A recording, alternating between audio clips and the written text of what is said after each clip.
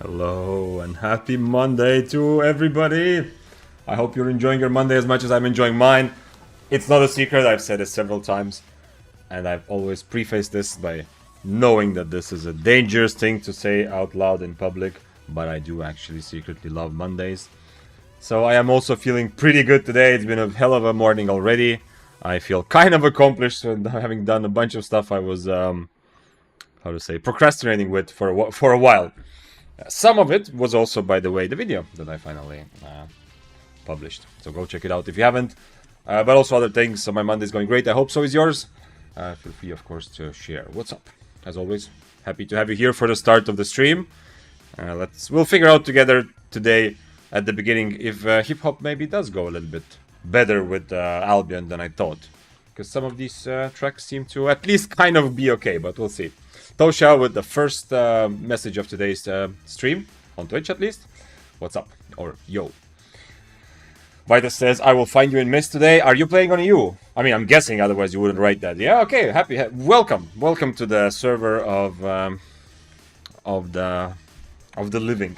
I don't want to say that, yeah. I had several people last week, you saw this if you were on stream, come to stream and say, damn, the Asian Mist don't feel active at all. And even a couple of people saying that on US they had a problem, not US, but the American server, they had a problem finding people. I know, it's a common experience, but it goes up and down sometimes. Anyway, happy to have you.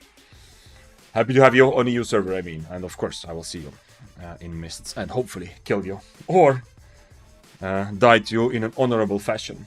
Voodoo says, very nice video, Mr. Guy, sir. I'm not your Mr. Guy, sir, pal. Also, thank you. Happy to hear good feedback.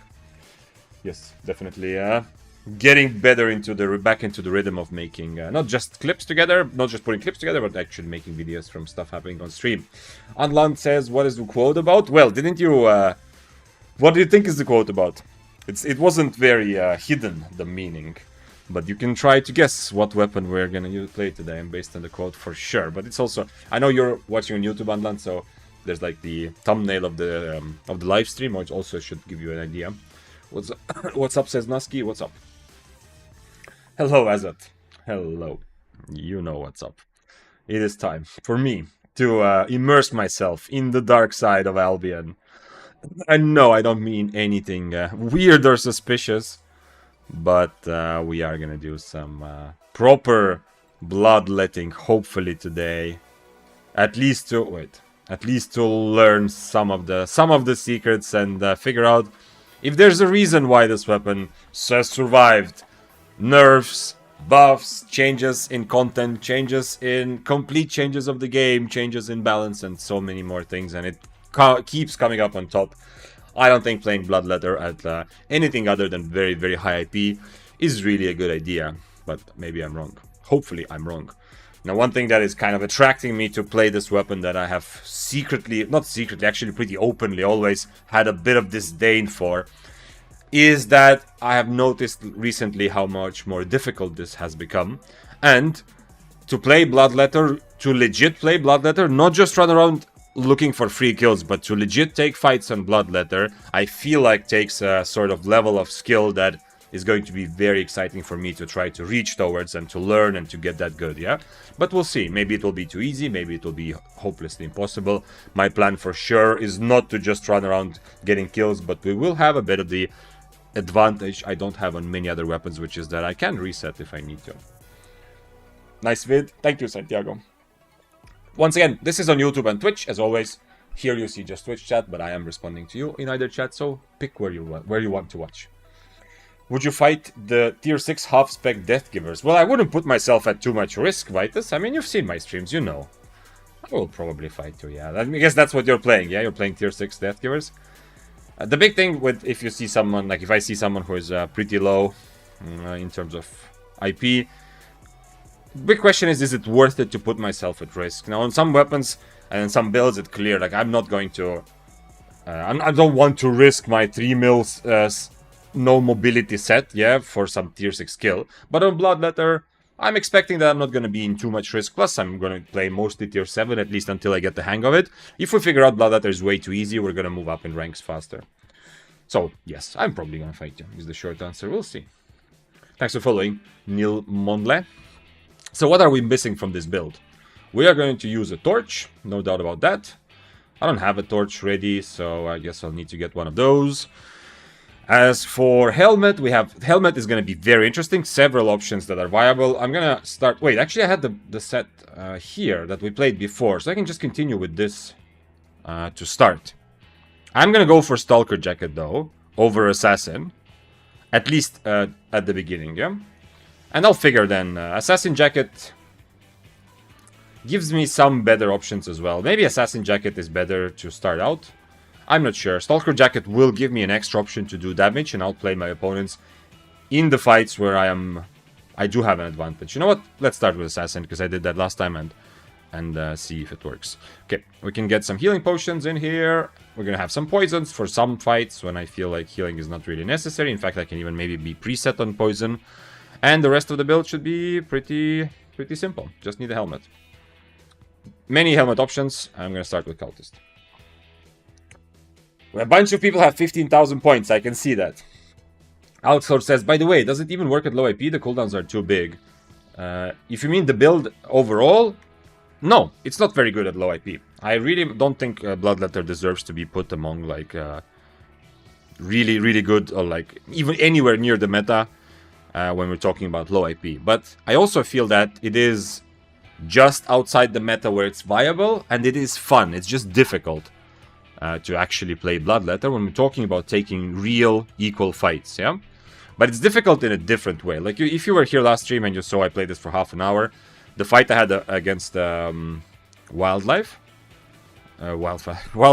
this fight, it was difficult. It was very difficult for me to start the fight and get any sort of advantage. But it was easy in the sense that whenever I messed up, or at least he didn't mess up, rather, I could just reset, yeah? And so I reset that fight like 5 or 6 times until finally it was him who messed up, and then I just killed him, yeah? So in some ways, it wasn't that difficult because I wasn't being punished for, or he was not being rewarded by not messing up. But on the other hand, it's much more difficult in most fights against other tier 7s, it's going to be difficult. But we will play around with spells and we'll look at... Neil Monte asks, hello, can I ask how much time did it take you to start being successful in PvP? Well, success is so subjective that you can't, like, it's very difficult to answer that, Neil Monte, or Neil Mondle, rather, is your name. I remember from maybe my, like, 3rd or 4th week of Albion, I felt successful, but I wasn't obviously killing a lot of people. I was barely getting kills, but I felt good, yeah? Because I was getting, Mists also gave more PV loot. My silver was slowly building up. Some of my guildmates, I did play with a guild. Some of my guildmates that I was talking to a lot were actually even, some of them even commented on me having already, I don't know, whatever I had, like 60 mil or something in silver. So I felt successful, yeah, because they were playing PvE, they were doing like gathering, whatever. And I felt like in terms of silver, I'm making more than them, even though it was obvious that I was usually just dying in PvP, yeah. But I was still making money from the sum of the kills I got, and I was, you know, getting PV load. So success is so subjective that it's very, like, feeling of success is very difficult to say, to answer your question properly. So the feeling I got very early, but not because I was very good at PvP, but because I just, in my head, I defined that I felt like, yo, I'm doing pretty well, yeah, it feels fun. I hope that answers it a little bit. Sushi says, my kind of stream, yeah, the Bloodletter. So yeah, so this is gonna be very good when we actually do come across Vitus or somebody, you know, that we want to fight who has deathgivers, like deathgiver spear, sword, something like that, yeah? To actually surprise them with how good I can potentially even brawl occasionally. However, obviously Cultist Skull is going to not be very useful for me in a lot of situations where I would much rather have the Mercenary Hood in order to keep kiting, to kite away or slow my enemies as I'm catching. So we'll see, we'll try different helmets.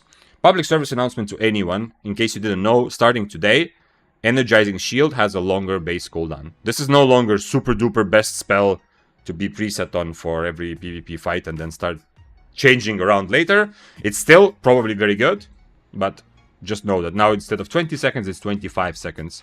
Everything else is the same. Sairam said, hi Vic, started playing more light crossbow, tier 6. Wanted to know on who to fight in Mace. Like, I know not to fight tier 8.1, but who can I fight not fully spec'd? If you are really just starting out, in terms of like not fighting 8.1 or so on, just look out for other tier 6s, and you can occasionally try fighting tier 7s. If you have enough silver if you can accept the fact that you're going to die a lot because you're playing low IP and you're a beginner, and you should accept the fact as fast as possible, accept that you're going to die. If you go play a proper session today, you're going to die at least 10 times, and that's okay. That's how you get better. That's what happened to everyone, except I've died so many times in the game. If you can kind of accept that, fight either other tier 6 players, 4.1s obviously, fight tier 7 players. Like tier 7 equivalent means, you know, 5-2, 4-3, 6-1, all of that in our language is tier 7. So, yeah, like more than one tier higher, it's too early for sure. But light crossbow doesn't have any super bad matchups where you like straight up cannot fight. The only difficult, like really difficult matchups in terms of builds or weapons are going to be bows that are going to potentially kite you because their Q range is higher than yours. Hello, Limon. Anlan said, I tried traditional Bloodletter in tier 7 and can't even win. Well, we'll see, yeah. I mean, Bloodletter is difficult. That's why whenever someone asks him, because if you watch videos from the Bloodletter meta with Stalker Jacket, a lot of people might feel like, oh, this is an easy and super strong build, but it actually is not easy. It can still potentially okay to play Bloodletter, but it's not easy, I hope. If it is, then we'll do something else, but I don't think it will be. My friend told me that it's arena meta. What was that? What is arena meta? I'm not sure what that was about. Oh, anyway, so if you have 15,000 points, as I know some of you have, then yeah. I might in the future make it just one redemption pins per stream, but also then everybody will just rush to do it at the beginning. So for now, there's always 2 redemptions per stream. Someday you felt like you have improved a lot, and someday you feel like you're ass like me today. That's relatable. That's going to be like that forever. And I know, like, not to try to sound like I am Mr. Wisdom, yeah, or something, but I can kind of secretly tell you that's not just Albion, yeah. At least maybe people's lives are different, but my real life is also still like that, yeah. Some days I feel like I am the king. I am on top of the world. Can't believe I pulled off something like in a social situation or something. Some sort of work stuff. And some days I feel like I can't believe I am still so ass.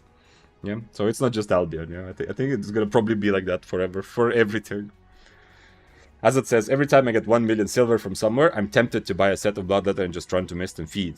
Bloodletter keeps me from being successful. Well, at least you have reached the point of being aware of your addiction, yeah? Just like me and overcharging, yeah? I'm not gonna not overcharge. By the way, speaking of overcharge, should I do it? I probably should, yeah? But at least I'm aware of my addiction. General Trophy says, hi Victor, I picked up Spear this week, but I just keep dying. Pretty okay to... Like, Spear is a bit difficult at the beginning. And you probably need to... focus more. If you play one-handed Spear right now, probably need to focus more on kiting. Like, it's likely, of course, if you have actual... Like, record your fights trophy and put them in Discord and have somebody else look at them, or find friends or someone who will look at your videos, and then you can figure out what exactly went wrong, why you died with a spear. Yeah, it is more difficult than some other weapons, but I can guess without looking at your videos that the likely reason why you have died in some fights is because you're not kiting enough. Because I also had the intuition to kite less from my previous spear experience, but right now a lot of matchups you have to be very careful with spear and not just go in for the brawl too fast. Hamster says, light crossbow Giga Chat can kill 8.1. Yes, light crossbow is a great weapon. I mean, I don't have to tell you. But light crossbow is a great weapon to overcome big IP differences. Yeah? Absolutely. Alex Ford says, Victor, did you become full-time streamer or balancing a job as well? I'm not balancing a job as in like regular 9-to-5 sort of job. I do have projects that I still have going on. I am not being super active in taking new things. But I do have, like, I am doing some real-life work. But I am also putting a lot of time into streaming or like content creation because I really enjoying it, yeah? Hoping to build it up to a point where it's like reasonable enough, where it feels like an income. And who knows? I mean, it's definitely my jam. I can feel that already very clearly. I'm enjoying it. But I am still doing, I'm still doing other work stuff as well. If I had the kind of projects I used to have, like, I don't know, years ago, where I would just have to completely go crazy work for a couple weeks, you would know that, yeah, it's obvious. I would just not show. I mean, I would say, but I would just not show up. So Right now, the projects I have are more like I have more time to decide when I do the work. And then I have a couple of meetings here and there, but I usually can either do them in the morning or during my non-stream days, like free days in that sense, from streaming. Okay, is there something else that I missed? Spear is difficult at the beginning? Yeah, absolutely. More difficult in the middle and insanely difficult in the end? No. In the end, Spear is not that difficult, because at the very least you can abuse mobility to reset if you really need to. Which Deathgiver build do you suggest? I suggest going with the regular one. If you're just starting with Deathgivers, I would suggest to go with Mercenary Jacket, Stalker Hood, Deathgivers, obviously Energetic Sprint, and start with that, and only try those other builds with like Cloth Armor, one-shot stuff later when you have already some experience. But you can start either way. Deathgiver is very good weapon to play right now. Absolutely S+ tier for solo PvP. Jokede, thank you for following. Lemon says, Spear is like a weapon that requires putting a decent amount of effort to improve yourself rather than depending on the weapon. Yes, exactly. But that comes through in the fact that on Spear you are usually trying to beat your opponent. You're not trying to play your weapon to the best of your abilities as much as some others. Like, it's not about comboing your spells or stuff like that. Of course, that's part of it, but it always revolves around countering what your enemy wants to do. So that's why, absolutely. It's like playing your opponent more than playing your cards, you know? If we were to translate into poker terms or some card game terms. I'm drinking some actual lemon water today, which is kind of sugary, but I don't know. It's okay. Until I finish it, and then we'll get some regular water. Kind of sweet, but at least it has some good lemon taste also. A friend of mine making almost every day all between 30 to 100 million missed by playing Bloodletter. He's playing 7-4 though, and of course not as good as it used to be. Yeah, absolutely. I'm not planning to play. I don't enjoy playing too much like with IP advantage, you know. I'd rather take difficult fights, but Bloodletter, when you don't have an IP advantage, is very difficult. And there are some players, absolutely, and maybe your friend is one of them. There are a couple of players who are absolutely, still, in my opinion, amazingly cracked and good at playing Bloodletter, and they will take fights. They will go 6-4, or maybe just overall 8-3, and they will take fights against other 8-3s, and they will potentially win. So it's possible, but it's just very difficult without IP advantage, of course. Trophy says, in my brain I keep feeling like I should brawl well, but then I go in and I'm just losing a trade. Again, like, it's good to have this kind of discussion, and I already told you earlier also that this is likely what can happen to a lot of Spear players, is that they brawl too much at the beginning.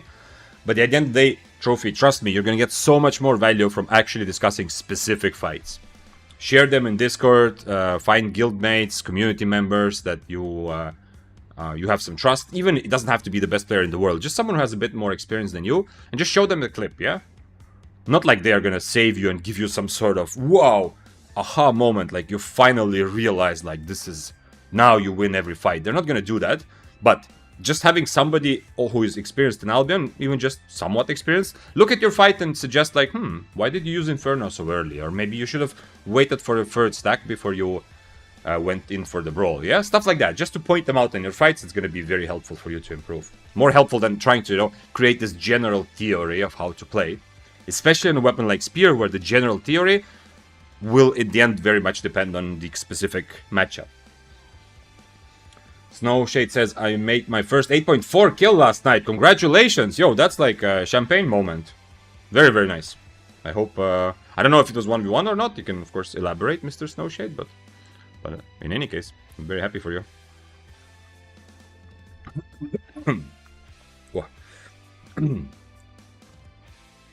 What do you think of Bow Badon in the Mists? Solid B tier weapon.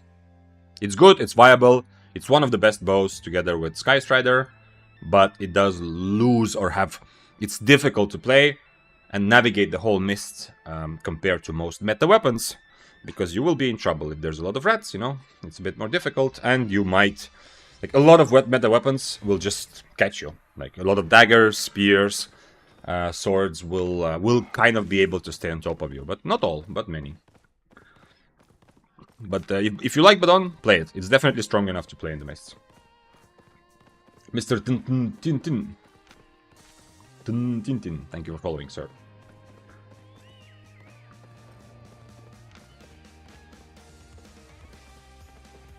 I'm still learning the visual cues of Mercenary Jacket and Cultist Cowl.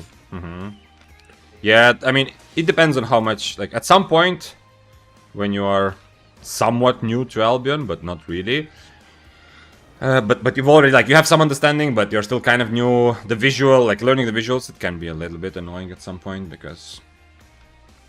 there's so much happening, yeah? And it's very normal that for a while, you don't really know what's happening. Okay, he's trying to bait me, but... If I keep my W, I can dodge his E anyway. It's 4.1 without cape. I already used my E if that's what he's looking for. So yeah, so there's a lot of visual stuff happening. Like when Vitus showed me the thing about Battle Axe, I also, and still like right now I feel like, by the way, if you don't know what I'm talking about, I've talked about this on stream. If I find the Battle Axe, maybe I'll show you again. But the visual effect on Battle Axe, which shows you whether your enemy's E is ready, essentially. Or like, whether they can throw their second E or first E, yeah? We'll talk about this. But, when I was learning and looking at that, Vitus pointed out, like when we were watching VODs, I kind of felt like it's going to be very difficult. It's going to be very, very difficult for me in a fight to ever actually, like, keep track of that.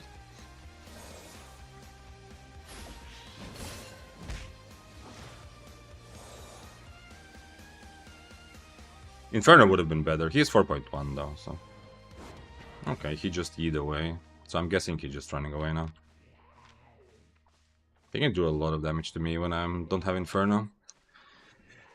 And W would be the best for me to dodge his E, but... yeah, putting my cape on cooldown for that doesn't feel good. Much rather have a fight against someone whose items are attractive. You know? That I actually want to kill and take his items. Now I need to wait for the cape though. So that's just an example, yeah? But it used to be much worse, the visual things. For example, Hunterhood, there's some other, I don't remember, there's some other effects that used to be much more difficult to actually notice. Like Hunterhood was very difficult to notice with just tiny red shields floating around your belly, kind of.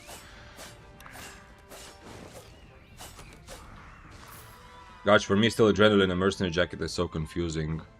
Yeah, the other thing is also the sounds. So at least they are differentiating the visuals pretty clearly. I think they added some sort of effect to Mercenary, which makes it a bit easier. At least lately I've noticed Mercenary a bit more obviously. But I do often still notice just the enemy buff bar as well. And the sounds, like many times when I fought against people with a purge, I've noticed like they are kind of wasting their purge. But then later I realized that they purged because, I mean, cripple is not so relevant anymore. But I've often gotten my cripple buff purged as I'm kind of kiting away. And I realized later that probably the person was triggered by the sound, because a lot of the move speed increasing buffs have a similar sound. So it's not so easy. These boots have a very clear, different, like separate sound. But the rejuvenating and refreshing sprint, some people might confuse it based on sound, you know, with some other movement speed buff. So sometimes when I use cripple, people might have confused either the visual or the sound effect and purged that, and then they didn't have purge for my boots when they needed it, for example. Or there's some other things also like that, yeah. Like Adrenaline Rush is also, Adrenaline Boost also is, the sound can be confusing as well sometimes. Your Chain Slash has iframe for damage. Indeed. So does my Shadow Edge. So far, iframes 100%. We had this fight when I took a fight to practice iframing. Where was it? Anyway, there was a curse last time I fought. This one. And he tried to rat, and I Shadow Edged just on time. It felt very satisfying. So haven't missed any iframes yet. But that was last time. That was like the half an hour of Bloodletter, which was Azot's channel point redemption. Oh, by the way, I'm actually close to 100 also. I've put some, not today, but before I put some also specs in Bloodletter. I don't remember when. I guess I played it for something. Maybe for a challenge and so on. Yeah, I put daggers to 50 without playing them at some point on EU server. I did play Deathgivers, the only dagger I actually played on EU server.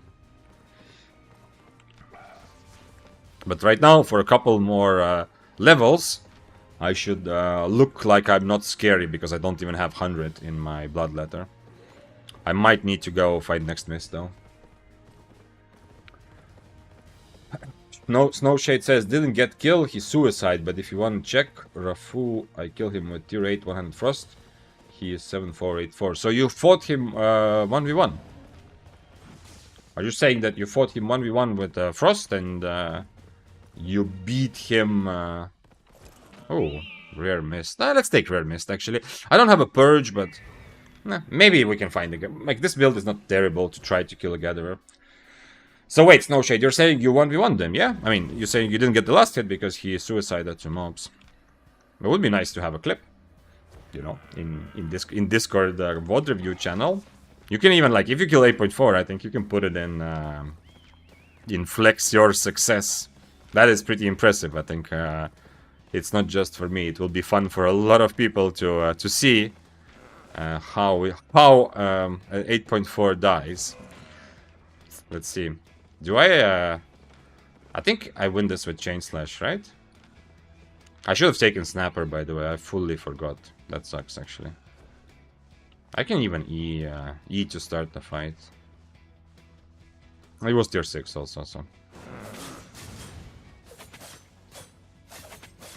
This is a bit risky because I know right now I don't have Invis and I don't have my dash, yeah? So if someone gets on top of me here and tries to force me to fight, it's a bit risky. True, but I didn't clip it. Oof. Okay, well, I hope at least it's a good lesson. Record everybody, whether you're trying to get better, which I hope all of us kind of are, or you just want to share because the moment will happen when you kill you get an amazing kill. And man, I would be happy to see it on Discord, and as I said, not just me. So, record your stuff. If you're listening to me here, next time you turn on Albion, maybe you're there right now, use some sort of recording software. You will be happy. Oh shit, that was a bit too early. This is a high level mist, so okay. I opened the little coffer at least. I need to not miss, since I did come into a rare. What is the level? It's tier 7 with enchanted even. Since I did come into this mist, I need to make sure I at least open the chest when it spawns. Merc has some stuff flying around after recent patch. Yeah, exactly, Scriptex. That's what I've been noticing. I realized that I noticed Merc jacket. It has some kind of, I don't even know how to explain it, but some sort of kind of weird, sharp, something sharp on it, yeah? Mr. Dual Swords. What is this insane 43k per mob? It is also this is because I don't usually play things, you know. I mean, most things that I've played, I've had like 100 spec. This is you see the more fame that I'm getting because I have already not already, but I don't have 100 spec yet, and it's auto learning. Yeah, so the learning point system is giving me more to move this faster towards 100. So it is. It shows the extra also on the screen when I kill. I mean, it could be a bit made a bit clearer, honestly, but it does also show the extra fame I get just from the learning points. He had invis in his boots. If I see that gatherer again, is there any chance? Where's the chest? Oh, the chest is down there. Let's see it.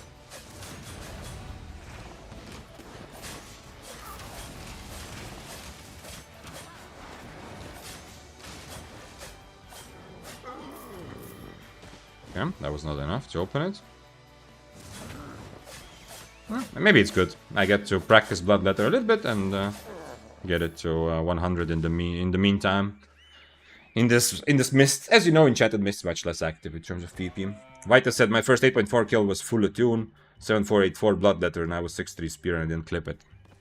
Let's see. It's I was told when I was little that people learn in different ways. Like some people need to make the mistake once, you know, and then they will learn. You how to say? You step on the, what's it called, rake, you know, rake to rake like a farm patch. Yeah, you know the tool. So you step on the rake, bam, get hit in the face, and after that in your life you never step on a rake again. Yeah, that one time is enough. Some people are doing their own thing and they see someone else step on a rake and they learn from seeing that the other dude got hit in the face with a stick, or like with the handle of the rake. So they learn from other people's mistakes. So if you're here, you just you have two guys in chat who have stepped on the rake of not recording the amazing kill they got. It's your chance to learn and turn on that recording software. And then the third kind of people are the ones who step on the rake and still don't learn and keep stepping, because next time the rake looks a bit different, so they still go that, yeah? Still go there to test it out or just don't notice it. Stevie says, I step on rake 2 to 3 times. Okay, at least you have the, you know, the self-awareness and acceptance that you know it takes you a couple times. It seems very reasonable, to be honest. I'm the third type 10. Yeah, I think, to be honest, probably most of us are. We have to. Because, you know, you need, like, there's variables, yeah? Like, if you just step on a rake and get hit in the face, I mean, it was a Tuesday, maybe, you stepped on the rake. Next time you see a rake, maybe it's like a Saturday, you know? You don't know how much of your previous experience applies. Maybe the rake is a different color, you know? It takes a bit of experimentation to kind of figure out that it's the rake that is the problem and not the what kind of shirt you were wearing. But yeah. Carnage says, welcome back, Vic. Was I gone? Was I gone? Is that what it looks like on YouTube, that I took a break? Because I was streaming on Twitch for a while. I mean, this is the third week of also streaming on YouTube, yeah, so I'm definitely, I don't feel like it's a welcome back moment, but it's good feedback if you feel that I was gone. Anyway, thank you, anyway, for welcoming me back. Man, these mobs are kind of strong, but that they're not amazing at PvE, of course, also. Blue rake bad, red rake would never betray me. Exactly, that's the kind of thinking that it's very easy to develop that. Especially if you have some pre-existing affinity for rakes for whatever reason.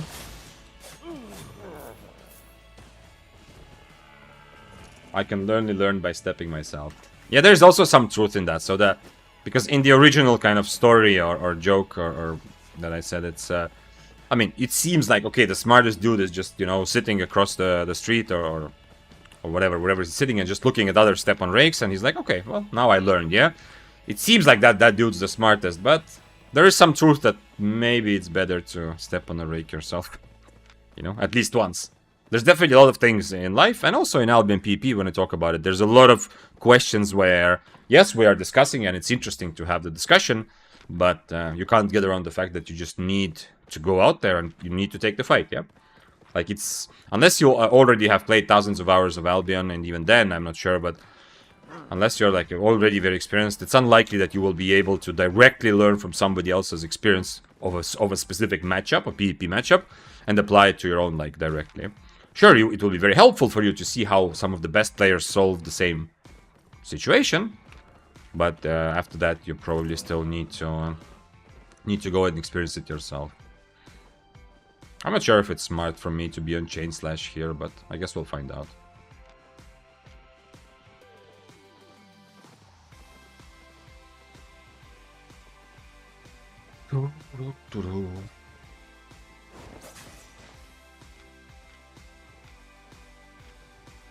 He's tier 6, but he's using a pretty manly build, so even though it's tier 6, I'm a Bloodletter. I should have really brought Rose Snapper, that was a mistake.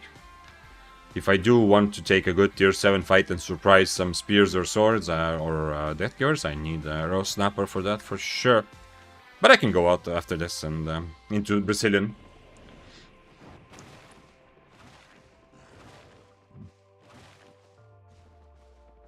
Please do not use learning points for weapons. Please don't fixate. Yeah. Good public service announcement. Mr. 111111, yeah. But I say this also in videos, yeah. If you're watching, if you yourself have any sort of interest at all in gathering, use all your learning points for gathering. It's by far the best usage of learning points in the game. Definitely before the update, and I'm pretty sure after the update as well. So yeah, like using them for combat nodes, it's not a good idea for majority of players. But I'm obviously still gonna use mine, yeah, for Bloodletter and whatever. I do not care. And I'm not gonna do anything else with them. But yeah.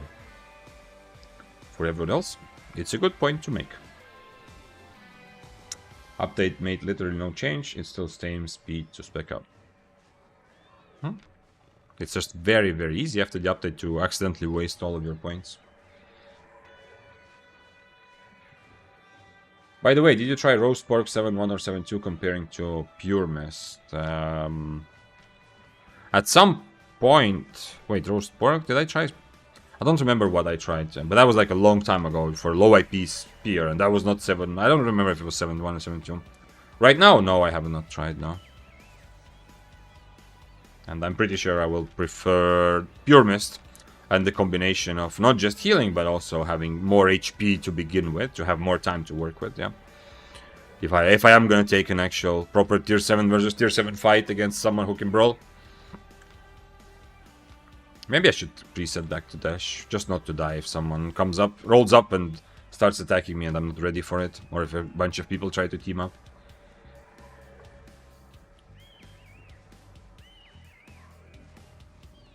Could also use learning points to quickly level up tracking, which doesn't cost a lot. Actually, yeah, maybe. But I think from how much, like, real-life time, where's here, and hassle you save with one learning point, I think that the best conversion is definitely going to be still gathering, yeah? Like, even tracking, okay, maybe the last level of tracking is difficult, but the others are not that much. The last level, I mean, to unlock the final. I also did tracking with friends for a while. Where is it here? So I have tracking at 50. What I mean, the last level is to go from to unlock this one, because this is the one you need to, that you can use it on every track. Yeah, I think tier 7 you can use it on all tracks in the game. Tier 8 Abbey, a bit too high for tier 7 Bloodletter, I think. So I'm not even gonna look at the Abbey, unfortunately.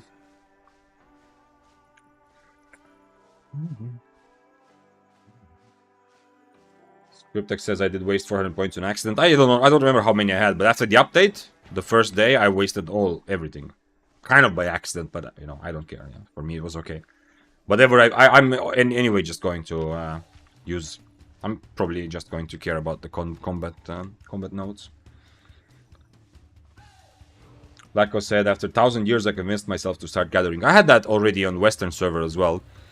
At some point, I felt like, ooh, like, I'm gonna gather a bit, yeah, and it was a bit fun, and I tried it. And I definitely felt like, holy shit, like, how insanely difficult is it, and how much I would love to have my learning points back. But now, when the EU server started, I was already in a place where, and now also, I'm in a place where I know that I'm not gonna be interested in, like, some gathering here and there can be kind of okay, but actually making sure, like have learning points for it, no. Doesn't matter. If I am in a gathering mood, I'm probably just gonna play a different video game. Not for gathering, but, you know, if I'm in the mood where gathering is kind of satisfying, if I want to grind something slowly like that to like build up some sort of progress, I think I'm gonna do something else with my time. Can I try? Can I try, sir? Please. Wait. No, I can't try. He has also 4 invises. He doesn't have minor boots, but he has 4 types of invis. And I don't have a slow on my helmet, so. Hamster says, I just got 7-4 fire PvE drop on my non-premium character. What are you doing on your non-premium character? And also, wow, okay. Is it attuned or not attuned? I've never received a single attuned item from a mob. So I don't know exactly how that... I don't even know what it looks like. What it feels like to get an attuned weapon. You got not attuned. Okay. Yeah, that's also... I've asked this several times when someone says they got like a special drop. And I haven't heard from anyone yet who received an attuned weapon. Okay, but... Still. I'm happy. For your non-premium character. Because if you got it, that means some beginners can also get it. And...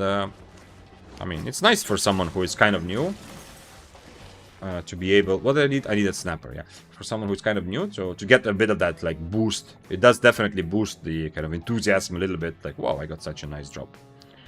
Let me just take this, I guess. Like this, yeah. I'm gonna be ready to eat it for a good fight. And I need some more poisons also. Stevie asks, hey Vic, what W should I use and what tips do you have for fighting Badon with Spear?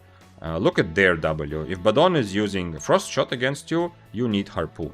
It's very, very difficult for you to have any chance against a Frost Shot bow player if you're not using Harpoon, because you need to get on top of them and stay on top of them long enough, you know, to actually brawl them.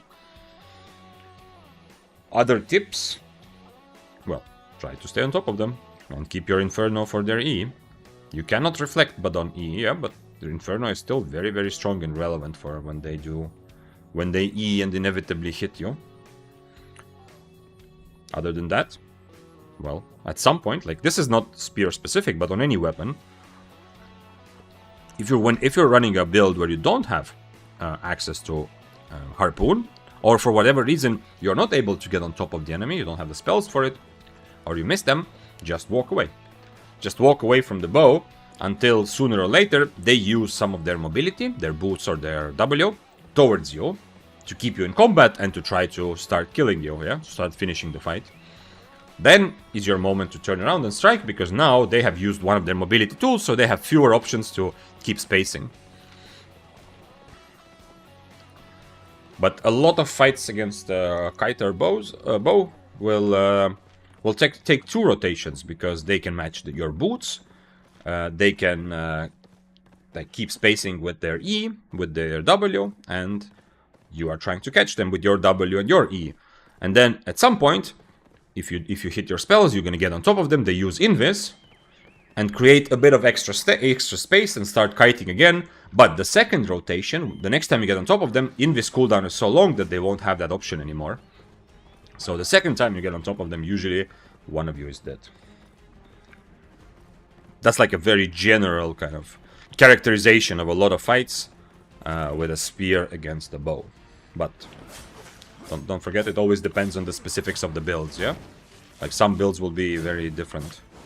Like if you have Duskweaver, it's easier for you.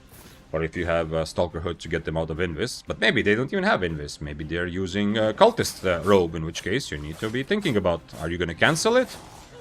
How are you going to cancel it? Keep your E for it? Or are you going to just, I don't know, ignore it and try to kill, just do damage while they're cultisting? It's usually not a good idea, but sometimes that's your only choice.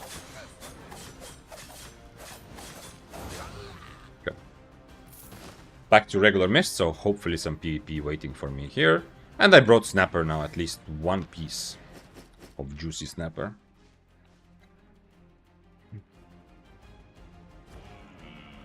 Vita said I got in 4-4 attuned Grade Nature in Depths yesterday. Ooh, okay. Okay, so that's like that's the first time I hear someone getting an attuned weapon. I've seen on Reddit posts where people post the kind of thing they got, and I think I've seen it there. But here I really wish I had the other helmet. Now, wouldn't that be awesome?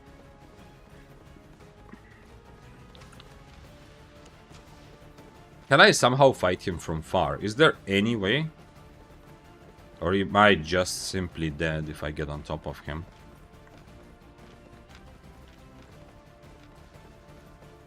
I don't have a cleanse on my helmet either. I can Shadow Edge his E. I mean, I kind of have to fight it the same way I fought the Wildfire. And I do need to change my... food. I think I need to fight it kind of the same way I fought the Wildfire. But if he gets asleep on me, I'm just dead. And I need to healing, not poison.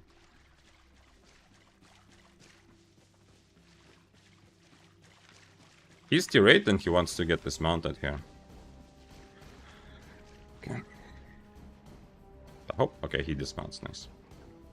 The problem is, if I eat his combo, I'm just dead. But you know, I like high risk, high reward, so that's one of those. It's gonna be a lot like the Wildfire.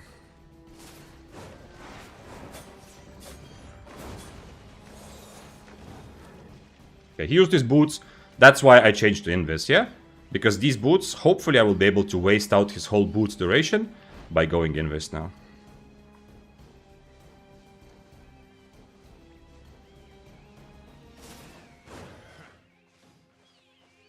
I kind of just keep doing the same, but... Next time I Shadow Edge him, he's just gonna go for his big combo and I'm probably gonna die. Unfortunately, I don't have the... what's it called? He used Geekpot at least, but I don't have Geekpot. Yeah, that's what I meant. So I can't really counter him in that way.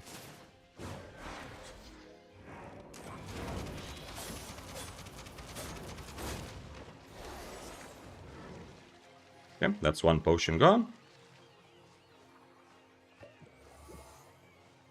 Second potion. I use my E, so he's gonna have chance to boots me again. But the longest cooldowns in this fight are his Geekpot and his Helmet, and he used both. So even if I get to full HP, it will be a similar fight, but much easier. Even though I don't have a potion now, still, it will be much easier.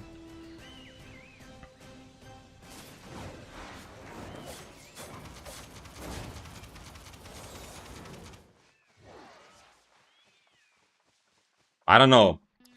I don't know if I'm gonna be able to survive long enough because I have to do the invis trick again. Nah, I did that a bit too early here. Why doesn't he just randomly Q? I'm surprised he doesn't just randomly Q there. Oh, he changed to autofire. Yeah, of course, yeah. He can't. Yeah, because when I first saw him, he wasn't on autofire yet. Does he have cleric now or not? It's gonna be a question. Do I go for the risk? Actually, I can just do this and be ready with soup as well. How long is this cooldown? 122. Okay, so we're starting from 0, but now I have a big disadvantage because now I don't have my healing potion. Maybe starting with maybe my W is wrong also. Who knows?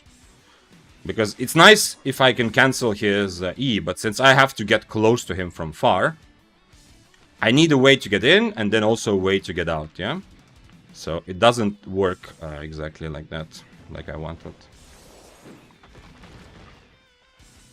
The theory, like the power of my W to cancel his E potentially doesn't work, and now I don't have 2 healing potions like I did before. Nah, I don't think I can do this, to be honest. At least I can't figure out a way to. Maybe I change this to force field, so when I'm not silenced, he cannot E me. We can try. I mean, at least I get to learn Bloodletter, you know, because I get more from this fight. Like, I get 2 or 3 fights worth of experience from one fight because it takes so long and nobody dies. Yeah, on a different weapon, I would probably already die. I would love to have Geekpot here instead of healing. I could maybe use 2 poisons, I'm not sure. Having Cultist Cowl in this matchup doesn't make me feel happy. Unrelated, but is it me that has the price of premium just suddenly gone up? Like, yeah, it's going up on all servers, Motive, yeah. It's crazy on Asia, and on other servers also it's starting to catch up. And it's very difficult for me to understand why, but it's mostly because I don't deal that much with the economy and don't think about it that much. There might be people who can answer if that's what you're wondering, like how much is it related to RMT or some decisions made by the developer. Okay, he changed his boots. Okay, nice. So now I don't need Invis anymore. Now I can do the same thing, but I'm just gonna Inferno. When I get on top of him, I'm just gonna Inferno right away. Okay, let's try the same thing now.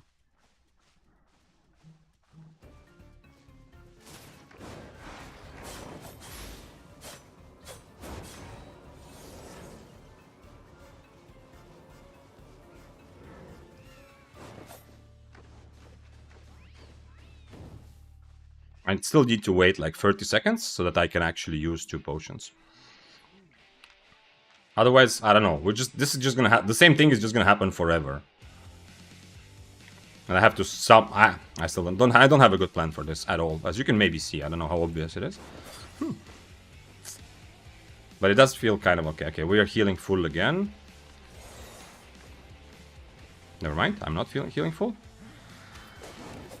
But in order to hit me there, he stopped his boots, so now he's much further away. I guess we try again. It's exactly like the wildfire fight, yeah? Like, I need him to royally mess up one time. Until then, I can pretty much reset this fight forever. Too bad.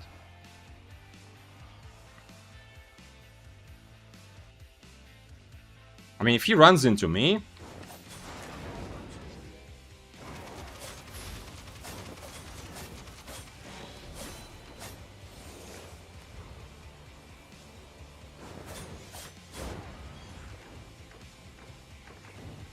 I just need to survive for my next E. But unfortunately his boots will be ready soon as well. If he hits his silence, I'm just dead.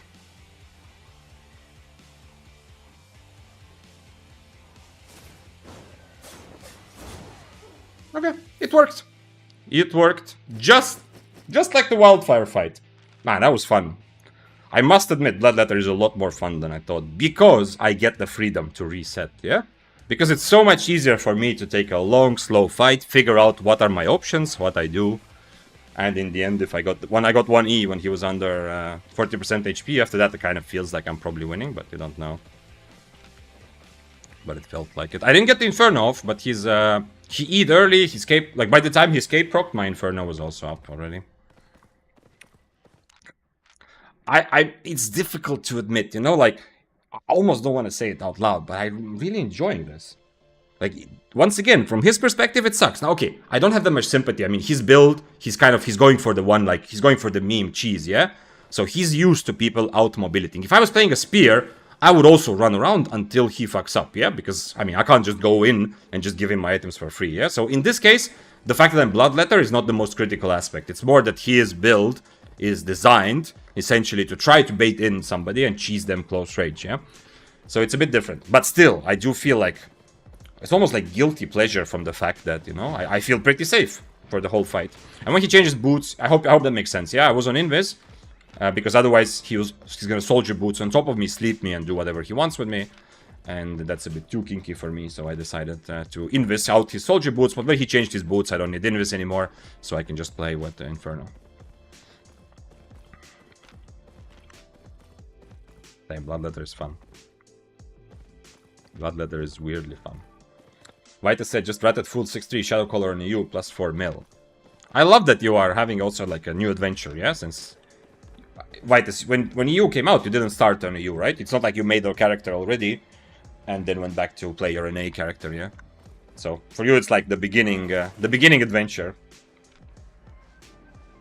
which is awesome, yeah? Like everything is weird, not weird, but everything is like not weird. Everything is kind of like unexpected and new, and you don't know exactly what's gonna happen. And of course, these skills also matter a lot more because you're on a new character. Why you use either jacket or helmet? One time, once. Ahmed, I don't think using caps lock is making your sentence easier to understand. I think you need to try to change it into an actual sentence, and then I can try to answer your question. Hello, Vic in chat. Hello, Ega. I hope you get good profits and have a pleasant stream today. Always good vibes and very genius gameplay. Thank you! Thank you for the great vibes. We are here to learn together. And I love Mondays. I absolutely love Mondays. So I hope your Monday is doing well. Like, it depends, of course, what time it is. Yeah, if you're just starting a work day, I know it might seem like you have a whole difficult week ahead. I've been there. I've had that feeling as well. Hopefully, you can push through it. But if you're already towards the second part of the Monday, it's easier maybe to think that it's a wonderful day. Okay, let's take this epic wisp. Okay. So far, tier 7 Bloodletter feeding me a little bit, not too much. Would love to thank to your Mist stream. It really helps me to get encouraged to play Mist PvP, and I will say one of the best PvP experiences I have. In Mists, yeah, Mists are for like if you if you have this competitive PvP mindset or like brain cell in you, like you want to compete, yeah, you don't mind losing, but you want to be challenged to become better and then feel the results as you get better. If you have that competitiveness in you, Mists are well designed to take advantage of that, while not like just only like hitting you into the ground, like, you know, you don't just run around only dying and losing, because at the end of the day you can choose what situations you engage in. I mean, corrupted dungeons are also amazingly fun for like competitive players, but you have a lot more of this. Oh no, but you have a lot more of this feeling that, you know, you have to overcome a huge steep hill playing constantly against people who, you know, have played thousands of hours of that content and that build specifically. So Bists are kind of nice in between. Not watching IP video, it definitely helps me a lot, because I did win some fights when I'm 200 IP below. I'm happy to hear that, yeah. At the end of the day, the video about inspecting your opponents, the big point is that even I on stream, obviously, we all talk about, oh, I had like 200 IP less, I had 300 IP, my average IP is 1300. Yeah, we talk about it because it's the easiest way to communicate, to give someone like a instant snapshot of what happened, yeah? But at the end of the day, the importance of that video and something that for me took a while because I didn't understand it right away. Even some good players that were helping me at the beginning never really pointed this out to me, which is how easy it is to manipulate your average IP and how 1300 and 1300 is not the same, yeah? You can have two builds which have exactly the same average IP, but one is significantly stronger because the IP comes from things like their weapon and chest piece and not their boots and cape. So that's ultimately the biggest point. Damn, I need to figure something out. If I go Chain Slash, I might just die whenever I see someone. It's gonna be risky. Bloodletter. Now, this is the kind of one of the weaknesses of Bloodletter. I'm not super happy about clearing Abbeys. Also, I didn't even get a stack for this. I think it's because the new referral skin, maybe. Some people abuse it to make silver and premium. Need to do this. No, I don't think so. I mean, referral skins have been a thing for so long, Hossein. What do you think? There's something specific about the new skin that? No, I don't think that's what has. So, by the way, this message this was in YouTube chat. Yeah, you know, I read both chats. This message was about the rise in price of premium. And by the way, Shob, I see you. You have requested a build. So next time after this Abbey, I'm going to the city, and we're gonna take a quick break from Bloodletter. Because you also can do this if you're watching this stream on Twitch, if you have enough channel points, you know. Shob redeemed to make me play some other build for half an hour. He has not, I don't think he said yet. Have you? I don't think you've said yet which build you'd like to see. But anyway, whatever build is redeemed, I'm gonna buy it in tier 7 and play that. For half an hour or until I die. And then we will continue. I mean, whichever comes first, yeah? I'm not gonna survive with it the whole day. Change on throwing blade. Yeah, actually, that's maybe good. Because I wanted to potentially go for Chain Slash, but I'm gonna be too much of a sitting duck if I run into someone. Throwing blade seems like, yeah, good shout, thank you, Snowshade. It's a good, like, in-between, yeah? It's definitely very helpful for me to clear mobs faster, but it will still give me a chance to get away if I'm, you know, caught with my pants down or not ready. Blue said, I think cape IP shouldn't be counted in average IP because it doesn't get any spec. I'm not sure about doesn't get any spec logic. I'm not sure if that's like if that's the critical thing. But there is definitely some argument, yeah. I mean, the problem now is that they're not gonna do it anyway, yeah. They're not gonna remove cape IP from average because they have gone the other way, you know. There was an update where they changed the way some of the capes scale to actually make the cape a bit better when it's higher IP. So it looks like the developers actually have the opposite mindset. They feel like, okay, cape does actually affect your, like, it's good that cape affects your average IP. I mean, that's what the developers think. But they're saying, but we need to actually change the capes in a way where this is relevant. So they actually made it scale a bit more for some capes, and hopefully in the future they'll do this even more. But yeah, right now, cape, it depends on which cape. The thing is, like, if you are using like a Thetford or Avalonian cape, it should affect your average IP, yeah? Like, upgrading your Avalonian cape is going to increase your damage that you do. The same as upgrading your Cultist Cowl is going to increase the damage, yeah? Like, if I buy my Cultist Cowl also it affects my average IP, but it also determines how much damage it does, yeah? So some capes, it makes a lot of sense that they are part of average IP. Otherwise, people would do the opposite. I mean, kind of funky to imagine that, yeah, because it would cost a lot. But if cape didn't affect average IP, you would go and buy, like, you would play 4.1 Bloodletter and you would buy an 8.3 Avalonian cape, yeah? Just to have that constant 600 damage burst, you know? Or something like that.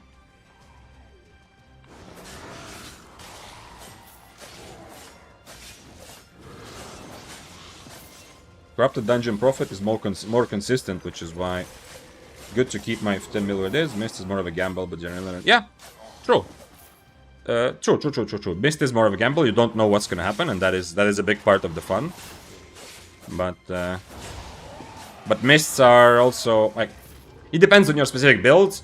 But mists feel to me overall a bit safer than either open for a solo player, either open world or corrupted. Now, of course, very experienced players will be able to break crystals in corrupted without that much trouble if you really want to. Depends on build, but, you know, oftentimes you will be able to. And open world is not that dangerous for someone who's played a lot of Albion. But there will be situations where even after thousands of hours, you're just gonna die. You just can't do anything, you're just gonna die. And in Corrupted, there's also gonna be situations where it's, I mean, not much you can do. And in Mists, there's almost no such situations. Almost never are you in a situation where 0 chance you just die. Unless you, of course, willingly take the risk, yeah? That's a different story. If you enter a fight, yeah, of course. Cape power can be noticed by looking at the tier. That's why I think it shouldn't count in average IP. Isn't that true for everything? Oh, you mean no specs because... Ah, I understand now. Yeah, Blue. Okay. Your argument suddenly makes a lot more sense. The no specs thing is irrelevant because you can always... Like, if somebody sees that I have 6.3 Avalonian Cape, it's always the same. Like, it's 6.3 Avalonian Cape on me is the same as on any other account. Whereas the Bloodletter obviously is different on me as it would be on you or somebody else because of specs. I see. That's a good argument. I like that argument. So if you come back to the idea that average IP is only there for information, it's not. I mean, this has no other like gameplay impact or mechanically it doesn't change anything. It's just to give people better at a glance information of what they're up against. Then yeah, absolutely, that makes even more sense. And then now that I think about it, yeah, that could be actually a pretty good. But I'm guessing they've discussed this. I hope developers have discussed this, because otherwise they wouldn't have done this update. Because some of the capes they updated to scale better than they used to, and I'm pretty sure that was specific. Like that was somewhat tied also to the. Okay, I got frozen in between during my queue. What does this stack? How much damage do I get? 6% for 8 seconds. Okay. So I get plus 24% damage if I E with 3 stacks. Sorry, plus 18. Yeah, that's the math. Not 8 seconds times 3, but 6% times 3. This is useful to think about a bit more. For Bloodletter, I feel like it's going to be relevant. Ooh, I don't want that fight. He also has 13 stacks, but hey. Is he not noticed? Okay, if he doesn't see me, of course I want that fight, but...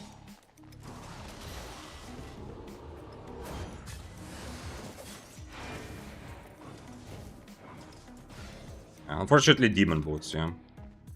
So, I am not catching him before his next Demon Boots. Also, I used my E, which will also be after his next Demon Boots that is going to be ready. And he's on Soup. So, I'm just going to proc his Demon Boots and then go for the other...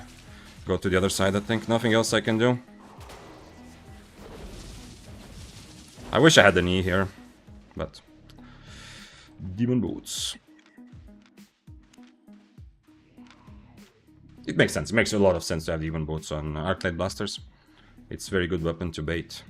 And there's a lot more stacks. If I had red buff, that would kind of, I mean, I wouldn't say it's completely offsetting the stack difference, but it could somewhat, yeah. Could somewhat offset the fact that I have 7 less stacks and it's a bad matchup. But unfortunately, I don't think I can find the red buff. Let's see what he was clearing. Maybe he cleared... No, he was... This is yellow. Is there any red buff? This is red buff, but I don't think he's gonna let me clear it, right? He's 100% coming back, man. This is a very good fight for him. Especially on Demon Boots, he's 100% coming back. He still has a Geekbot as well.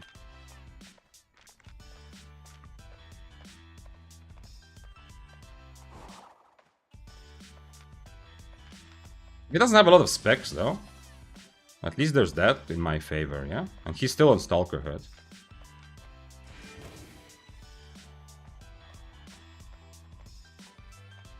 Okay, so at least I have blue buff and he doesn't have any buffs now. So the... If we count the 7 stacks as like 1 extra tier, we're essentially same tier, yeah? He's playing tier 6 without like super high specs and I'm playing tier 7, so... But the matchup remains kind of horrible for me. I need to figure out.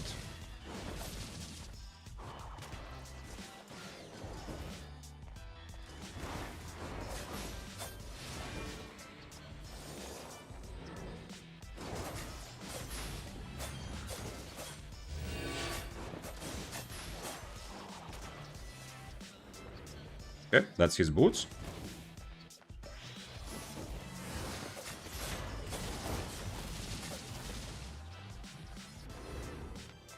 I got a long E cooldown, so I'm probably dead. But I still have one potion to try to bait him. We'll see, though.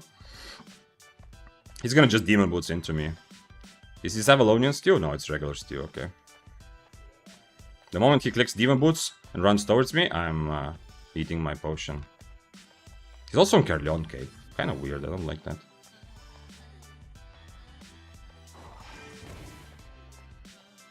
Okay, maybe now.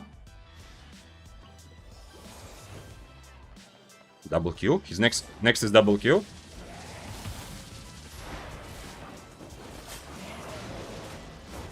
Okay, never mind.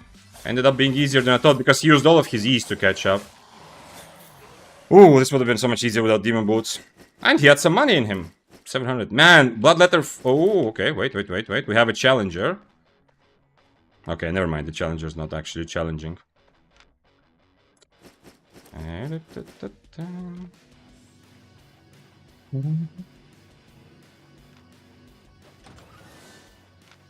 it's fun. It's really fun right now. It's fun. Once again, fights that give me more time to think about different and sometimes even try different options. Like this time, I didn't swap around spells, yeah, but still, in theory, this fight also gave me a chance to see what is it gonna be like, you know, if I play some other W. Helmet also potentially, you know. This is not like the most obvious Cultist Cowl matchup, although Cultist is okay, but I could have also potentially tried with this, so that's kind of fun. I'm searching for 2 hours for the love of God. I can't find Brazilian. Oh, I thought you just... I first read that you're searching for 2 hours for love and you can't find it. And I thought, okay, maybe expectations, Vitus, are just a bit high. I can also, like, I can also kind of, how to say, relate to that, yeah? Like, I've been searching for love for 2 hours and I can't find it. What the fuck? I got out, I left my house, I went out. I've been looking for love for 2 hours and I still haven't found it. But okay, I understand. You're looking for Brazilian. Understandable, yeah. Somebody may have this band played Givers of Death. I don't have enough points, sadly. I love Deathgivers, but Deathgivers takes more time to get into. I play them, but it takes a bit more time, I feel like, to get back into the habit of playing Deathgivers, yeah? It's a bit easier to... If you're just constantly switching between between builds, Deathgivers is one of the ones which I feel like... I'm definitely going to make more mistakes on Deathgivers than, for example, switching between, like, Grove Keeper and Spear and Swords. Yeah, Swords are relatively simple. Open world in early hours is very safe. Yeah, I've heard that from Froggy, and I've also kind of experienced that, yeah. Yeah, I was just trying to say that Mists also, like, for an experienced player, Mists overall, no matter what you do and when you go, feel kind of safe-ish as well.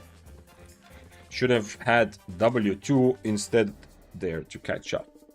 It went kind of well, though. I mean, and the damage buff and the extra damage from my W also worked pretty well. So, in the end, it was very fun. But if the fight goes on for very long, yeah, I can try other Ws, yeah? For sure. I can definitely play that on dash very well as well. But throwing blades didn't feel bad at all. Obviously, the other W would have been... would have given one extra chance to dodge his big damage. But I mean, he was also learning the build, yeah. He wasn't amazing at hitting his double Qs. Like a couple of times when I was on top of him, if he clicked everything correctly, I still feel like kind of I'm already dead somewhat, yeah. Okay, let's put this. Where is the? I get more potions. Where is the ready sets? So what we're doing now for half an hour? Oh, we have more potions here. For future, and this goes to supplies. So, for half an hour, I'm gonna play Shob's Channel Point Redemption, and then we're gonna continue with this build. I'm absolutely loving the Bloodletter right now. Thanks for following Xmiku Albion.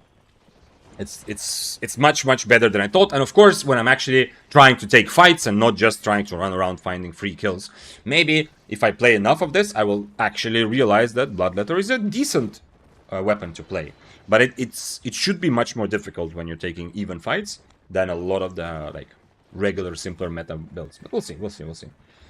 The way you keep commenting during your comment is great. Literally show PvP mindset. You know, Unland, it's also a bit easier to do when I'm playing, first of all, lower IP, yeah? If I was playing 8-3, I would have more more focus on the actual, you know, intense situation. And secondly, right now, these Bloodletter fights give me a bit more time, because the kind of fights are more, I don't want to say turn-based, but, you know, they're a little bit more turn-based and a bit less like just a bunch of things happening. Which in some other weapons are more like that, but Bloodletter right now, there's time. But yeah, of course, I'm happy to comment stuff. That's why we're here. I'm also learning when I have to explain what I'm doing. Job says you have to know the right place. Yeah, to find love in 2 hours. Yeah. Okay. Shob, where is your... Let me see. I'm looking at your messages. Did you write...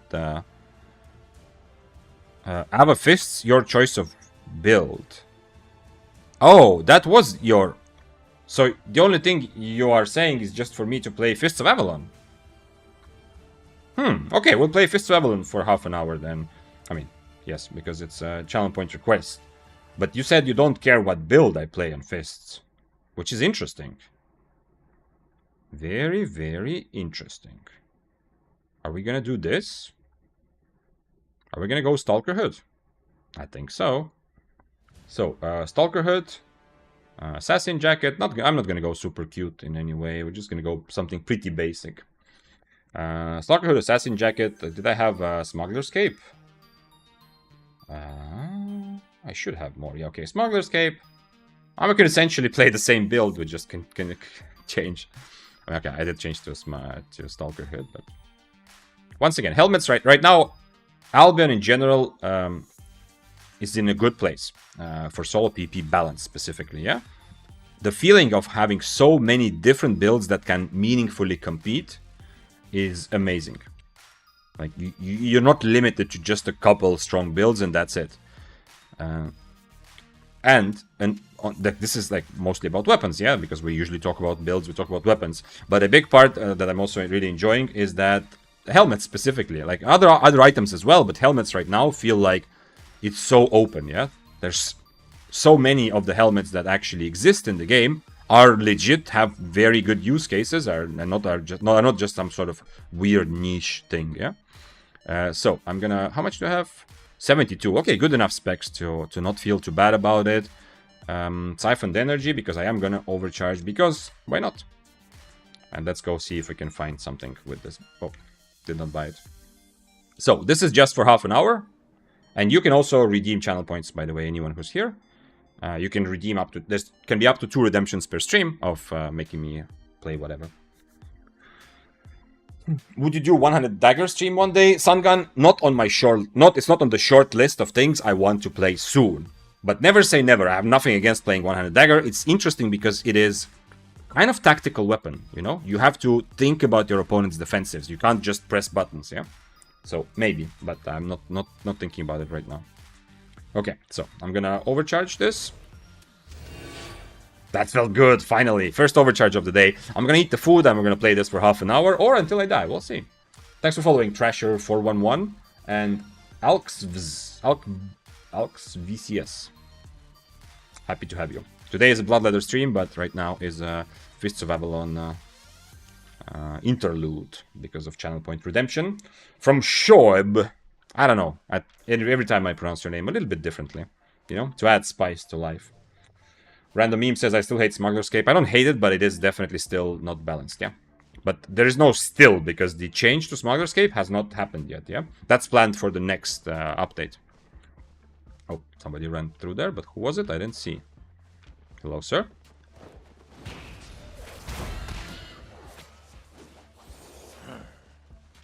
Is he gonna turn or not?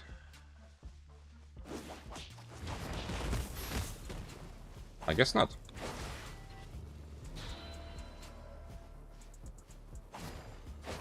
Okay, he needs a mob to queue away from me. Otherwise, I'm catching up soon.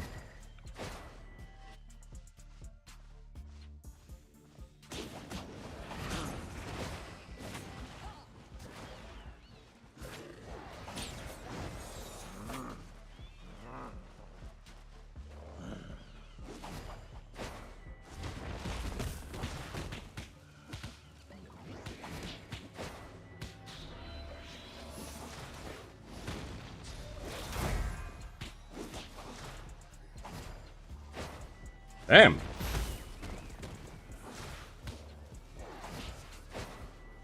Damn. He actually dodged or cancelled my second part of my E somehow, which is interesting.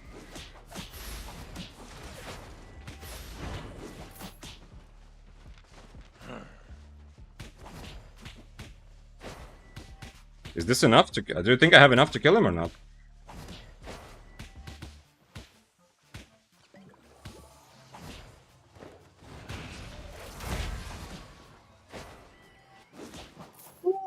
Guessed it! Okay. I actually did have enough time to kill him. Not bad. Not bad. Feels kind of fun, to be honest. I mean, the first guy didn't really want to fight back, but he kind of still did, yeah? He was just throwing his meatballs. We're gonna be late for the chest. We're gonna be late for the chest. Yeah, the dual swords, I wasn't sure. I wasn't sure if I have enough damage to use this 15-second cooldown that he has like, to actually kill him. And I did not E while he had the cooldown, because my expectation is the moment he can, he will press his mercenary jacket and start fighting back, yeah? That's like 100% on my mind. He just tried to run away, so then I realized I can just, you know, E randomly anyway, doesn't matter.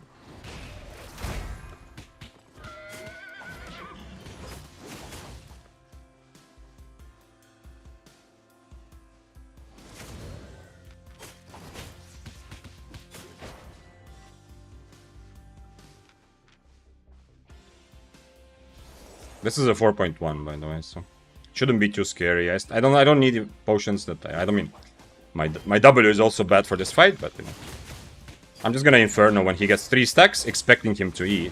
Never mind, he just E'd randomly.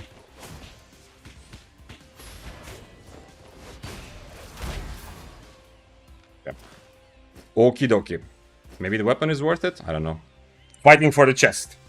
What was this yellow exclamation mark? Very important. If you are here and you haven't played that much Albion, it's very, very important to understand. If you dismount next to someone who is in combat already with someone else, for 15 seconds, you cannot do anything.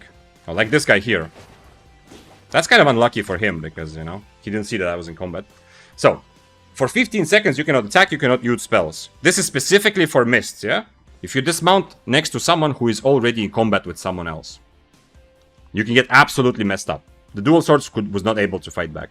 If you dismount next to an enemy outside of mists, or if you dismount next to an enemy in mists but they are not in combat with someone else, it's just 5 seconds, yeah? Which is reasonable. He's gonna dodge my my spell, right? But he's on... Interestingly, he's on plate armor.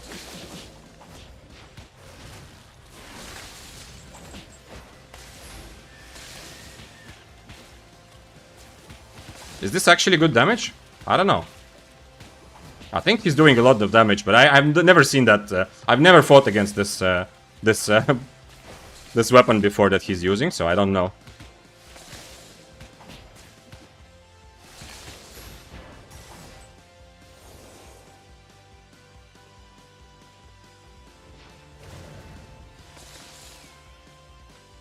Very cool.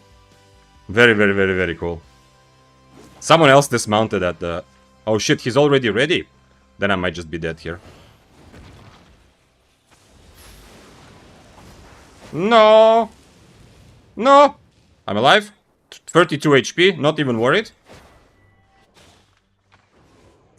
Should have been worried. Yeah, I should have gotten out of the frost thing, but I didn't know what to expect. Also, I still had my Inferno on, so it was kind of come see, come sa, yeah? Then this would have been a good fight if I wasn't 10% HP. Would have been interesting. In the end, maybe could dodge, maybe not, but doesn't matter anymore. Damn, that was fun. That was a quick amount of fun, though. Like, very, very... All of those things happened very quickly. And the Frost, I think he was tier 6 overcharge. Yes, he overcharged to be, like, similar to me. But I don't even know. If I see this one... I've never fought this. If I see this one more time, I'm gonna learn what the actual... what the problem is. It says damage cannot be reflected. Okay, that's a big thing, because I was happy in my Inferno, but, you know, it cannot be reflected. Never. Not a single time in my life have I fought against this. Like, I've heard Hoarfrost, like, 10 times probably, but this thing never. So it's just damage per second and slow, yeah? Okay, interesting. He was also on plate armor, that's why we were both alive for so long. Very unlucky, kind of, yeah. But if I didn't take the, if I didn't just tank his whole E in the first fight, I wouldn't be in a situation where I'm on my last 10% having to run away from a Bow of Badon.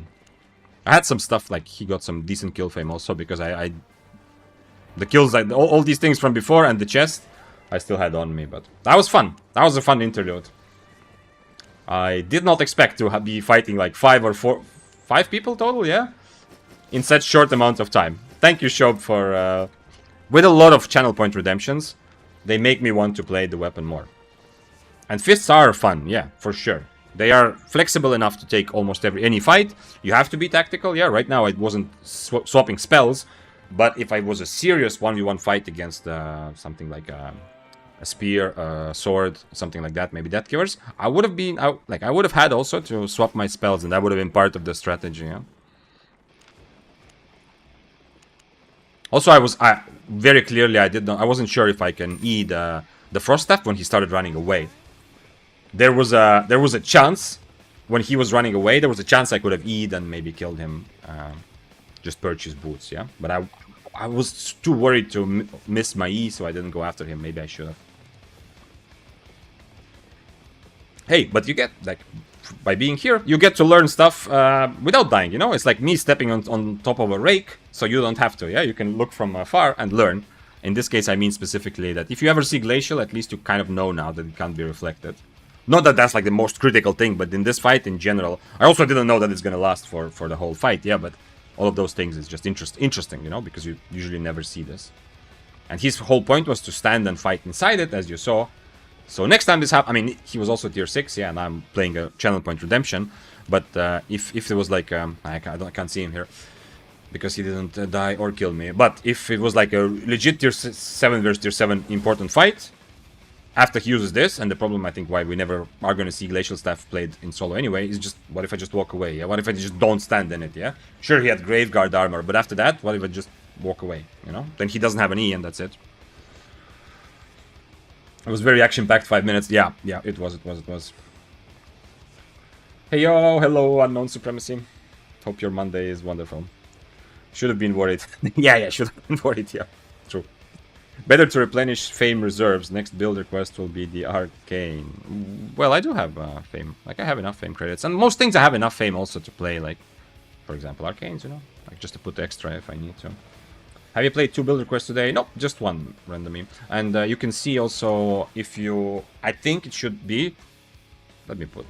Or is this music good for Albion? It's kind of okay, actually. But if you open the chat and you try to request it with channel points, it should tell you that it's still possible to request it, yeah? After 2 requests have been done, it should tell you that, like, this is out of stock for today or something like that, yeah? Happy Monday, yeah, man. I love Mondays. Okay, today's Monday is generally dedicated to me learning more about Bloodletter and less other things. But I did play this channel point request where I fought like 4 or 5 people in a span of a couple minutes. That was fun. Okay, 4.1. I am on wrong W, but whatever. Okay, never mind. Not whatever, I'm gonna change. I forgot Snapper again, because I was... okay, I only had 1 Snapper last time. Okay, I need to get out and buy a Snapper after, but I'm not gonna do it right now, not to wait 5 minutes, but later. Ellie Stolk says in YouTube chat, "Hi sir, hi good sir." Yes, I am, thank you. "I'm a new player, recently maxed out spec in Battle Axe." Wait. Recently maxed out spec in Battle Axe, plate helmet and boots? Merc jacket, okay. "Can you recommend another build that I can switch to for PvP?" I mean, I can give you a bunch of random builds. Are you sure you don't want to give me any more specific details, like what has caught your interest? Or what is it about Battle Axe that makes you think like you want to play something else? Because it's otherwise, there's a lot. Like, balance for solo PvP is in a very good place. If you just want a completely random suggestion, go play Bow of Badon. This is the RNG in my brain, yeah? It's not because Bow of Badon is like the best weapon, but it is viable, it is fun, and it is very different in how you play from a Battle Axe. Was someone? No, I don't think so. I wasn't sure if I heard someone in the camp, but I think it was just the beat of the song.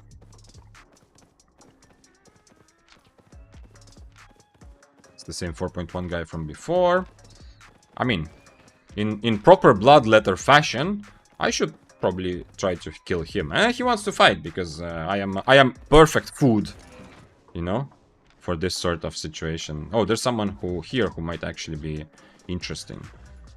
The dash is not amazing though for this.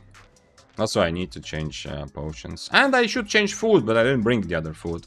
Let's see if the Daybreaker comes or not. Like, I am perfect for him to get some free kills, you know?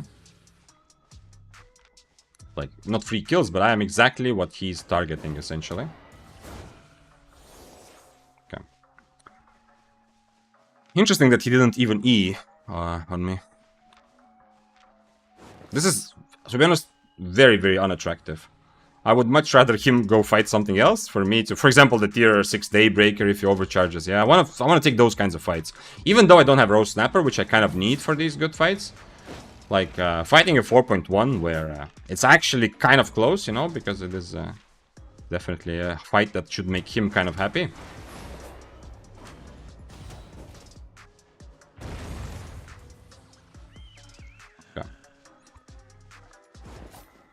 Does not make me happy. I don't want to even drink potions. I need to... If I'm gonna kill him, I need to do it in a way where I have both of my healing potions, because then later I might actually need to, like, take a real fight, yeah? So if he runs into me, I can just do the same thing. I'm just gonna Inferno as well, and if he really wants to. Like, he's very interested, because for him it's potentially very good payday. Now, this guy is at least worth something, yeah? He's gonna be able to purge my boots, so I need to be a bit careful. He also has Inferno. Really wish I had Snapper for this, no?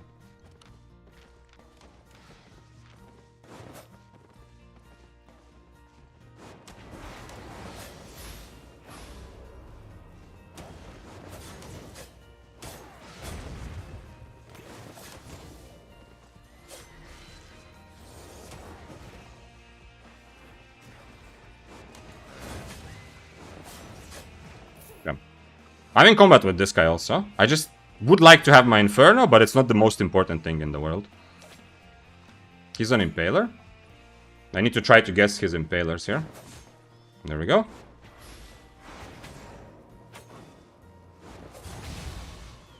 Okay, he took decent damage from my Cultist Cowl. And he doesn't have... He cannot... that's a bit late.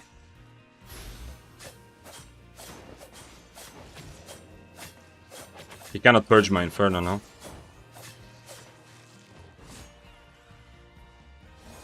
He's gonna E into me?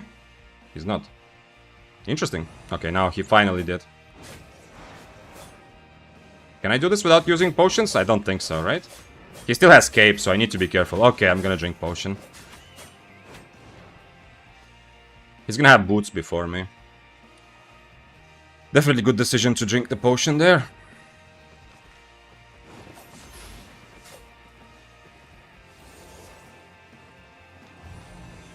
He's just running away now.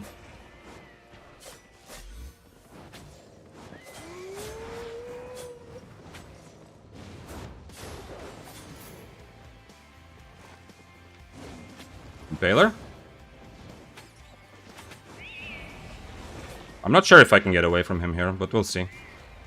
It depends on his boots timing as well. Okay, I guess I get away still. This is fun.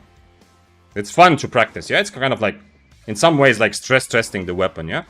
Or limit testing to see what the weapon is capable of, because I don't know, yeah? Damn, I should have kept running. The other guy also messed up. That's pretty cool, though. That was very fun, the whole sequence. I would very much like to have Snapper against all of them. But in the end...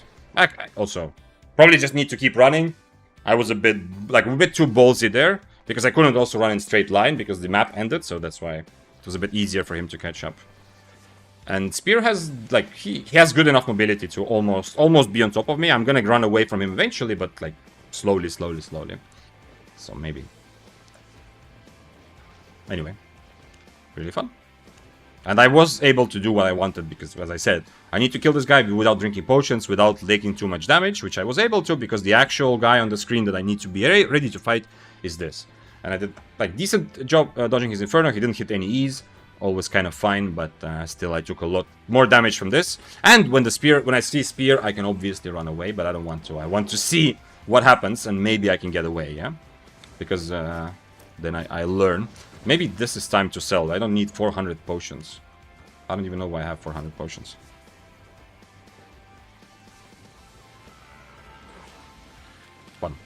Fun Bloodletter gaming, though. I must admit. Do I go for... Do another... I don't have more cultist cows here. Helmet is the biggest thing. Helmet is the biggest thing that I'm going to start flexing. Everything else... Oh, I had Assassin Jacket. Okay, I don't need to buy Assassin Jacket. Against him... Need to use Shadow Edge. In this big cluster that just happened, I definitely want to be on dash like I was. Because, you know, having to be ready to fight everyone, it's gonna give me the best chance to always be able to move in whichever direction I need, as well as dodge different spells. Like Shadow Edge is... If I was setting up for one specific 1v1, then I'm gonna think about that. Oh, 6.1 is actually cheaper, so let's go 6.1. And blood, or bleeding. Torch. Torch. Let's go 5-2. Come on, 5-5-5-2. Pretty cheap. Assassin Jacket I already have. Any sort of energetic foot armor, cloth shoes. Let's say 4-3. Oops, not 4-4, 4-3. Because I don't care which ones. I'm only using energetic anyway. Do we still go for Cultist Cow? Here, Cultist Cow was also nice because against Daybreaker it made the fight so much more easier. Took me 2.5 hours to get 3 types of gathering to level 4. I don't know if that's a lot or not. Like, level 4 is not very far, but... is that a lot? 2.5 hours is a very small grind in, like, MMORPG terms. But, are you saying that you did it very fast? Or are you just reporting it? Because I don't really know. I don't gather enough. I have done some gathering, but I've never tried to be efficient with it. What else did I need? I need eel stew. And, man, that was a big annoyance, because I definitely would have very much preferred to have Snapper. Just to change to Snapper right away. For especially the fight against Daybreaker, but also just in general. And it also teaches me in the future, you know, against Spear at least, but against some others also, to just keep running, because I have the mobility to keep running. I didn't need to do the, oh, I'm mounting up now because I got enough distance. Do we try Merkhood now? Cultist was nice though. Maybe, okay, let's go for a couple more Cultists, yeah. Cultist Cow. I do have the mobility to usually take, like, maximum advantage of Cultist, yeah? Meaning, I'm rarely going to be in a situation where I can't even get on top of my enemy, and then I'm sad that, oh shit, I wish I had something other than Cultist. Because usually, if I really want to, I can get on top of my enemy, then use Cultist when to combo. To combo with the fact that now I'm on top of them, so they don't fight back, and then keep kiting around. And poisons also, actually, I forgot. Although, actually, fuck it, we don't need poisons. Could make it easier. Anyway, healing for a lot of fights that I'm taking is better. Evening, Vic. What's up, Ogbor? Good luck bringing justice to the mist tonight. Yes, I am bringing the justice from the Bloodletter side. I'm exploring the dark side, so you don't have to. So all of you thinking, well, fuck Bloodletters. That's annoying. Annoying to see them too much in the mists. I'm infiltrating the enemy. Also, interesting that you are on YouTube chat today, Ogborg. Black Zone is good for leveling once you get level 5. Good enchantment rate, small fame bonus, and less players gathering, but you still get killed. Leveling gathering only with learning point and premium on this. Oh, okay. Yeah, that was like a suggestion. Yeah. I don't know much about leveling gathering other than the learning point thing that also came up earlier. Someone said that, yo, keep learning points for gathering. That's true. If you want to gather learning points, you should keep for gathering them. Infiltration. Yeah, I'm infiltrating. I am sacrificing myself for the sake of infiltrating the Bloodletters on behalf of all of us. Yeah. This is not me enjoying a pretty fun weapon, yeah. It's also kind of nice to be like in that situation. I'm still kind of safe. I can run away. But kind of to keep fighting kind of everyone. It's not a bad weapon for that. Yeah, just like I had the same enjoyment of Chill Hull. I can be pretty aggressive in aggroing different people, because in many situations I will be the one who still gets away. Hi Vic, how's the stream going? Very well. A lot of fun. I love Mondays, Scrow. And today's Monday is bringing me some blood. Ooh, who did this to you? Ooh, this is a juicy player, but I don't think I can... I don't know if I can kill him at all. Oh, come on, mob. I need to change to Inferno, but... The other guy is Invis or what? No, he's not. Nah. Especially on Invis. The 5-4 bow is gonna... He doesn't need HP to kill me, yeah? He's just gonna E and I am dead. Plus, I cannot cancel his cultist unless I change to Shadow Edge. So maybe, but I don't think they're gonna fight now. But I'm gonna go in Inferno and Shadow Edge to see if I can rat this. You see? Oh! Bloodletter gameplay, yo! I am Le Rat. I mean, the sword I could also just try to 1v1 and see what happens, honestly. But the bow, obviously, I hope it's clear, it's absolutely hopeless. No. Who is that? Is that the full HP bow? Yeah, it is. Also, he has also tornadoes. Interesting. Very, very cool player. Playing something interesting and new. Unlike some of the guys in Mist who just play Bloodletter. But I don't know anyone who would do that, so... I've just been told. Appreciate the service. Yes, you're welcome. The service of infiltration, I hope you meant, yeah. You could kill the Daybreaker much easier with Chain Slash. Normally use it to bait out their W or E.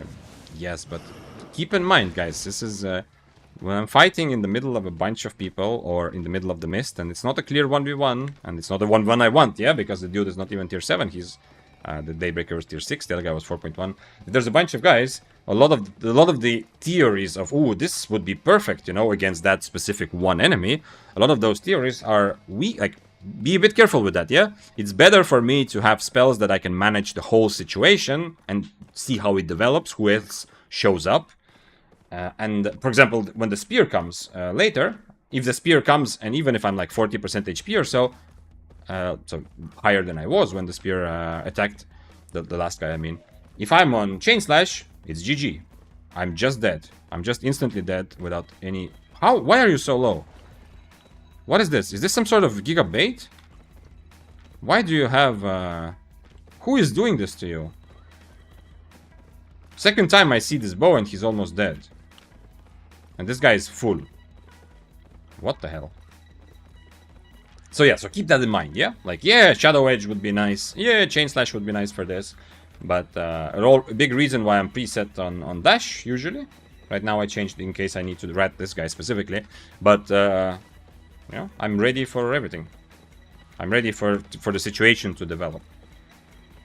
And the Daybreaker, like... If I am going to 1v1 the Daybreaker, like a proper Daybreaker, I'm still not going to change to Chain Slash. The Chain Slash will only work against the beginner on Daybreaker, yeah? On, like a proper Daybreaker, the Chain Slash, I'm gonna get so kited, it's not even gonna be funny. Of course, in a brawl, I'm actually gonna be decently, yeah? In a decent position. But if I want to brawl the Daybreaker, I'm gonna change to Q1, and then have Dash or Shadow Edge W. That's gonna give me the best chance to out-brawl him, while also having the chance to later catch him, or like have some mobility if I need it. Like the Chain Slash against Daybreaker is... it's gonna be too easy for the Daybreaker to just kite me when they realize that I'm on Chain Slash. He's just gonna E through me and stay on Impaler range, and I'm gonna be sad. So it's so-so. Unless there's something very specific you can Chain Slash, even then it kind of doesn't feel that strong. But yeah, Dual Sword is a good example of something to Chain Slash.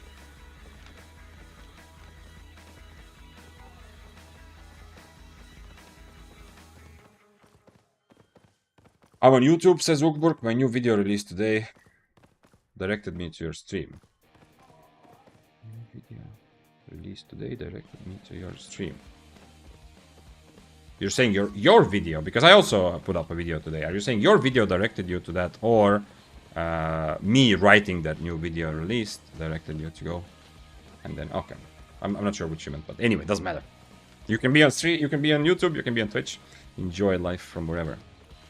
I would recommend only to gather with LP. Okay, yeah, we'll talk about that. We have some gathering. I'm glad if you are sharing like gathering tips in chat, because I don't have any. Okay, what's happening? Oh, this is actually 4-4, not 5-4. He's very well attuned though. What's happening? I can't really do anything to him, right? It is hopeless. By all that is holy, I cannot figure out any way. But I am here like, okay, maybe, do I need to try it? My helmet doesn't feel very useful. Can I just change my helmet actually? Maybe. Can I just force field my helmet? Fuck it. Let's try it. This should not happen, yeah? Especially when he has Tornado. This should not happen. But let's try it. Who knows? I mean, who knows? Maybe otherwise I'm missing like a very good kill.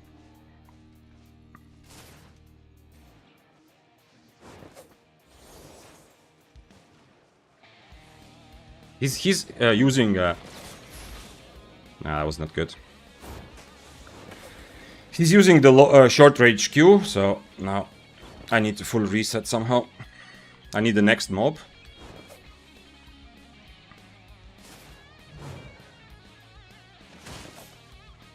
He's using short range Q, which is going to be a crazy amount of damage, but it's going to be okay. It's going to be, as you saw, I have a bit easier time getting close to him at least.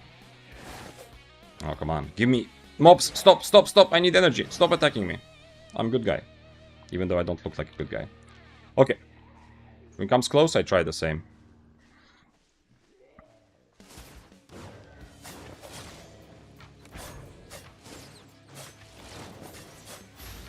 And that sucks, because now he can E me for free, kind of. No! I was too slow with that.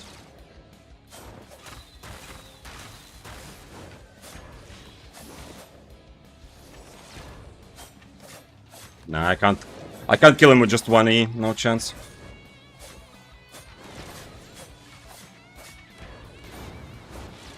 Ah. I tried to E just the moment when he got me out.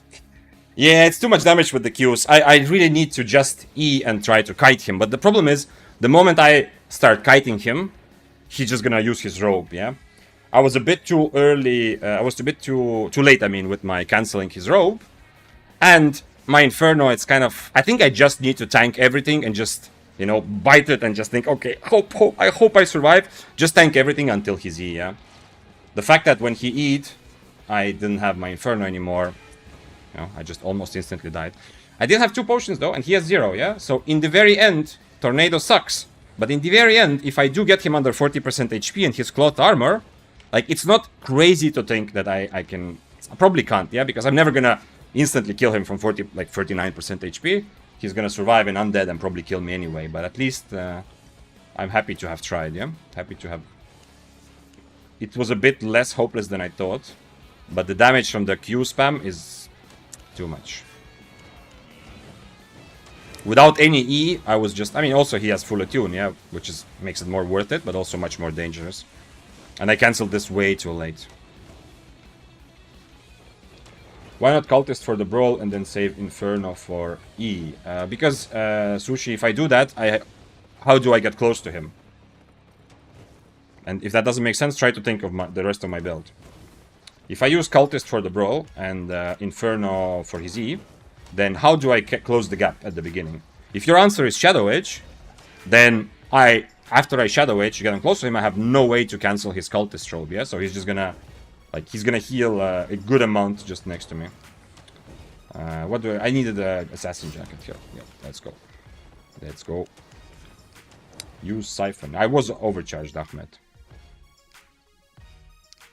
Is it worth? Well, I love it. I love overcharging. If you're wondering when to overcharge, if that's what you're trying to ask, Ahmed, then I have a video even called. It's called the Underutilized Difference Maker in Albion Online Solo PvP.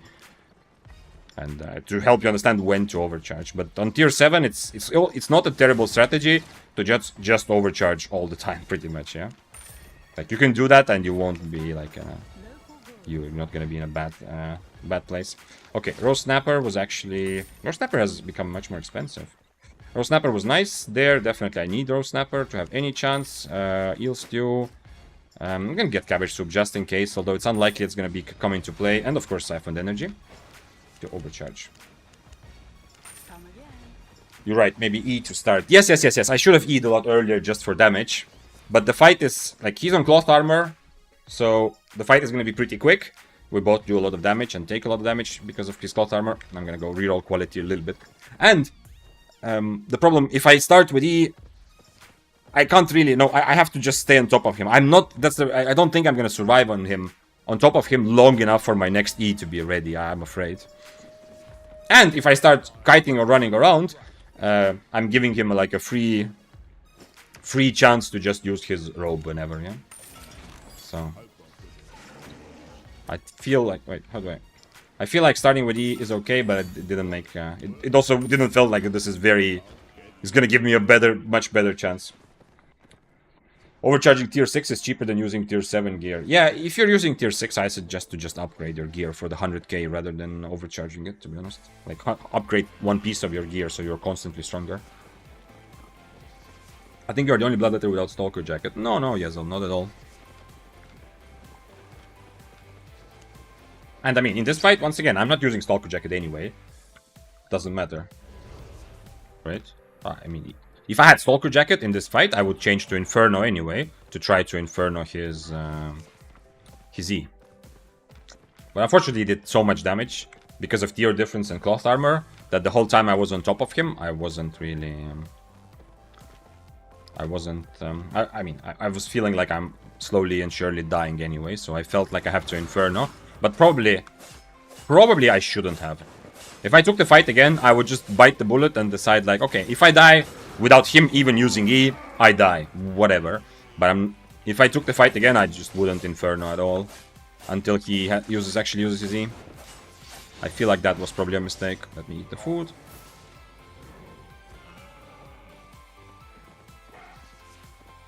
Why aren't you using... Wait, did I hear someone?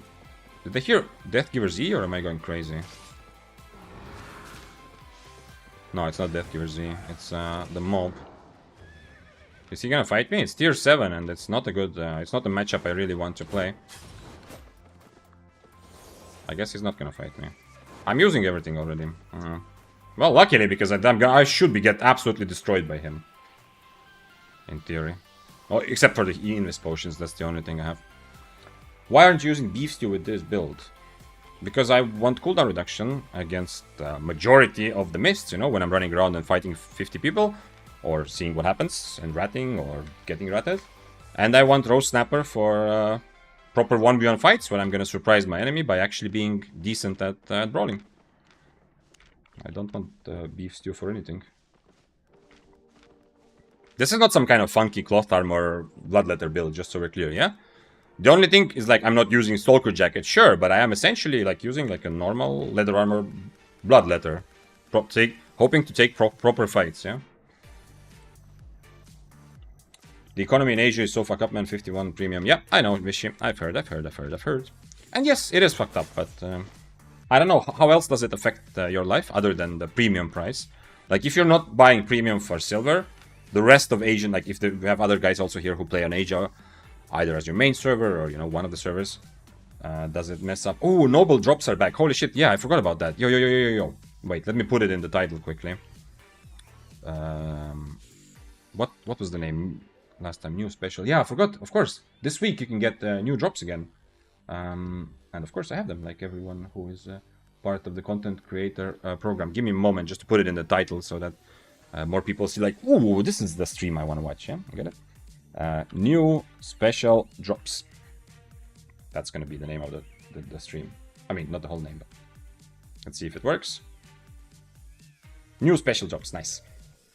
Thank you for reminding me. Of course, yeah, they are doing it bi-weekly, so every second week. So this week is going to be Buttercup week. Or Noble Drops week, at least. Noble Drop, yeah, I want the pig, yeah. Although my plan for this week is to play Mists today, tomorrow, and Wednesday, then take 2 days off, and then weekend, at least one day, maybe both days, to play some variety for the first time on stream. So this Saturday or Sunday, and potentially both, I will be playing... haven't fully decided yet, but I'm going to be playing a game that can be finished in one weekend, and some sort of, like, variety... We'll see, something like adventure-like.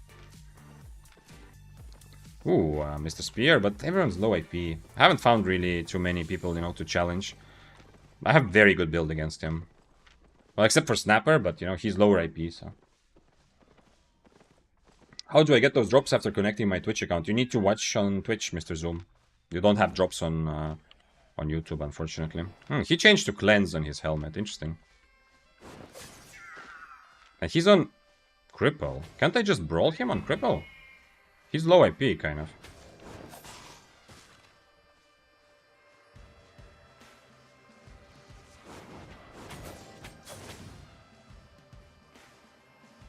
Yeah.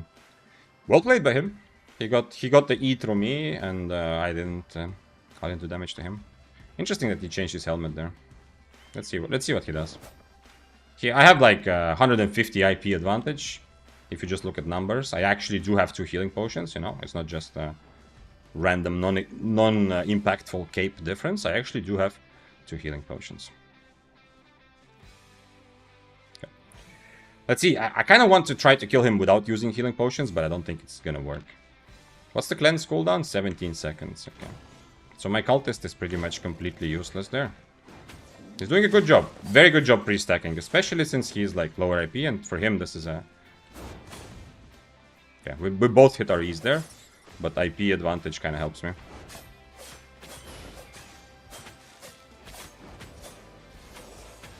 Oh, it was close enough.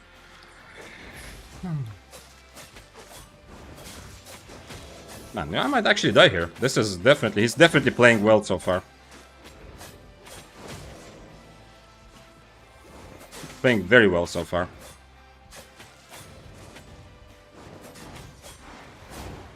I feel bad, man. He should have killed me. He played that very well.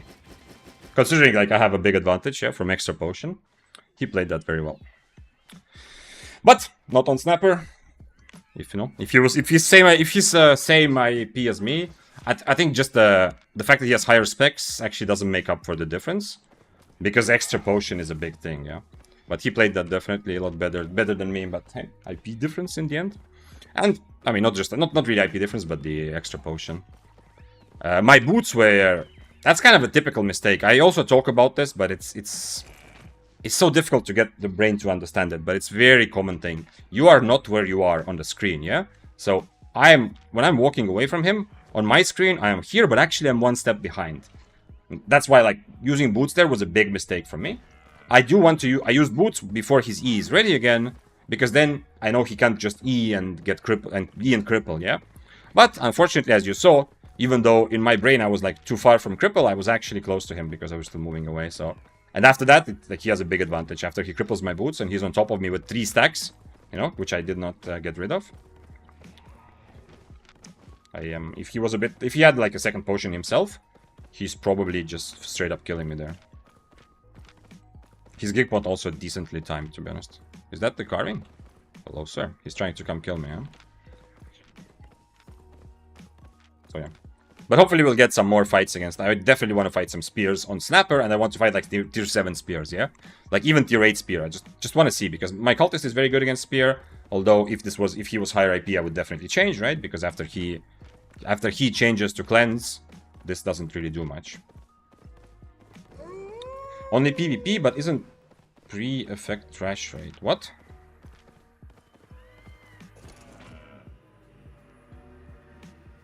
Lensing element for cultist. Yeah, that's a very good move. Yeah, you can completely deny the enemy the cultist if you change to cleanse. It depends on your build, but if you're playing a spear, sword, or a dagger, then usually cultist is really good against you. So in his case, it's definitely much more worth it rather than having like the extra damage from a stalker hood. Is definitely worth it because I could absolutely mess him up if he had stalker hood and I had cultist.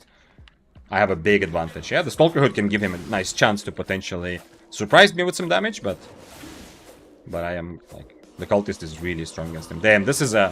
I need to change to throwing stars again. This is a higher level Abbey. This is not a tier 7 Abbey.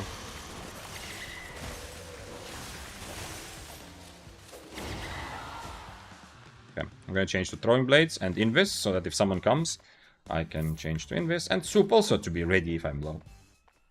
I didn't understand, Fishy, what your question was. Ah, you said you only PvP. Oh, okay, you said not that... See, I only PvP, but isn't premium effect trash rate? I still don't fully understand. Do you think we can use double poison for Bloodletter? Yes, absolutely, yeah. But I like healing as well. And for most of these fights, healing is a bit more extra damage than the Bloodletter.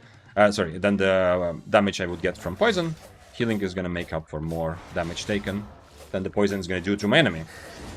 But with poison, if I want to dance around my enemy, you know, and not even go in for the brawl at all, or not go close, then poisons will be maybe better. Because it's gonna just add to the damage I can do from while kiting, essentially. Thanks for following. Flanking Genji main. What's up? Can you check Discord DMs after the stream? What do you want me to check?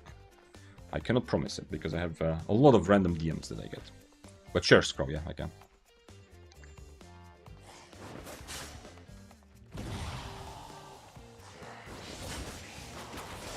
Is Froststaff good on mid-tier gear? What build would you recommend for Mist? Yes, Froststaff is good.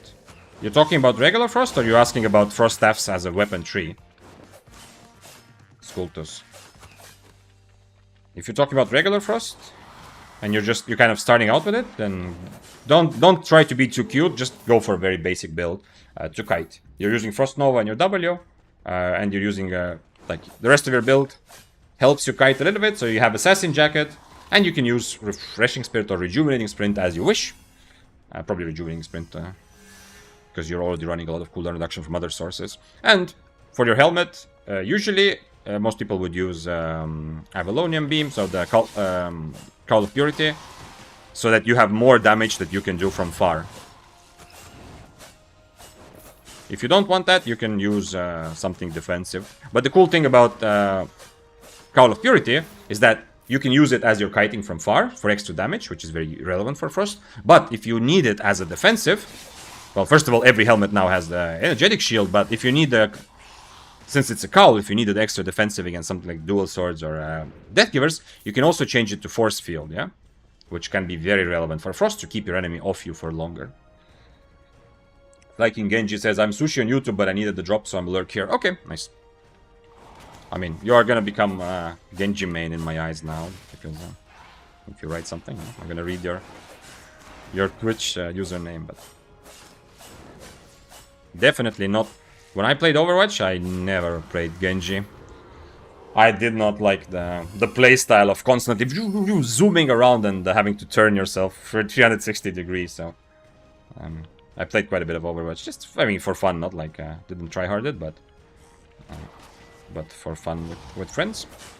When it came out, the original Overwatch. Overwatch 2 also a little bit, since it was free, but Overwatch 2 didn't really excite me anymore at all. But yeah, I never got around to being anywhere close to Genji main. I was Zarya main, says Yezel. Actually, yeah, I remember Zarya was really fun, yeah. The friends that I played with, I kind of felt like I have to be tank. I don't know, I think like the friends I played with were not very tactical players. But they were very good mechanically, so they were playing more like DPS stuff. And I was more happy with them to play tank. You know, because I felt like I can control what happens. Like I can make some of the tactical decisions, like which way we're pushing. And then they can use their mechanical skills and don't have to think too much, kind of. So I actually remember Zarya was really, for me, also one that I really enjoyed. It also feels just so good to save someone with the bubble. Like in every game. It feels good to save someone when they're not expecting it, yeah? It's a very rewarding feeling. Whether, in Albion also, by the way, if you play healer, yeah? But I don't play healer, but I think it's the same. MMORPG healers have the same feeling. Like, it feels good if your teammate already decided that they're probably dying, but then you save them. Chill Howl is fun and strong. Yeah. Chill Howl and One-Handed Frost are very good Frost staffs to play in Mists. Or, if you have more money, you can try Arctic Staff, which is also very strong. On Bloodletter, you can't take every same IP fight. Lebati, that's the point. No, I'm going to take every same IP fight, yeah. It's difficult, yeah. Bloodletter is difficult. Like, if you're not using it as a weapon to just abuse mobility, to try to get some free kills, it's difficult. And that's why I'm playing it, because I felt like I will actually enjoy the process of getting better at it. I will take fight. I think I will take every tier 7 fight. Yeah, like crossbows will absolutely be annoying. Maybe some fire staff I won't fight, but if a fire staff is tier 7, they're also like it's worth it to try to kill them, yeah. And just like the way I killed the Boltcasters earlier, the way I killed last stream the Wildfire, yeah. The matchups where I actually like are very bad for me, like what is the Boltcasters? This guy, like in matchups like this, I can still take the fight, see what happens, and then reset until the enemy does not make the correct decisions, yeah. So even in bad matchups, at least I do have that extra Bloodletter option. So you can still rat if you dismount off screen. Bushman, the thing with getting 50% damage reduction if you get dismounted by damage is not in the game yet, yeah? This is the next patch. Not the patch that was today. That's the one that's gonna come later at some point. So nothing about dismounting or ratting has changed today.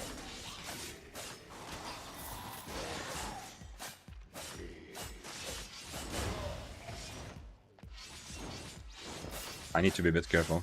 I need to be ready to boots away if someone comes. Or maybe even eat soup. Hello everyone. Hi Vic, happy hunting. Thank you, Wisdom, and hello.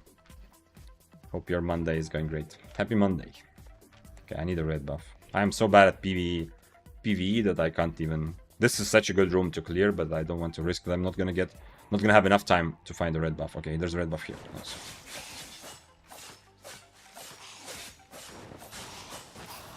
Let's get to full HP before I continue with this room. Skulto says, so regular frost mostly, but if you recommend me something, I don't mind any tips. Yeah, regular frost or chill howl, yeah. Arctic staff is also very good, but it's way too expensive to play it like reasonably at any decent lower middle tier.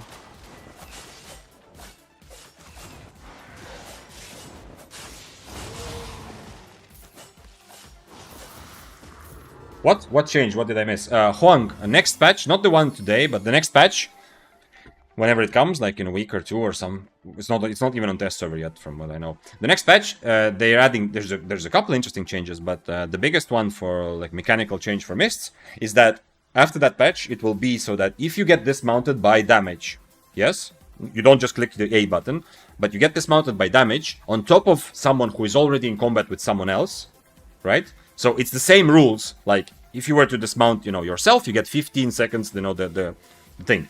So now, if you get dismounted by damage, you don't get the 15-second silence and exclamation mark. You can attack right away, just like right now. You can just start using spells, all that. But if you do get dismounted by damage on top of an already existing fight, you will get the debuff for 10 seconds. And because of the debuff, you will do 50% less damage for 10 seconds, 50% less damage, and 50% less CC duration, like that you do to others, yeah?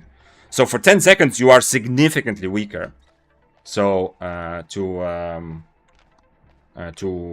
actually rat, like the way that you run in front of the fight and try to get dismounted by people already ratting, this sort of ratting will be much more difficult. It's still possible. You can still dismount yourself and start using your spells right away, but you will have a significant disadvantage for 10 seconds. Yeah.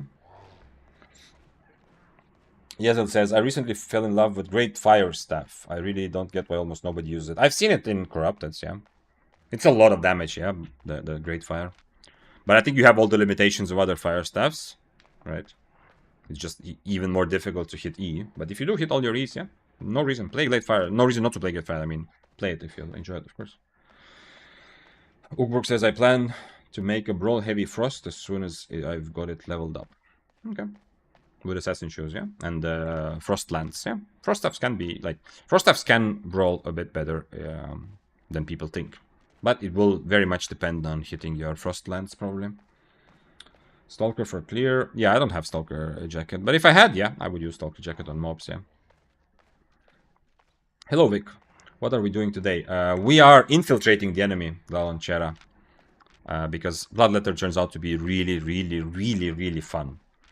However, I'm not going to play the mobility Bloodletter where I'm just running around waiting for free kills, obviously. I am trying to get a lot of good fights.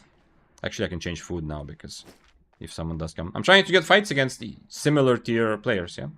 Or one tier higher or one tier lower, obviously, as always. So I'm trying to take actual Bloodletter fights because I believe I've seen a couple of clips from some really good Bloodletter players, and I believe that it's actually not bad.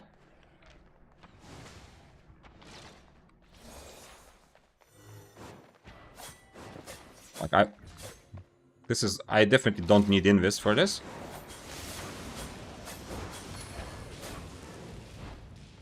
Invis was not a good idea for this, but hey, I wouldn't have time to change. I wonder which way he's going. Let's say he goes south. I'm gonna stay here. Okay, never mind.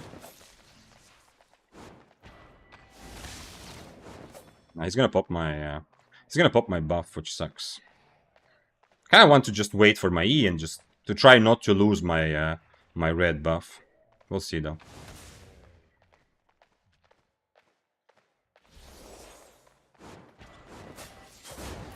Okay, nice. Although, if someone else was coming, they probably already would have come, but I didn't want to get hit by his another W or E, because to have both my buff and 2 potions ready in case I do find someone else in this abbey. That's why I just waited a little bit before committing.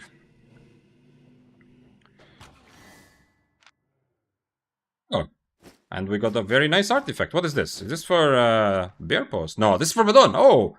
So we can craft another Badon. In the honor of Badon I just killed, we can craft a tier 8 Badon with this. Not bad for a chest. PvE loot.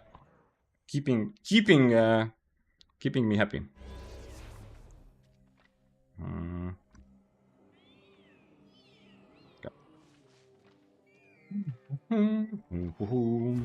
Yeah, Bloodletter is actually fun. It's fun because you have a lot of tools to solve a situation. We're talking about difficult situations, yeah? But then I can take, like you saw the fights that I take about against tier 7s, tier 8s. If I really need to, I can reset. Now, it sucks a little bit, and I already feel the pain of the other side of this resetting playstyle, and I don't want to do this too much. But it's kind of fun to try different things in the same fight, you know? Once I get used to Bloodletter, I think that part of the fun is going to go away. But right now, some of the fights, like you've seen, like the same fight I showed earlier, like this one, I learned many things from this fight because it took a couple tries, yeah? It wasn't just like going in and fighting, you know? But it was more like in and out. And I do want to get good enough to actually fight like tier 7, tier 8 on this build, yeah? When I go higher, of course, opponents also will be higher. But on a build like this, I want to be good enough to fight a tier 7, tier 8 spear, carving, you know, deathgiver, stuff like that, yeah? And of course also to catch thrusts and bows. I mean, this was at the end of the day pretty hopeless, but not this one. This one was at the end of the day pretty hopeless, but I don't know. I think I can start taking also like big disadvantage fights at some point. When I get a bit more muscle memory and just learn a bit more to feel how much damage do I actually do on the Bloodletter. What else do I need? Do I need another piece of food? Yeah, sure, okay. And some potions. I heard the next patch. I'm curious how Goldstein will solve it. I'm sure he will figure it out. Like, yes, I know that like it's a bit of a divisive issue, like Goldstein's playstyle. Yeah, there's like there are one thing like there's one thing which is pretty clearly in his in his support, and one thing against it that I see in, not him as a person but the way he plays. Yeah, the big thing in favor of Goldstein's playstyle is how entertaining. Like, his content is legit super fun to watch, I think, at least from my experience. Like the videos, and that's also, I mean, there's a reason why they're some of the best, like some of the most viewed Albion, English-speaking Albion videos, like for a long time already, yeah? It's really fun and satisfying, so he's amazing at turning it into very good content. The only, like, the one obvious negative, or like against this playstyle, is the same argument I make against Double-Bladeds, which is that if everybody started playing like that, Albion PvP would die, yeah? So is that my very old argument of be the change you want to see in the world. I want to play Albion in a way where if everyone else played like that, the game would be amazing and fun for everyone, yeah, to contribute to that. Like, that's the only kind of clear counter-argument I see, kind of, against Goldstein, I guess, which is that if everyone played like that, it would suck, yeah, the game would suck for everyone, yeah. If everyone was just running around with swap sets, no actual PvP would happen. Yeah, it's not about playing cursed, it's pretty much mostly just taking the swap fights or relying on, like, these ratting situations. However, at the end of the day, like, whatever you think about this, whatever your opinion, by the way, feel free to share it. We're not discussing the person, we're discussing the playstyle, yeah? But at the end of the day, like, whether you love or hate, like, what Goldstein is doing, he's definitely, like, a good, skilled veteran player, so I'm 100% sure he will have no problem adapting to whatever the rules, like it seems like, you know, like he's playing a lot of swapping and, you know, ratting, but I'm sure he doesn't need that to be, like, to have fun and to make good content and have good fights, yeah? So, even if you personally hate him because of the argument that I said that, you know, if everyone played like that, it would suck. He's good enough to not worry about this change. And I'm also curious to see how he will adapt, yeah? It's going to be interesting. It's not going to be seeing like, oh, you know what, you can't play anymore the way you wanted. No, it's going to be interesting to see how a really good player adapts to this sort of rule change when he has to start playing differently. Okay, I'm going to try the same that I did before against the previous guy. I'm going to go with Invis against his boots. Okay, never mind, he doesn't want to fight. Then we'll go find someone else. Alright, he does want to fight. He needs to make up his mind, kind of. I'm gonna try the same as I did before. My Invis against his boots. The rest of it is just...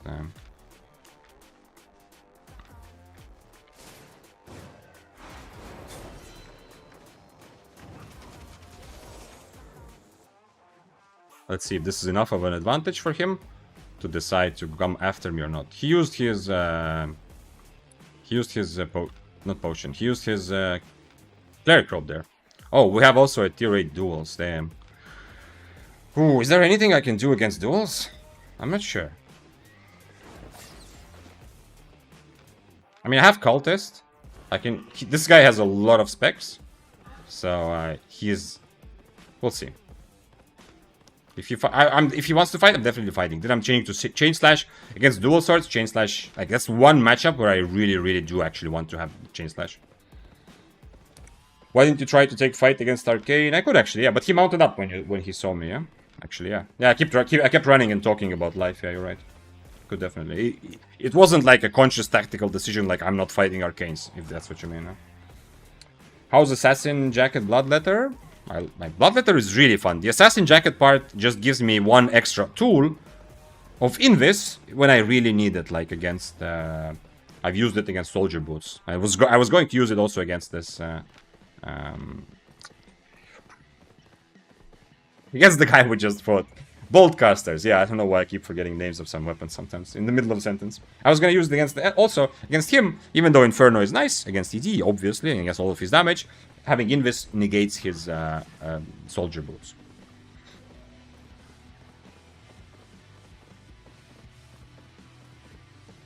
You can say gold is just a rat, but it takes someone who really understands the matchups and fights to master what he does. Exactly, Bloodletter, 100%. Like that's, I understand very well. If you look at like the way Ghostin plays, I understand very well. If you have a very good emotion because the content is amazingly fun, or if you have a very bad emotion because you think like, why is someone playing like that? Yeah, whatever. Yeah, but at the end of the day, I don't think you can say that he's not a very good player. Yeah, I think that's just like random shit. He is absolutely like a... He absolutely plays very well. So that will... Okay, I have no idea. I've obviously never fought this from either side. What happens if I get on top of him? We'll see.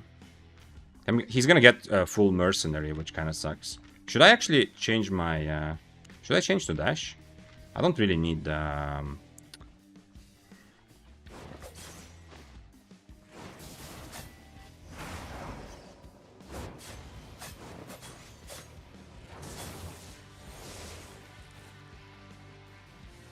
I just need to dodge his E when I'm using my Inferno. That's the big thing. Everything else is fine. Damn, that's not good. I'm taking a lot of damage for free. I need to start with E, then Inferno, and then W, I think. I think that's my best bet. Because I don't want him to purge my Inferno too easily, yeah? Let's see if I can reset and try again. Obviously, we also have a 4.1 here. Just trying to mess it up a little bit. I'm gonna mount up because of him, yeah? Because of the... Oh, never mind, I can't mount up now. Okay.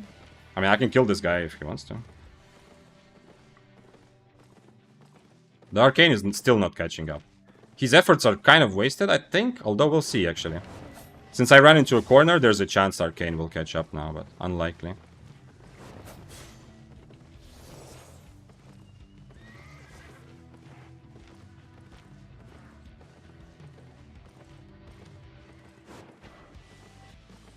I want to fight the Arcane, but without him.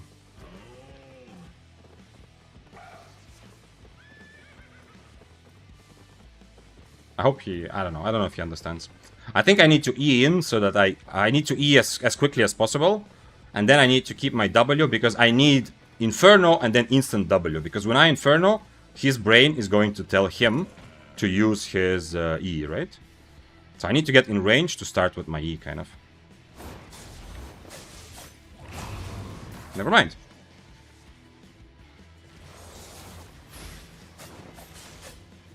Cultist against his mercenary.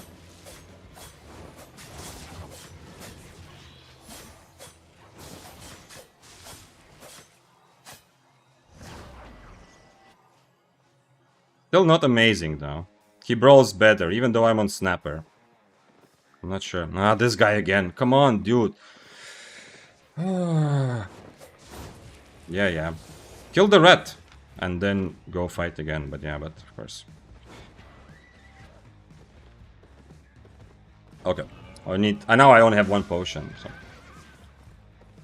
I don't want to mess with this. I hope the arcane just kills this guy. I can't be mad, yeah, I mean, it makes sense. But it's the same, I talk about this, yeah? If he's just... if you're not even specking, like, he's not even full specs, go hit mobs, yeah? Instead of trying to follow people and hope. But at least he wasn't full following, she just happened to come across us again. This was interesting, though. He completely randomly messed up his E. His helmet is really good for this. I cultisted his mercenary, so the fight actually went very well. But I still am getting a little bit destroyed there. I don't know if I can afford to use Chain Slash. I won't be able to get on top of him. I mean, I kind of... wait, what if I Inferno Chain Slash? Okay. Actually, yeah, I'm gonna use E to get on top of him, but I need 2 potions now. You saw how hopelessly difficult it was. His cape is ready and he can get extra damage from it. I think I need 2 potions to have any chance at this fight, unfortunately. It's okay. He cannot be angry because he tried to also hit the rat, yeah, so... knowingly making a game enjoyable for others, unenjoyable for others is just annoying. Yeah, yeah, Leonardo, as I said, like, I see both sides, I understand. If you, like, both opinions are very valid. I don't, like, the only thing I want to say is that it's really... I'll 1v1 you with cape, I hope it's clear.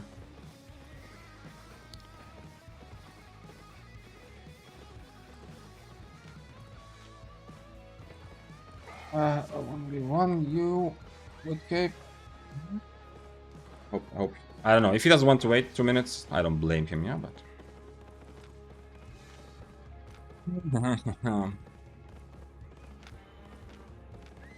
I mean, I hope it's clear. I wanted to 1v1 from the start, yeah? Like, he started trying to dismount... you were the one who tried to also dismount Rat, by the way. Not me. Like, he was the one who tried to dismount Rat when I was walking away, yeah?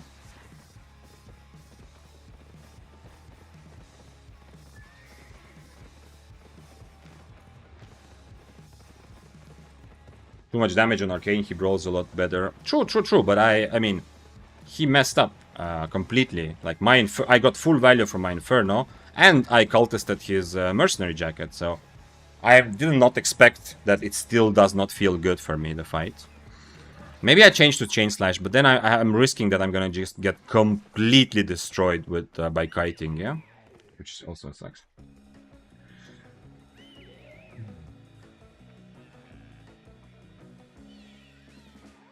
Is there something else I'm missing? His helmet really good for this. Last time he helmeted at the start when I started with my E and got a lot of value from it. I need to kind of predict that, but is there anything else I can use? Maybe you can iframe his E or W. We kill any rats together? No, it's okay.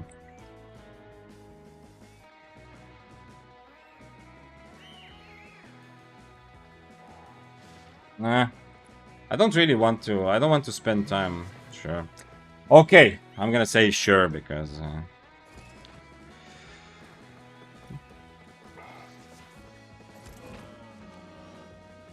go fight the bow for him. And if he kills me, whatever, you know, I'm risking tier 7, so no one really cares. Actually, you know what, I can change to this. The Arcane also can't really, like, catch me very easily, yeah?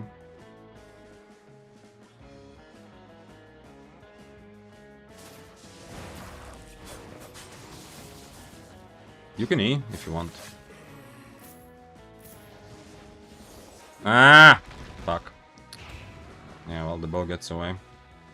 So yeah, this is potentially one of those Tinto situations where he can turn around and kill me for attacking the rat, but I am only tier 7, yeah, so here I'm happy to be the trusting guy. I don't know, did he run or is he still here? Nah, never mind, he's still there. Okay, there's a lot of these warbows. Once again, not full spec, yeah? This is why specking up takes so long, because a lot of people are just following others. He says, where to, boss? I don't know. Away from that thing in the middle, for sure. Okay, can I get away by using with using Chain Slash or not? I don't know. Lebaty says, I lost to same tier no spec arcane on cultist Daybreaker. It's crazy how brawl heavy arcane is, and it's also hard to purge arcane's merc because he hits. Yeah. I mean, the whole shtick of arcane is that he uses E and then mercenary. Yeah. So even if it's not just about hitting fast, but he also has to.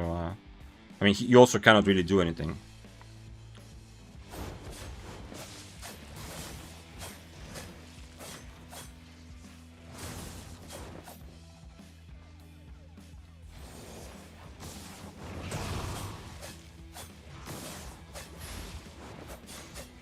Yeah, he kind of messed up there again.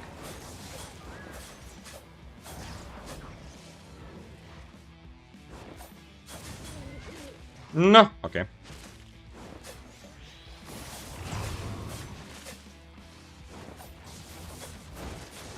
Oh, that hit him nice. Now I have an advantage. Now I can chill a bit. He can't really run away. Even when I'm on Chain Slash, he won't be able to run away, really. I think so.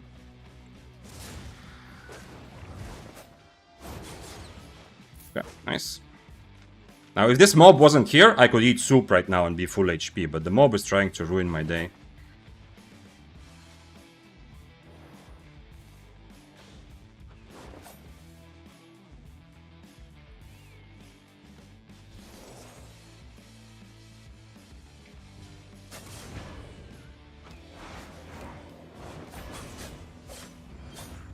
I don't have potions, but he's 4.1, so I think it's fine.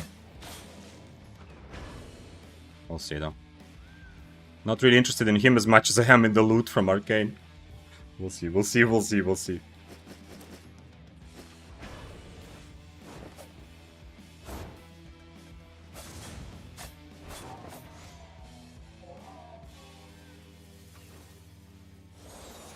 There's another Frost Shot soon. Okay, let's go loot the Arcane. This is kind of a waste of time, the 4.1 Warbow. It doesn't really give me anything.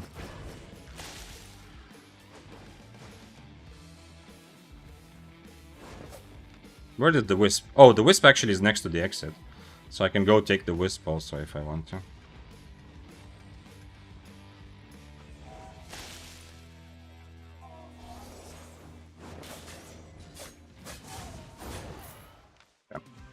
Okay, he really wanted this to happen, so I hope the bow is happy. Luckily, he didn't have his boots ready when he saw me first.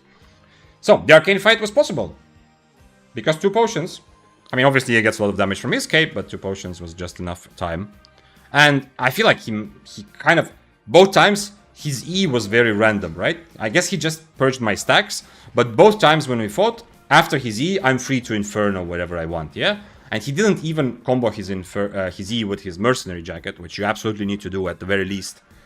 Because you saw both times, like the first time we engaged and now the second fight, my counter to his Mercenary that I'm holding onto is Cultist, yeah? So when I see Mercenary, I Cultist. If he E's me, if he wants to E me before I Inferno randomly, then he at least needs to Merc right away to gain full advantage of it without me being able to counter it with Cultist, yeah? But yeah, Chain Slash definitely made it much easier. He also, like, he did end up brawling me, you know, so that was kind of lucky that I didn't run into the situation where I cannot catch him because of Chain Slash, which can happen, I think, right? If he just walks away a bit. Do I have another? Yes, I have another Rose Snapper, and we're ready to go, I think, or a bit more potions.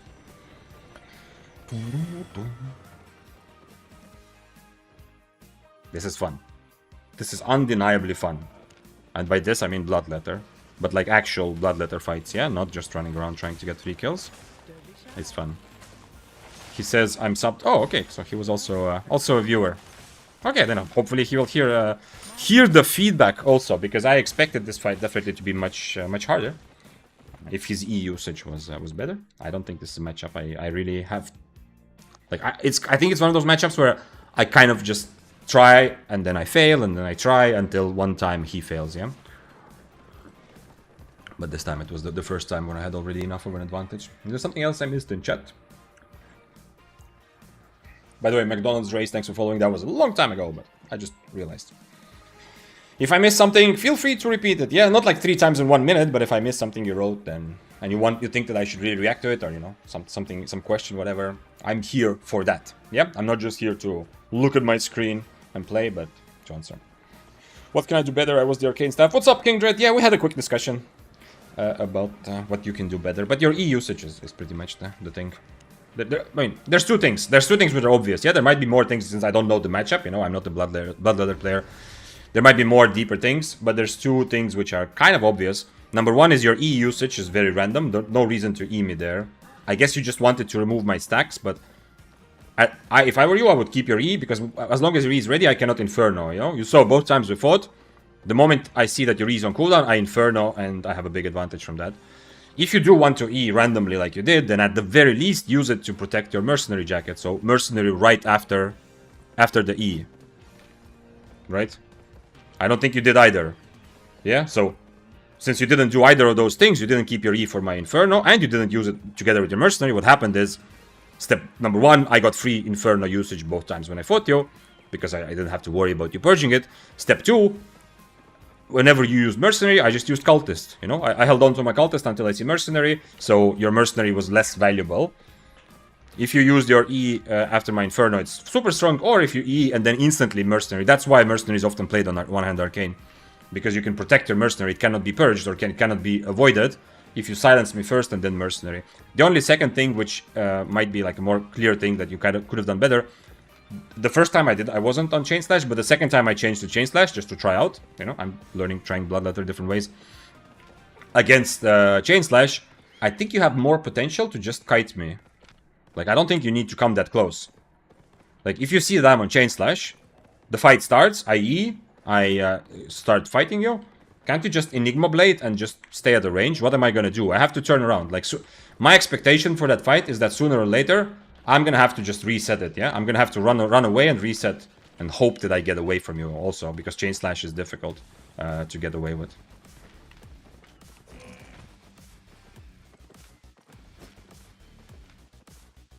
I think this is a good matchup for me. He's tier 8, but he's still on Stalker Jacket, so I think I'm gonna be okay here, but we'll see.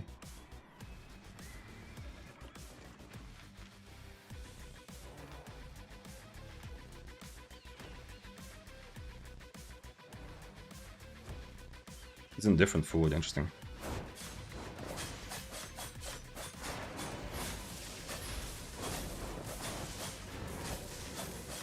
Oh, he changed to Chain Slash.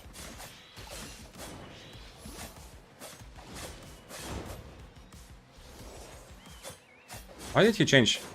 I mean, okay, actually, it's not that bad idea, but... It's not that bad idea to change to Chain Slash, but... If I need to run away, I just run away, right? I think starting with E there was a good idea, but I didn't realize he changed to Chain Slash. But he didn't, I mean... This is going to be... This is my first Bloodletter versus Bloodletter kill, I think, actually. Like, I have played a bit of Bloodletter, yeah, before today, before, like, the last week when I decided to start learning it. I played a bit of Bloodletter before, for sure, but not, never seriously in solo PvP. Mostly, like, trying open world stuff or stuff like that. And, of course, some funky builds, yeah, that's a different thing, like, as part of challenge. But interesting, like, the change task is actually really interesting. Maybe I should have changed. He changed to full brawl, which means that I'm pretty much just free to run away if I want, yeah? I didn't even realize that, because he was still not that strong, because he didn't change to, he didn't change his jacket. So I just cultisted him and stood with Inferno. That's interesting. I was actually thinking, because I don't know if I'm supposed to change to Q and W, but I feel like with this sort of thing, like if he changes to Q and W, the fight will never end, right? In theory, he should absolutely destroy me, which didn't happen because he didn't care for my Inferno and Cultist. But in theory, he destroys me close range, but he can never catch me. Like, if he goes full Brawl, what is he gonna do if I start walking away? I don't know. My food was also better for the fight, I think. Roast Snapper over... he had not Eel Stew, but Beef Stew. Yeah? Dude got cooked. Yeah, absolutely. I'm the master of... I am now the king of Bloodletters, it turns out. I'm cooking other Bloodletters. See, even when infiltrating the enemy, I'm thinning the field from within.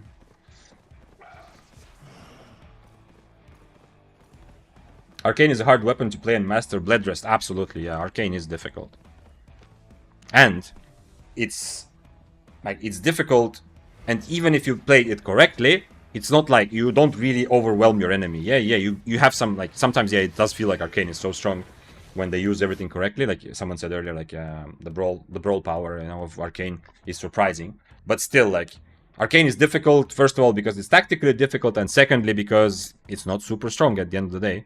Like, it's kind of much simpler, yeah? Even if you make the right decisions on Arcane, it's going to be a lot simpler for your enemy Spear or Sword or whatever, or Bloodletter, to reset or to adapt it than it is for you. The build the guy on Bloodletter was using is only working for the high tiers. I don't know. No, I think you could make this work on tier 7, tier 8, but it's going to be very difficult, yeah? It's only good for high tiers, yeah. But on middle tiers, I think it's viable. That's kind of why I'm playing Bloodletter, yeah? To discover what Bloodletter feels like and how good it is when you play it like tier 7, tier 8, yeah? Because I feel like it's just difficult, and I love difficult stuff. But it's not... If you're not abusing mobility and Stalker Jacket to get free kills or to just red, then playing Bloodletter in proper fights is difficult, like, in a good way. But it's still definitely a viable weapon for tier 7, tier 8, yeah? I've never said you should never play it, but it's definitely not in the meta, yeah? Some people who watch videos from last year or before might think like, oh, I'm gonna pick one of the best weapons, because a lot of people and videos from that time say like, oh, Bloodletter, Double-Bladed, those are like carving, those are the best weapons, the S tier. But that completely ignores that on different IP levels, different budgets, you have to apply different strategies, yeah? So Bloodletter is not meta by any means, especially not when you're playing mid-tier, but it's still viable.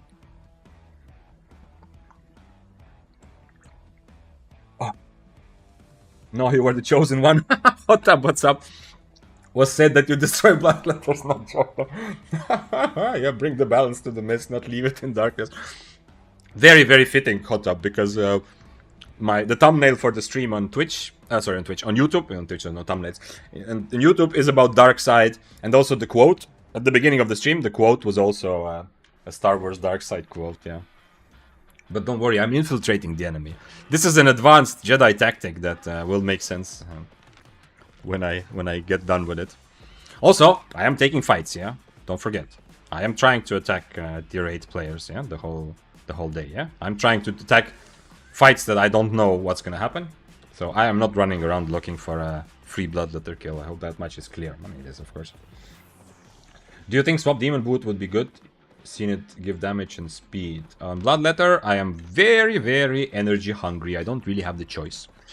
If I go for not for energetic sprint, then dash is kind of out the window. And I don't know how my energy will look like with other Ws.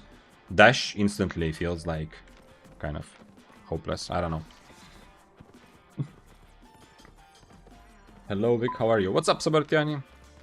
Doing very well. I love Mondays. I love this fun weapon that I just discovered. I don't think anyone's playing it. It's an interesting new weapon added to the game.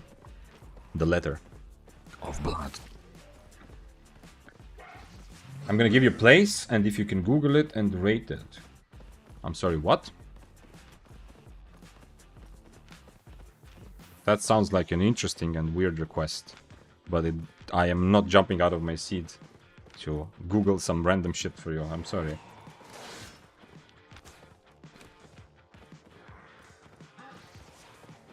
Name of the place. I still do not understand what you mean. Maybe I just don't understand what you're trying to say.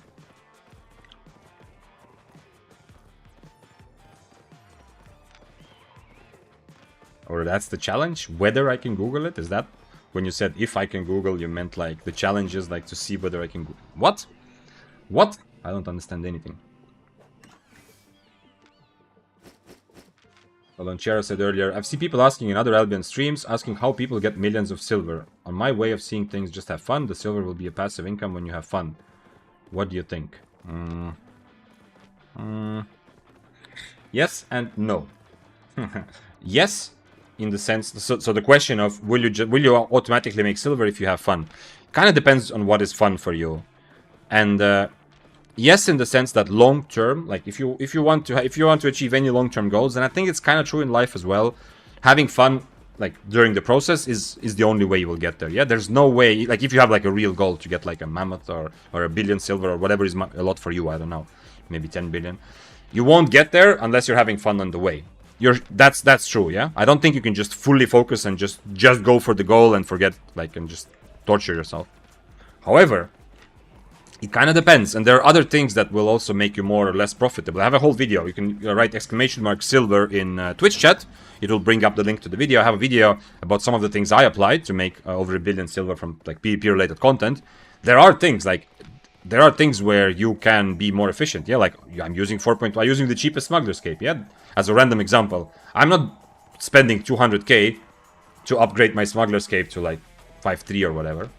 Just as a random example, I could be throwing money away. That has nothing to do with how much fun I'm having, yeah? But that is very impactful in how much money I'm going to be left with at the end of the month. For example, if I play a lot of Albion and I die a lot and I constantly invest way too much in things that don't make me stronger. And that's just one random example. Playing tier 7 is usually more profitable than playing 4.1. 4.1 it's easy to make profit with, but the profit will be slower. Tier 7 for 95% of players is also more profitable than playing 6.3 or higher, yeah? So once again, like it depends a bit on you, yeah? Like what is more fun for you. Like for some people, they have to pay to have fun in Albion.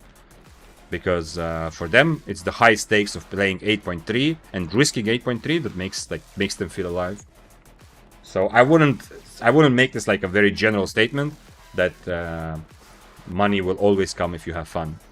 But for a lot of us, yes, and I think fun is prerequisite to achieving that long-term goal if you have some sort of long-term goal in Albion. Same with getting better, yeah? You won't be the best player, like you won't be a very good PvP player if you don't play what is fun for you, yeah? If you just chase whatever is currently the strongest theoretical meta, I think you're going to progress much slower than as opposed to if you just follow whatever is fun.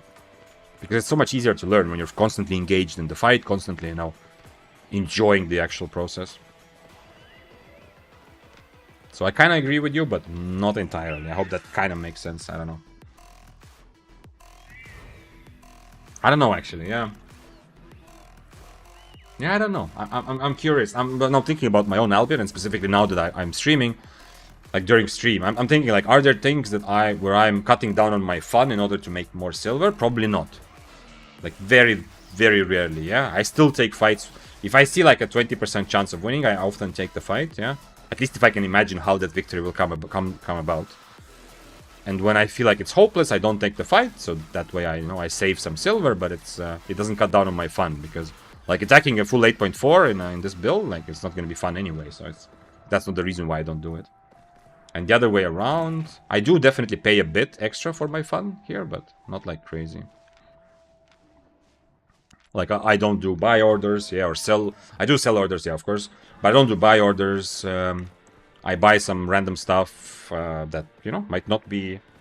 Like, I could be more careful with my items. I could be more careful in not attacking. I do definitely pay. Sometimes I take a fight like this. This is for my fun. Where is this? This one. No, not this one. Last one, yeah? This is for my fun. Like, this is another... Here I pay money to have fun. So they are also at odds here. I attack this guy because I feel like it's fun. I see at least a 10% chance that somehow I'm going to kill him. So I go for it, and it was fun. But it's also pretty clearly like a minus silver play, yeah? Fishy said, one of my greatest fears after learning and speaking English for a while now is that sometime I will say something that is fine in my culture but is a bad thing in others. I'm not trying to bait you to say something like that, but what is an example of what you think could be okay in your culture and bad in others? Like, have you experienced this before? Have you experienced that someone comes from another culture to where you live and they say something that for you is like, oh, no way, he didn't. Just to illustrate what you're talking about. I mean, I can kind of understand, but I'm also kind of curious. What are examples of such things? Ooh, we have another bow here. Definitely the tier 8 bow would be interesting to fight. He's also on a dire wolf, which makes it seem like he's not a gamer. But I don't think he's gonna follow me to fight. We'll see though. There's a chance. I need Inferno for this. I have Inferno. I'm on Roast Snapper. Everything seems kind of good. His helmet is not on force field yet, so. Bloodletter says, speaking of fun, I started playing Iron Man style on an Alp, and it's been so much fun. Yeah, I have occasionally also been tempted, but right now for stream, I think it's better for me to play the way I play, you know, so I can constantly change items and do stuff. But yeah, Iron Man is so awesome. Like the Iron Man feeling. I kind of somewhat, if I think about old school RuneScape, I kind of almost regret not playing an Iron Man. Because I didn't achieve, like, in old school RuneScape, I played very slow. I didn't, like, grind it like crazy, yeah? So I didn't achieve the kind of things on my main there, so to feel like, okay, it's time to start an Iron, so I didn't. But yeah, that is, I can...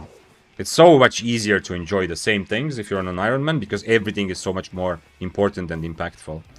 Okay, is it time for me to just dismount? The problem is, against both of these bows, I want to be on Shadow Edge, and not Dash. But if I'm gonna dance in the middle of 50 people, including this Cursed, which just wants to fight back everyone, it's 4.0, I kind of need to have Dash for this, yeah? But okay, maybe I will be able to trigger one of these bows to be active, let's see. Victor, how you doing? What's up, KZ? Doing very well. Really fun to play Bloodletter and to, like, legit play, yeah? Not like running around looking for free kills, but legit play Bloodletter, take fights.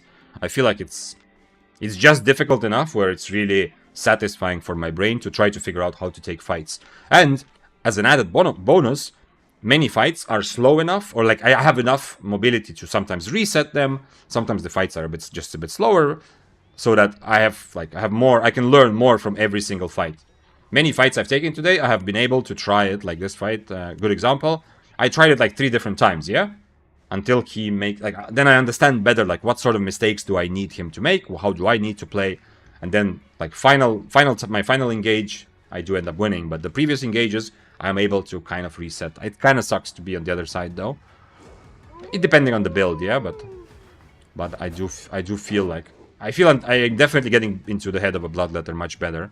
Even though I'm not playing like a mobility abuse Bloodletter, it still feels like I'm understanding what's it like to be Bloodletter a bit better.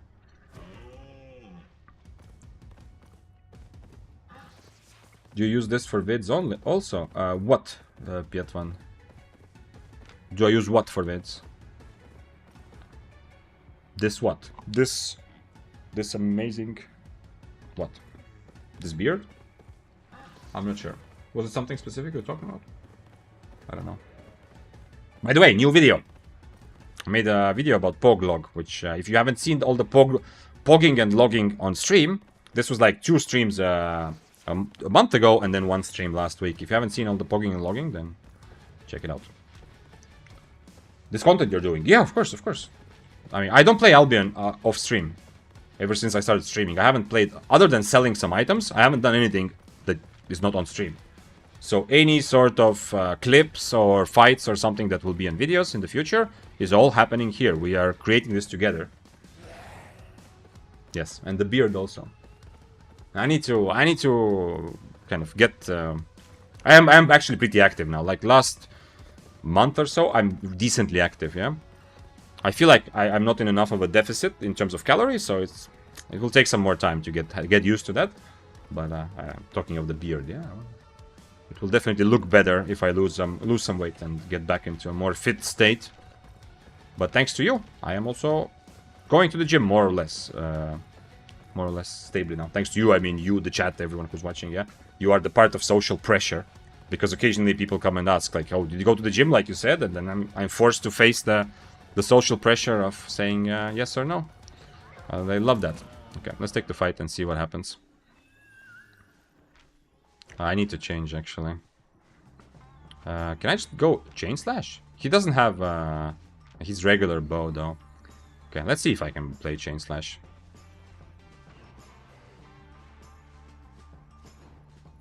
Okay, he's really far.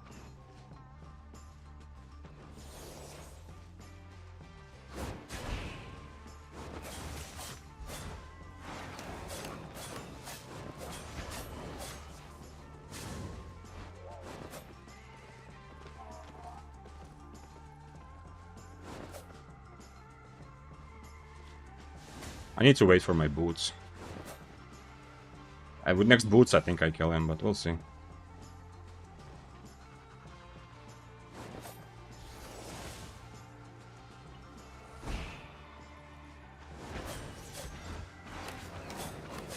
The curse dismounted, by the way. Oh, I mounted back. Okay. Okay, Chain Slash was good decision. He didn't hit any of his Ws, which was a big thing as well. Chain Slash was a good decision because he was... this is the same I say on Spear, right? If you're fighting against the Bow or Frost, pay attention to their W. That's one of the key things that is going to tell you of how much you need to kite and how much you need to brawl. If he was on Frost Shot, zero chance that I change my W to Chain Slash. I hope it's very clear and obvious why, yeah? So, in this case, since I see that he's focused on doing damage, he didn't hit a single Ray of Light. This is big damage, so I got a bit lucky. I ended up not even drinking a single potion, so it's not like, you know, lucky as in I was almost dead. Yeah, I still have 2 healing potions ready, and I didn't even use Inferno, because both times we brawled, he just hit through my cultist, yeah? He forgot about it or something. But anyway, just so we're clear. The same you do on Spear, on some other weapons. You see the W, if it's Frost Shot, I need to make sure I have Shadow Edge to catch him, yeah? At the very least dash, yeah, but probably Shadow Edge, because on my build I don't have even Merc Hood. Since he's on this, I can go Chain Slash like you saw, and I just... I match his brawling power. Okay, close stream, go gym, yeah. Hello. Ah, shit. No, I'm not gonna do that, but I am... tomorrow is definitely a gym day, yeah. I also, like, I'm giving myself time to get back into it, yeah? Like, I've had good gym rhythm in the past, you know? Like, last time was like a couple years, 2 years ago or so. For over 8 months, you know, of actually going to the gym proper. So I kind of know, and I know I'm gonna get into that rhythm and everything is gonna be good. With your help, with the social pressure. But I'm giving myself time, so I'm not overworking it, because my body is still kind of in shock, yeah? Because, like, I haven't been active enough last half a year. So the first couple of gym sessions, I felt it for, like, 3 days, like, things were really hurting, yeah? So I need to be a bit careful, but... in reality, everything's fine. But tomorrow is definitely the gym day. By the way, you can ask me, once again. Exactly what I was just talking about. Tomorrow, one of you here listening to me can come to stream and say, yo, did you go to the gym like you said? I won't have a choice, you know? And I'm not very good at lying. I probably could lie on stream a little bit, but I don't think I'm good enough at lying to lie about something like that, especially now that we talked about it so much. But so it's kind of, I'm using like a you know, it's like this guy that tied himself to the mast, you know, in the legend. What's his name? The guy with the Argonauts. Is it Theseus? No, Theseus is the guy with the ship, right? What's the... Anyway, the guy with the Argonauts who tied himself to the mast to prevent himself from making decisions later. Hot Tub said, did I hear something about the gym? Yes. Gym is a big thing, the important thing in life, which I'm happily also now finally kind of getting back into. And if you're listening, go to the gym also. Man, it's just amazing. Jason, what the fuck, Jason? Yes, the famous Greek legend of Jason and the Argonauts. Odysseus, yeah, that was Odysseus, right? Ulysses, I don't think I don't know about Ulysses. Ulysses, I don't think so. I think it was Odysseus, yeah? Wasn't that like the original where even the word Odyssey comes from? Like from his travels? Jason, the geek chat. Oh shit, I'm a Bloodletter. It's my turn. I am Bloodletter. No. No. Did he slow me? Yeah, he slowed me. Okay, so he's in combat. So I'm okay.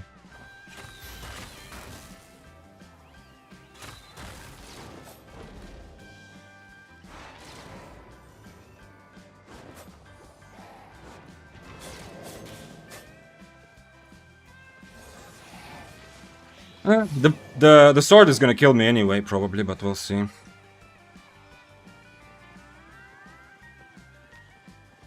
Who is worth more? The other guy is worth more, right?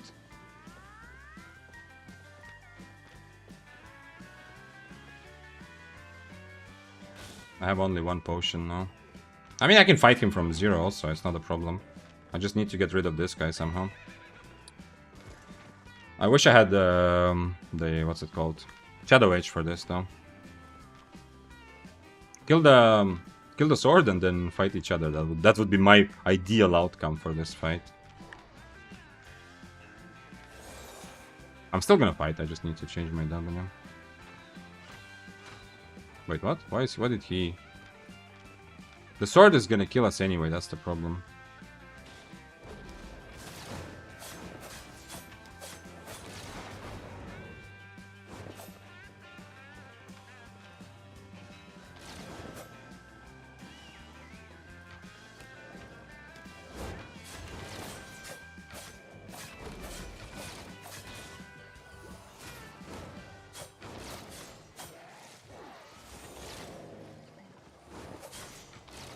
Unfortunately, everyone hates Bloodletter, so probably the sword will go for me, but we'll see. I'm not sure which one is worth more. I kind of feel like the bow is worth more, but it's not 100% either. The bow is definitely a very brave, brave soldier. Yeah, he's just running around attacking everyone, not worrying. Oopa, what is that? Did I just see a soul scythe, or am I tripping?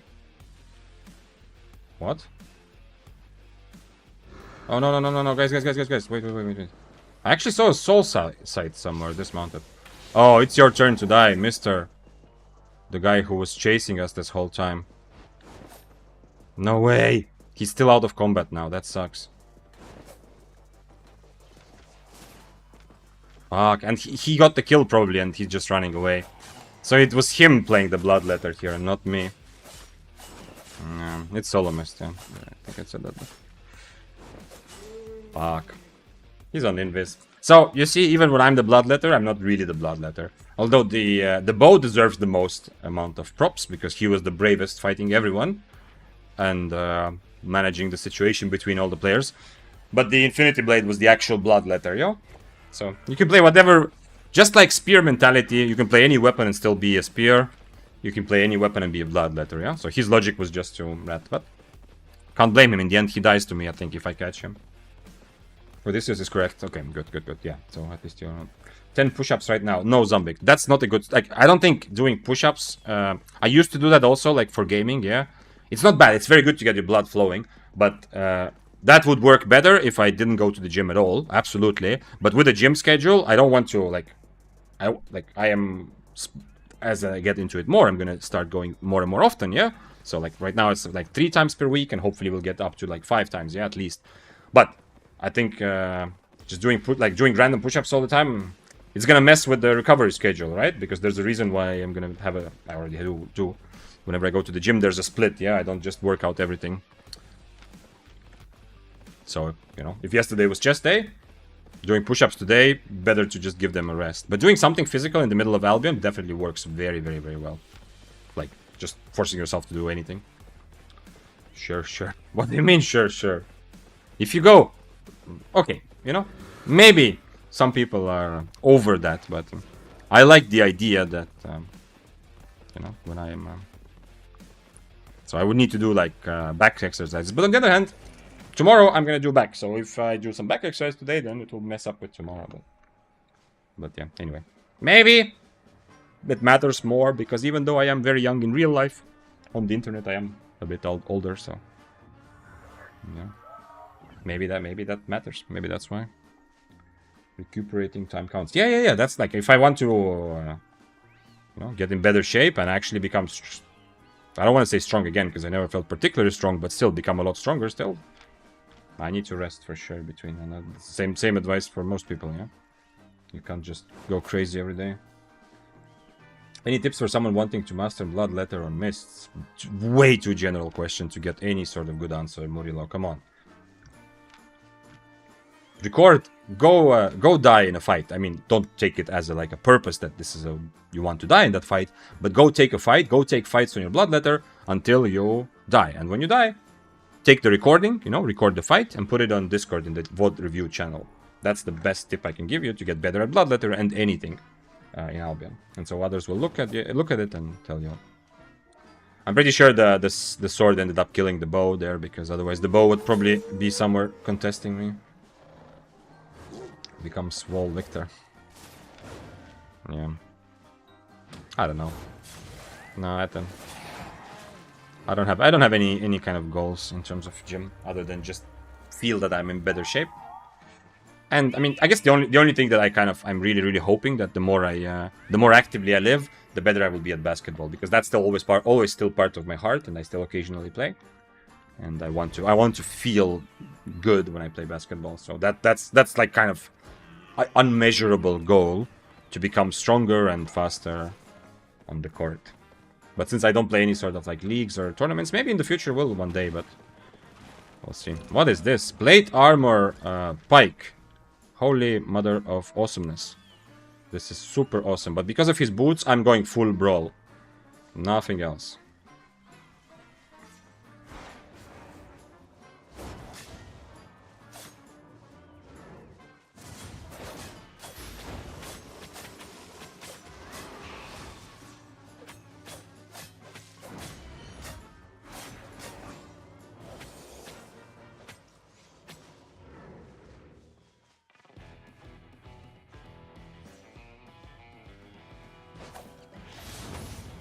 Oh, I dodged it actually.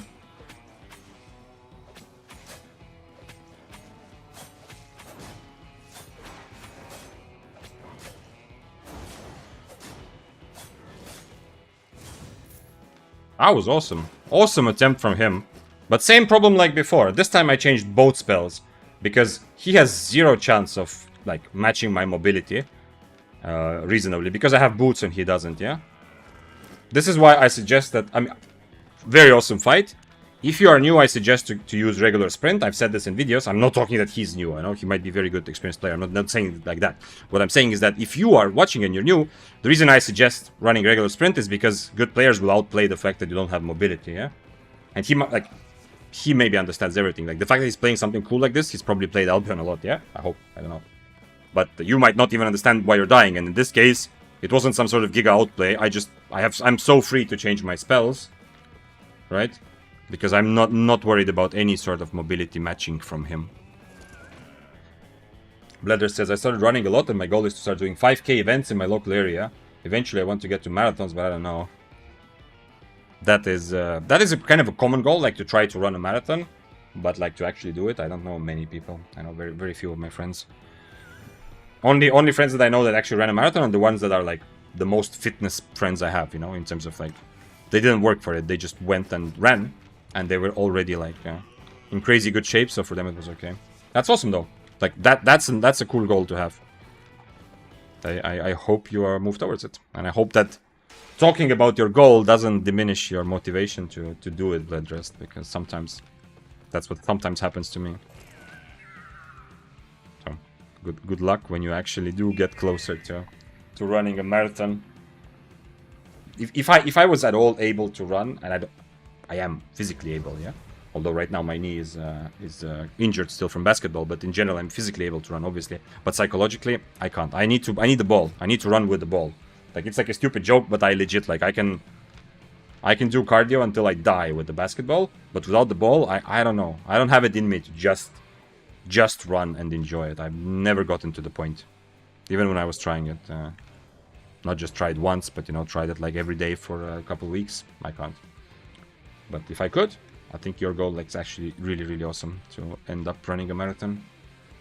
Nelinho, thank you for following. And Mr. Supraciel, thank you for subbing with Prime. It is time to get our spears out. Not the one I'm carrying in the game, but the...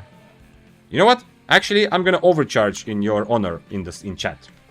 You know what? Fuck it. I will overcharge here. Mr. Supraciel, this overcharge is in your name. There we go. Thank you for subbing. I appreciate you. Playing in a tablet on couch with controller and cat between my legs is mega setup. Oh man, it's so nice to with a cat already. I don't know how good it is, like how you can actually play Albion, like if you do PvP, but hey, everything is happier with a cat, yeah.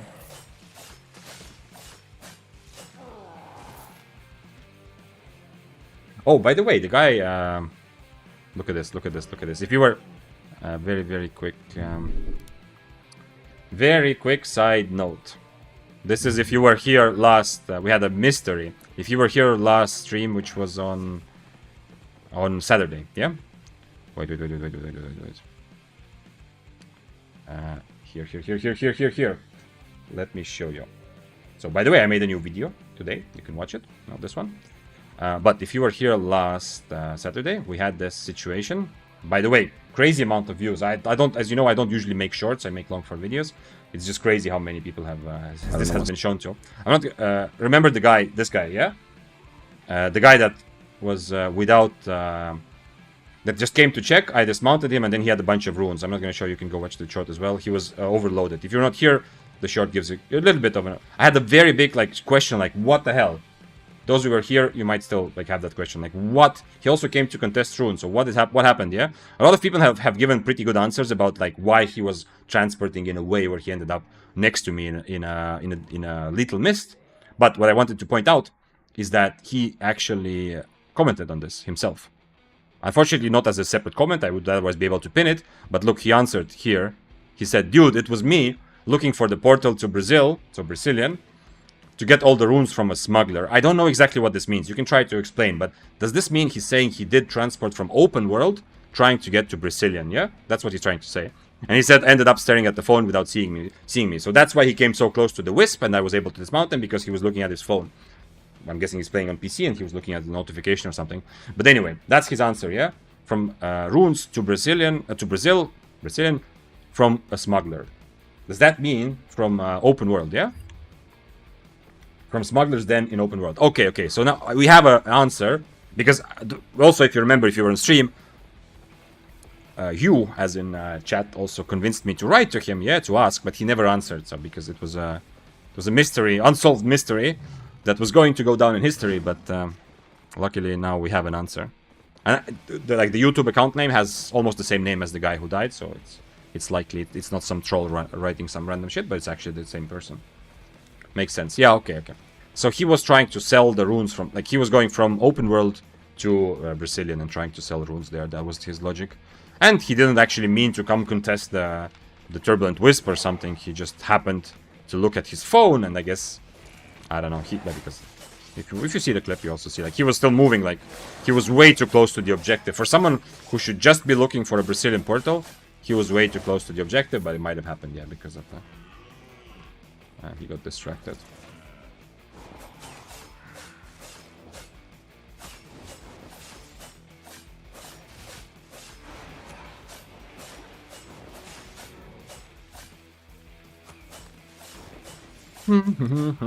Yeah, killing mobs is a little bit sad, but I'm not gonna change to PvE spells when clearing camps, because I need to be ready to run away or run towards someone.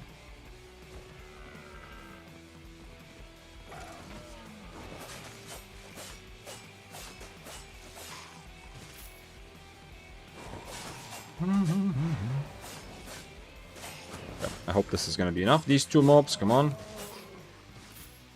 I wonder if there's any moment where I should play around with my passive. Seems like extra damage is pretty straightforward and good. I don't think I want this. Although I don't know, but auto attacks are significant enough part of my damage, but I don't think it's the same level as spear, so this is not gonna really do that much for sure. Auto attack speed also. This one is your damage increases. This is interesting, yeah. My goal is 5k under 25 minutes. And what's your best right now, Bedrest? How far are you from your goal? Like, is that a long-term goal? You said the 5k goal is much easier than marathons, so 5ks are going to be my go-to, be my thing. Okay. Yeah, I mean, 5k. I don't know, you know. I don't know your life, yeah. So I don't know what shape you're in. But for like most people, like I feel like 5k is very difficult, obviously, if you don't do any physical activity. But for someone who's like more or less active, just simply running a 5k is not that big of a deal. But the 25 minutes, of course, can completely change that. 5k in 25 minutes.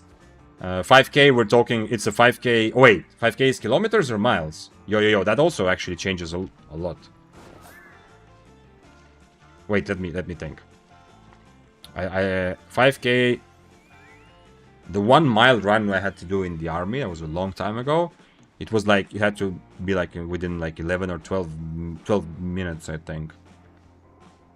So that's like 1.5, so. Okay, 3 miles. Yeah, okay. So 5K is 5 kilometers. Yeah, my brain is in kilometers because I'm European, but I just wanted to make sure. Okay, so that was thinking correctly at the beginning. So 5,000 kilometers. 5,000. 5 kilometers. Yeah, of course. That's also why it's K. Yeah, okay. Everything makes much more sense. So anyway, 5 kilometers in 25 minutes. I'm just trying to picture it like that seems pretty hardcore, right? Wait, isn't that like crazy? Wait, now that I think about it, isn't that like actually crazy? Like 5. That's like very, very, very high levels of fitness, no? Like 5 kilometers in 25 minutes. I don't know now. My running experience is, as I said, without the ball is very limited. But it seems like that's like someone who is very, very active, you know, physically.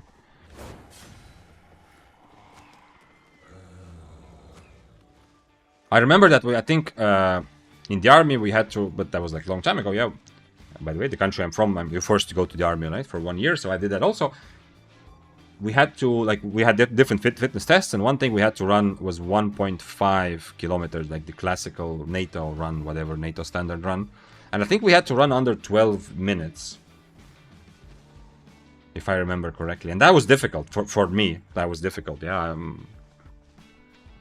For some guys, maybe not. But that's like, if you multiply that by 3, it becomes over, like, almost 40 minutes for 5 kilometers, yeah, which is... Am I tripping? Maybe it wasn't difficult. Am I trip? I don't know. Anyway, whatever. It's normal to run 10 kilometers an hour, no? Yeah, okay, so maybe maybe the 12, actually. Maybe it wasn't 12. Maybe I'm remembering incorrectly. Darylon says it's really impressive. I ride 10k in 20 minutes with bike.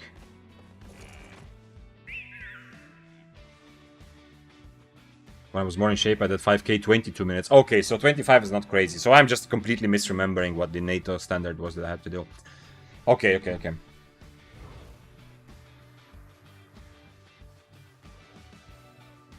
That would be about a mile in 8 minutes.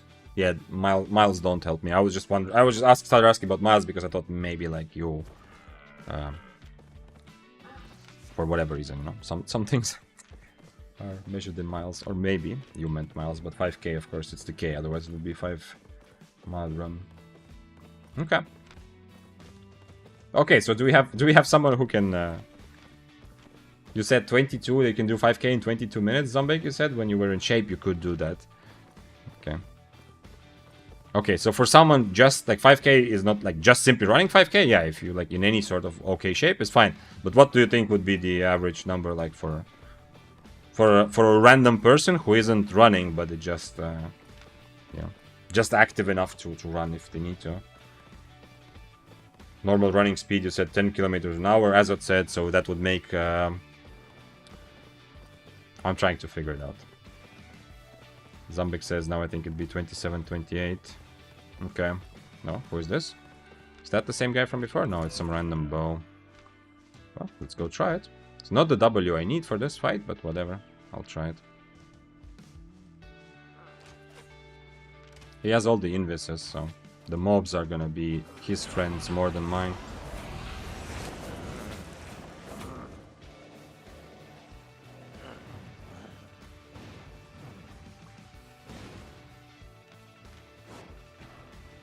Okay, so he did get messed up by mobs as well, interestingly enough.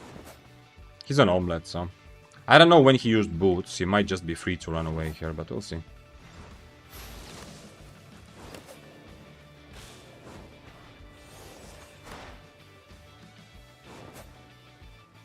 He's gonna boots away.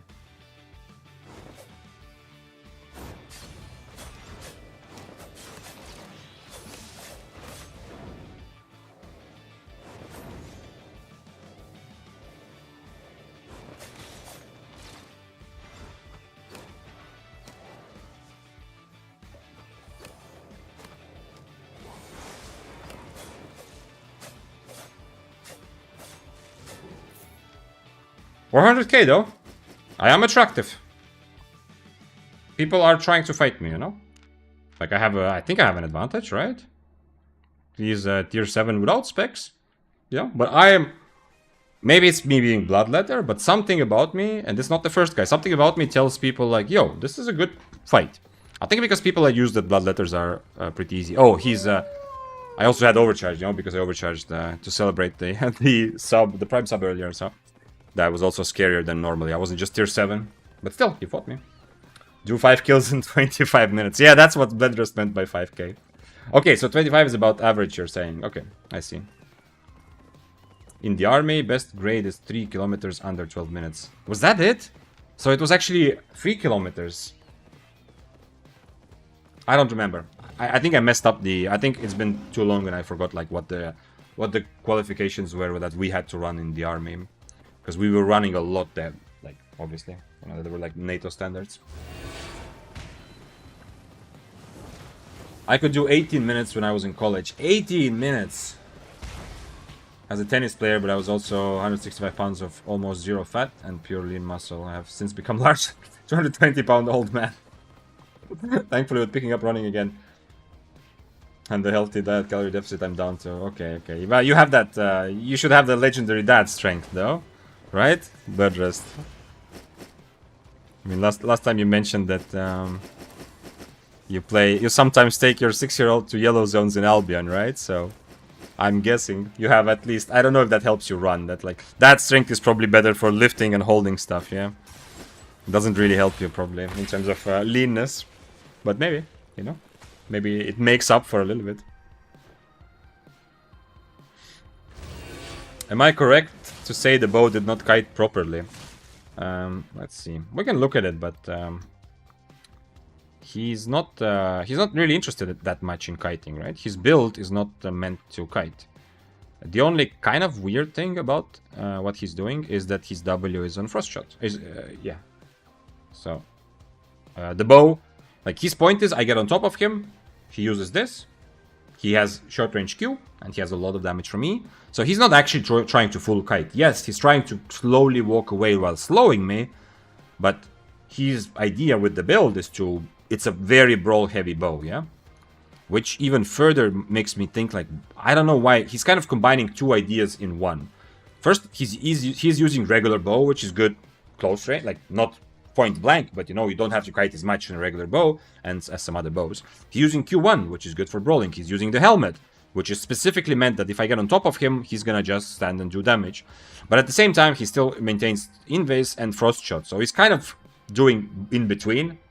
He doesn't need to kite as much as most bows for sure, but I'm not sure what would happen if he just changed to Inferno and Ray of Light. I can still dodge a lot of his spells, but if he changed to Inferno and Ray of Light, I might be, like, it might be very difficult for me. I will probably still get away, yeah, so I have that advantage, but it's going to be very difficult for me to just be on top of him. Like, right now, most of the time, I was playing on top of him. I walked away a little bit, but not enough, yeah.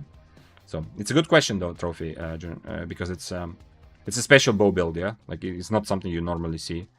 And I would expect that he doesn't kite that much. He just uses his E and Q to kite out a little bit, so that I have to kind of follow him, and I cannot constantly attack him, yeah? But other than that, he played, I mean, everything seemed kind of reasonable.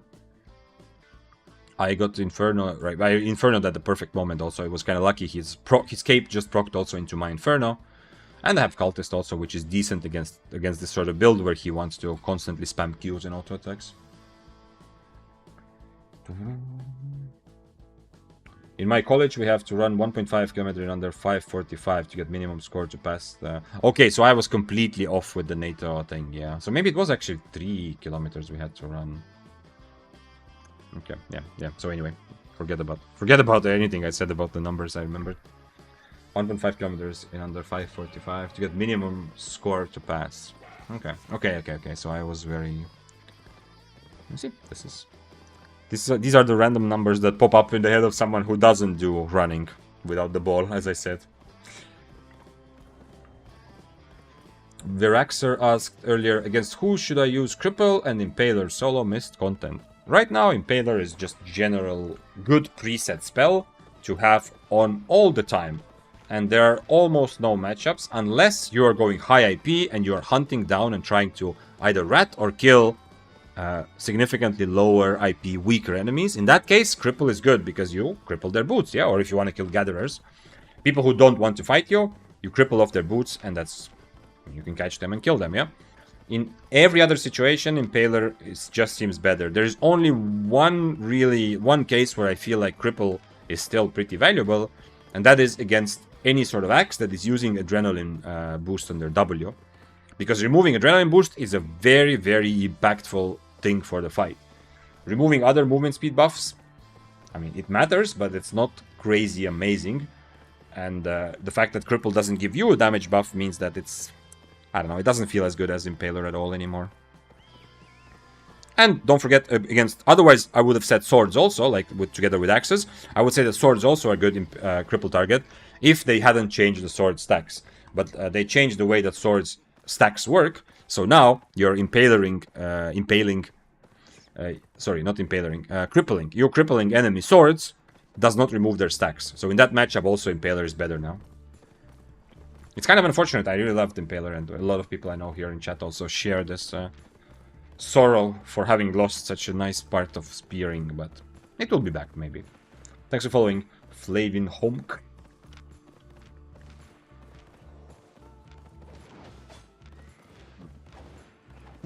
This is an interesting one.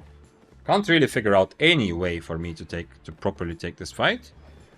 But there's also a tier, maybe tier 7 spear wants to 1v1 me though. Great Hammer. Can I do anything against Great Hammer? At all? Maybe Shadow Edge? Maybe Shadow Edge and try to brawl him or what? Is there anything? Is there any way in my... anything I can do? He's gonna kite me. And on Shadow Edge, I don't have a guaranteed way out anyway, but... while he's kiting me...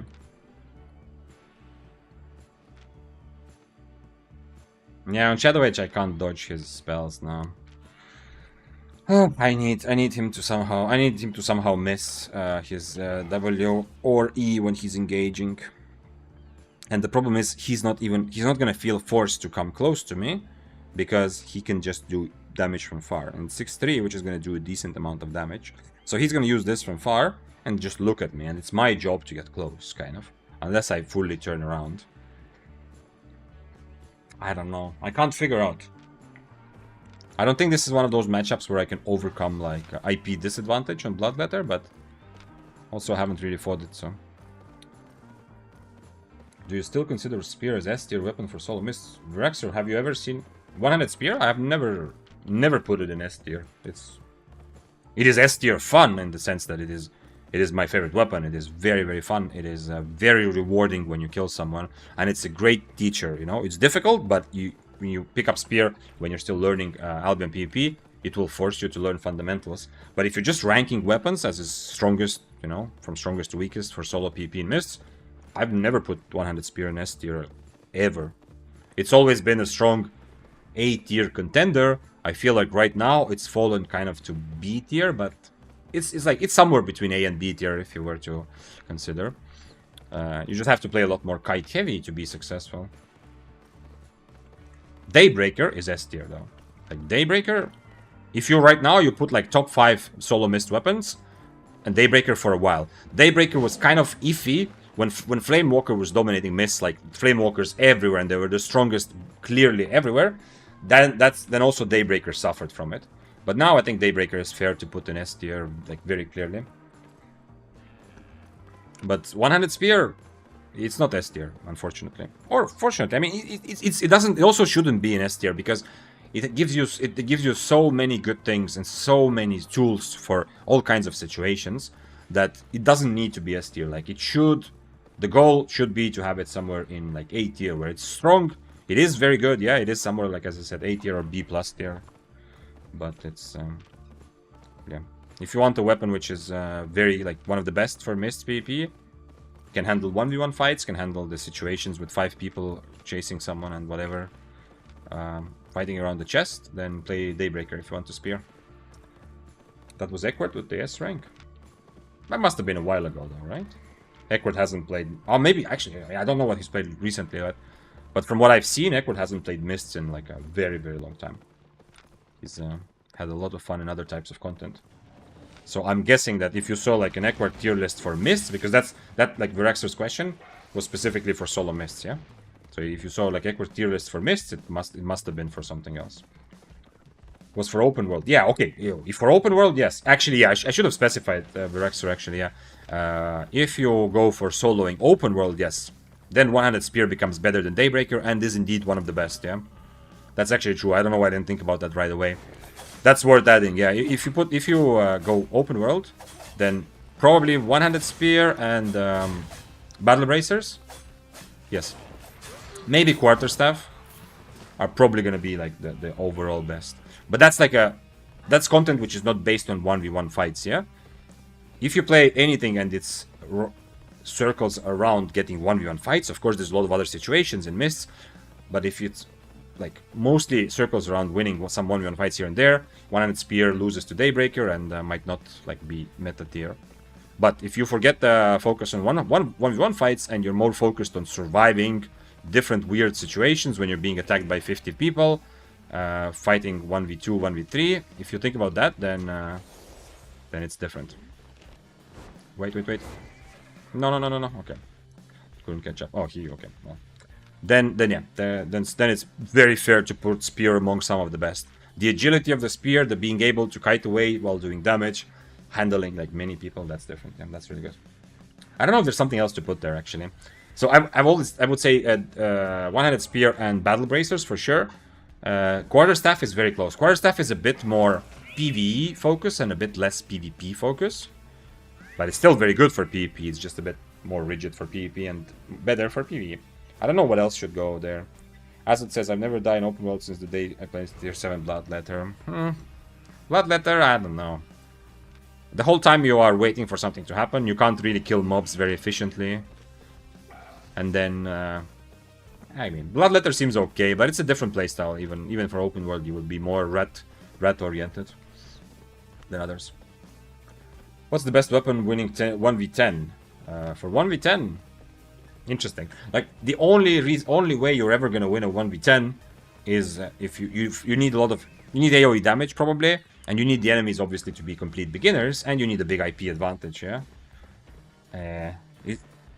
I don't know what is the best.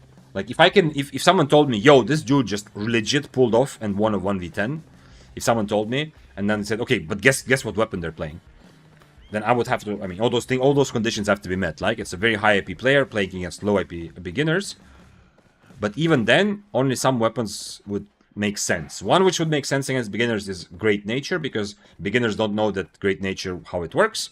And they don't have purges, so they won't be able to purge. So, you know, Great Nature can fight a group of 10 people forever, because people will just keep healing it. We saw a clip from Onesim playing 1v6 or 1v7 and winning the fight. Although, like, winning the fight there doesn't mean that he killed everyone. He killed, like, 1 or 2 people and then got away, yeah? So Great Nature is an option. Blood Moon, potentially, because you can heal so long. Like, an 8.4 Blood Moon against 10 4.1 players, maybe, possible. And then you are more because in 1v2, 1v3, you have to minimize the time that you are being hit by more than one person, yeah? That's why you kite around. You have to minimize the time that you spend in the middle of many enemies. But 1v10, you can't. You can't just run around and only kite. Sooner or later, you're going to be in a situation where you have to stand in the middle of players. That's why my first thoughts were Great Nature and Blood Moon, because those are weapons that at least kind of can survive in the middle of many people hitting. Like one-handed spear wouldn't work very well, because one-handed spear is good. It's good for 1v2, 1v3 to kite around while throwing your Qs, Ws, and Eing through enemies, and then kiting around so they follow you like in a nice straight line, so you can just fight one of them at a time, sort of. But 1v10, I don't think you have that option. Like, one person catches you and they have some sort of CC and you have to fight. What else? I don't know. You would need to use the environment versus 10 elite mobs or crystal mobs. Very good point, yeah. Stop ray. That's a good extra point, yeah. That there's actually many weapons could maybe do it if they have good enough CC by abusing the mobs around them. But still, 10 people seems difficult. Like, I mean, I guess some people on Roads of Avalon do play like that. Like, you know, like some experienced players can go Roads of Avalon, like maybe play 8.3. You run into a group of like, I mean, not 10 people, but you run into a group of like 5-6 people who are kind of new to Albion. Plus, they are wearing PvE sets, which makes it much easier as well. Because some of them will have things like, whatever. They will have all kinds of spells that are not useful for PvP at all. Is this a fight at all? I don't think so, right? Is there any way to fight a double-bladed? Kinda wish I had my spear now, but is there any way to fight a double-bladed? Tier 7 versus 8-3. Probably not, right? I need to fight some other double-bladeds first before we start attacking the 8.3s on the build that I'm trying to get used to. Would be nice to have like a 4-4-6-3 double-bladed or something, you know, as a practice fight to check out how it goes and whether I get destroyed or not. Or you can use the high tier Hellion Jacket and the Time Machine. Yeah, actually, good point, yeah. Like, if you were to optimize a fight for 1v10, Blood Moon with Hellion Jacket, doesn't sound bad. Soldier Armor, Full Spec Heron with all of them stacks. Well, there's a limit to how much you can charge up your Soldier Armor. You don't need 10 people for that, yeah. I mean, you will charge it up very fast in the middle of 10 people, but it's not gonna be like a amazing, never seen before damage, you know.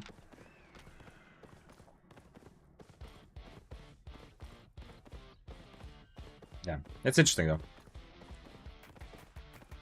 That's interesting. That would be a good challenge. Like, as I've said a couple times, I have been toying with the idea of potentially one day in the future trying to organize some sort of like Gillenor Games equivalent for Albion. Obviously I don't have anywhere near the editing skills for it right now, but some sort of like equivalent. And if you don't know what Gillenor Games is, my favorite piece of any sort of video game content. It's for old school RuneScape, like based on old school RuneScape, but it's kind of like a reality show, like a Survivor format with all kinds of challenges that experienced players go through.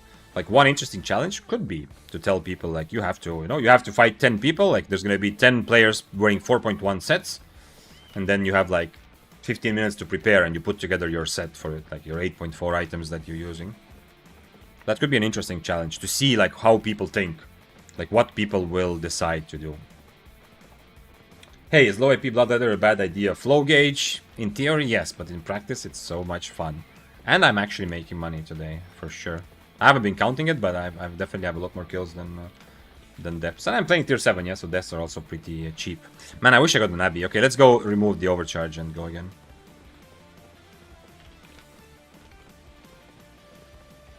So, T-Banji, you mean, yeah? 1v5 the other day with pretty mediocre gear. On Blood Moon. Yeah, as I said, I think Blood Moon is one of the ones that you have to take, yeah. But also, like I said before, if someone tells me, yo, that dude just like legit like 1v5 or 1v10 is maybe a stretch, it also comes from the fact that open world and roads, you're gonna have people who are not very good yet because they're still learning and they are very often PvE focused, yeah. So like okay, what did I lose? Only helmet, not bad. So if you're gonna take 10 random people from Mist, from like if you right now go into the Mist and the first 10 people you see, you put them in a group of five, they're gonna destroy. That 1v1 fight that you saw, they're gonna probably destroy. Not guaranteed, but it's much more likely because people who play open world are other more like more beginners, or like Roads of Avalon are usually either beginners or, as I've said earlier, they might not be beginners, but they are like they're playing casually during that time. Yeah, people are much more like relaxed, you know, just having fun, often with PvE focus. Yeah, so. Like it's a different level, and if you play open world and mists and you go from one to the other, you will see this very clearly also, yeah. Like open world, definitely the big challenge and why it's so fun and difficult for a lot of experienced players, including content creators, to play it solo, because it is very difficult to play 1v5 no matter what the enemy is doing, yeah.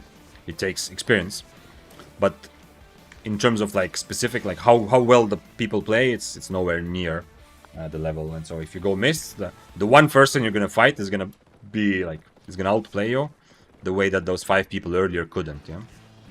No Gamba. Yeah, Zombig actually could have. Maybe we can have some other Gamba. Not just overcharge Gamba. It would be nice to have some different sorts of Gamba. I need someone to figure out what would be a good Gamba as we go into the next mist. Yeah, the dudes he fought were terrible. Yeah, third square to myself. It like those groups, like those big situations. I'm not trying to take away. It's like it still takes skill to solve a 1v5 situation against any sort of players, no matter, like, unless they just installed Albion today, yeah? It still takes skill, but it's not possible against, like, 1v5ing, like, if you take, like, 5 experienced players who have played the game and who are playing Mists, maybe, even if you give them, like, terrible sets. Like, you give them items which are kind of meh, PvE items. Still, 5 people will always kill the one Bloodborne, yeah? They will just be able to use their spells correctly and not die, and, you know, use spacing. So when they get low, they will space away. If they have any sort of purge or any sort of interrupt, they will prevent the enemy from constantly healing with Hellions or mercenaries, stuff like that, yeah? Like, if we take 5 guys from outside of this portal, writing like 1v1 me, 1v1 me, I don't think anyone can beat 5 of them in a 1v5, unfortunately. Hi Vic, what's up, Mufanza? Becoming the villain again. Yo, kind of, yeah. But it's so much fun. Also, yo, Mufanza, I am infiltrating the enemy to start to erode the bloodletters from the inside. And I'm taking legit fights. You have already seen this, you know? Like, you can play any weapon with a spear mentality. Today I have played Bloodletter with a spear mentality, and I have already seen people who play other weapons who play it with the Bloodletter mentality. Like the sword from before, you know? The Infinity Blade that ratted the fight and then ran away. Oh, we have Vitus here. Look at this. This is European Vitus. He's playing now already tier 7 Deathgivers. Are you a full-time streamer, Carnage? No, not really, but I'm kind of moving into that. In terms of how much time I'm spending on content, yes, I am starting... Like, it's starting to feel like one job's worth of amount of time, but, you know, when you're having fun, time flies, and I'm really loving it. But in reality, no, I still do other work stuff. Not very actively, I don't have a 9 to 5, but I do other work stuff. I haven't taken a lot of new projects lately, though, but I do still have stuff I'm working on as a source of income. Perps asked, are Conqueror's chests worth buying, or should I just do energy to sell? I don't actually know. It depends on... you just take a couple chests and try to compare it. If you come back, I don't know how long it will take me. In a couple weeks, Perps, I will have... When I reach 1.1 million favor, I'm gonna buy 200 of these chests, and then I will open all of them on stream. We'll open and look at them. And then I will tell you what the average is for a chest, so then you can make the exact calculation. Yo, I see what you're playing by. What's up, Flo? I'm absolutely not ratting though. But yeah, I am learning Bloodletter, and it's a lot of fun. Like, taking like proper actual fights on Bloodletter is really, really fun. Like, against other tier 7s, since I played tier 7, or tier 8s. You know, to try to overcome IP differences. It's been really, really great. So I'm not... I mean, I'm actually playing a... I'm playing Bloodletter with spear mentality, let's say. It's also awesome because it is actually difficult. Yeah, it is a very nicely challenging kind of build if you don't just run around waiting for free kills. Is it true that you're from Estonia? Yes. Roofless Karel, it is absolutely true, yeah. I am proudly from the tiny North European country of Estonia. So you're a freelancer of sorts alongside streaming? Yes, most of my life I've done project-based work. Freelancer, it works as well, yeah. I've also worked like in regular jobs, of course, but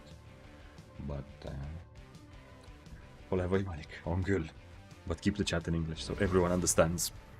But yes. Yes. Kind of, like in general, the kind of freelance rhythm is really, really good for my brain. Like, I've always struggled like with regular, even like I worked last time I worked like a not 9 to 5, I had a different schedule, but essentially like a proper job where you go there every day, yeah, 5 days a week. I loved, like, the job was amazing. I had a lot of different things I had to do in the company, and I loved the people, and it was like absolutely amazing. But it's simply the fact of having to work at a place and go there every day, and kind of the routine and rhythm of it were still very difficult for me. Like, my psychology, I don't know. I don't know if this is like some sort of excuse or something, or that's legit, but it was difficult for me. And that was a job in the company that I really liked, yeah. So that kind of makes it difficult. A bit difficult for me. Some like career choices, I feel like I'm kind of limited, but have found some interesting projects. Used to be much more active with projects, recently a bit less so, but hey. I mean, this is a project. This is becoming like a... Streaming and content creation is becoming also like the equivalent of a work project, yeah, kind of. For chest, it's always between 300 and 400k silver on average. Yeah, I think so. I think you're exactly right, Trophy. My memory when I was opening chests, before I started collecting favor, was also that 350. Like, the calculations I was doing, my memory was that it's 350k per chest on average. But, you know, who knows? They might change some things. When I open 200 chests, I think I will be sure, because that will give me a very good average. I thought that at the end of your last video, that Chow sounded more like Estonian Chow. Wow, okay. That is a very interesting thing to pick up on. Damn. I mean, for sure, yeah. The Chow is a... It is a very Estonian thing, yeah. A lot of... I mean, I think a lot of people use some form of Chow as a goodbye. I mean, other than Italians, yeah, obviously. But that's very interesting. I would never have guessed that that's something like... Definitely some people do pick up on some parts of my accent, but I don't have a lot of, like... I don't really have, like, an Estonian... A clearly recognizable Estonian accent, to be honest. But that's interesting. And thanks for following also. Rufus Carl, welcome. Hi, Blue Essence Enjoyer, how's it going? What's up, Temrek? It's going well. Just give me, just give me an excuse to overcharge. Right now. I am, you see. Okay, my hands are not actually trembling, but... Just so we're clear. But I am feeling the internal trembling of my hands. Like, I need that blue juice, and... I can't really find a good excuse.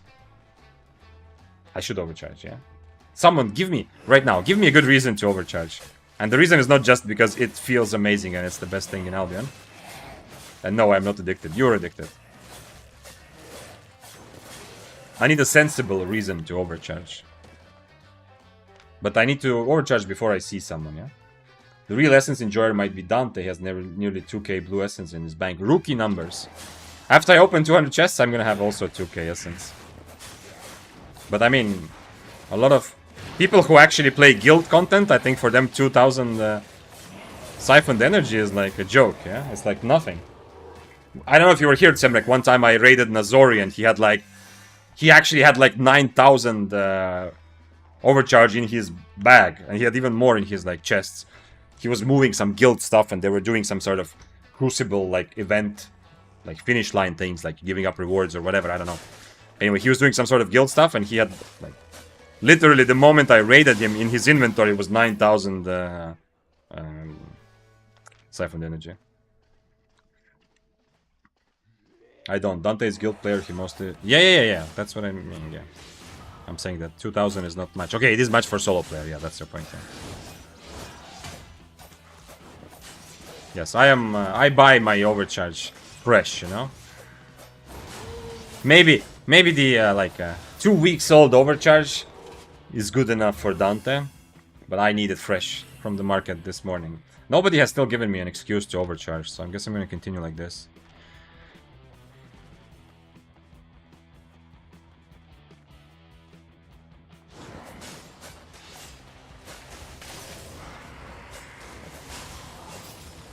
You need to show him how to do it, so do it. Yeah, okay. We agreed. If Dante comes to chat today, I'm gonna overcharge just to show him. Because Dante actually doesn't overcharge a lot. But it's because I play tier 7, so overcharging is almost always a good idea. And Dante usually plays 8-3 or 8-4, yeah? So he's not gonna overcharge 8-3 for fun. And he's never gonna overcharge 8-4 because I'm pretty sure... I mean, I don't know, maybe in the middle of the fight, but when he plays 8-4, I don't think he even brings overcharge, yeah? He doesn't need it. Like, he's already stronger than everybody else. And he's also skilled enough where he can win any fight, probably, without overcharging on 8-4, yeah? Deal. Okay, Timber, good. So we have agreed. If Dante comes... Next time Dante comes to chat, I am going to overcharge. Instantly. Just to show him how good it feels. Oh, I forgot to change. I should change to throwing stars. To not suffer so much with the PvE. Mufanza says, by the way, I really like the YouTube plus Twitch format you've cooked up. Do you mean that the stream is available on both, or are you talking about something with the video? Oh, like how you put stream footage? Oh, okay, yeah, talk over it. Thanks, it's difficult for me to figure out how to do it, but, you know, I'm happy to hear that you already like it. And hopefully it's gonna improve even more and more and more. Like, I'm trying to look around what others are doing, and of course get inspiration and improve from that as well, and then of course my own experience. But yeah, so the question of how to take the clips that happen on Twitch and or on stream anywhere and make actually good content.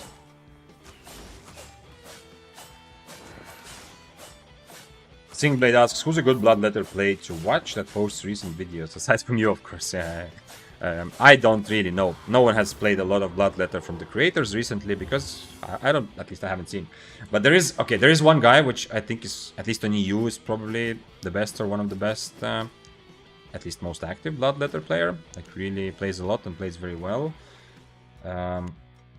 I can tell you in-game, but I don't remember how to find him. His name is, oh no, it's Biden. I don't know, where is he? Last week. Is he not in the top? I thought he would be somewhere near the top. Maybe he's not active every week. He was active like at some point. I don't find him now. His in-game name is, oh no, it's Biden, like President Biden. I don't find him here.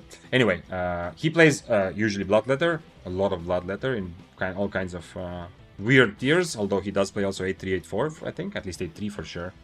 I don't remember his name on YouTube, but if you can somehow find out, he has started or he's made some compilations, you know? It's one of those videos where you just see the guy playing with music, you know? It's not like he's not explaining it, but as I've always said, that's also very valuable, so you can see how a very good player plays.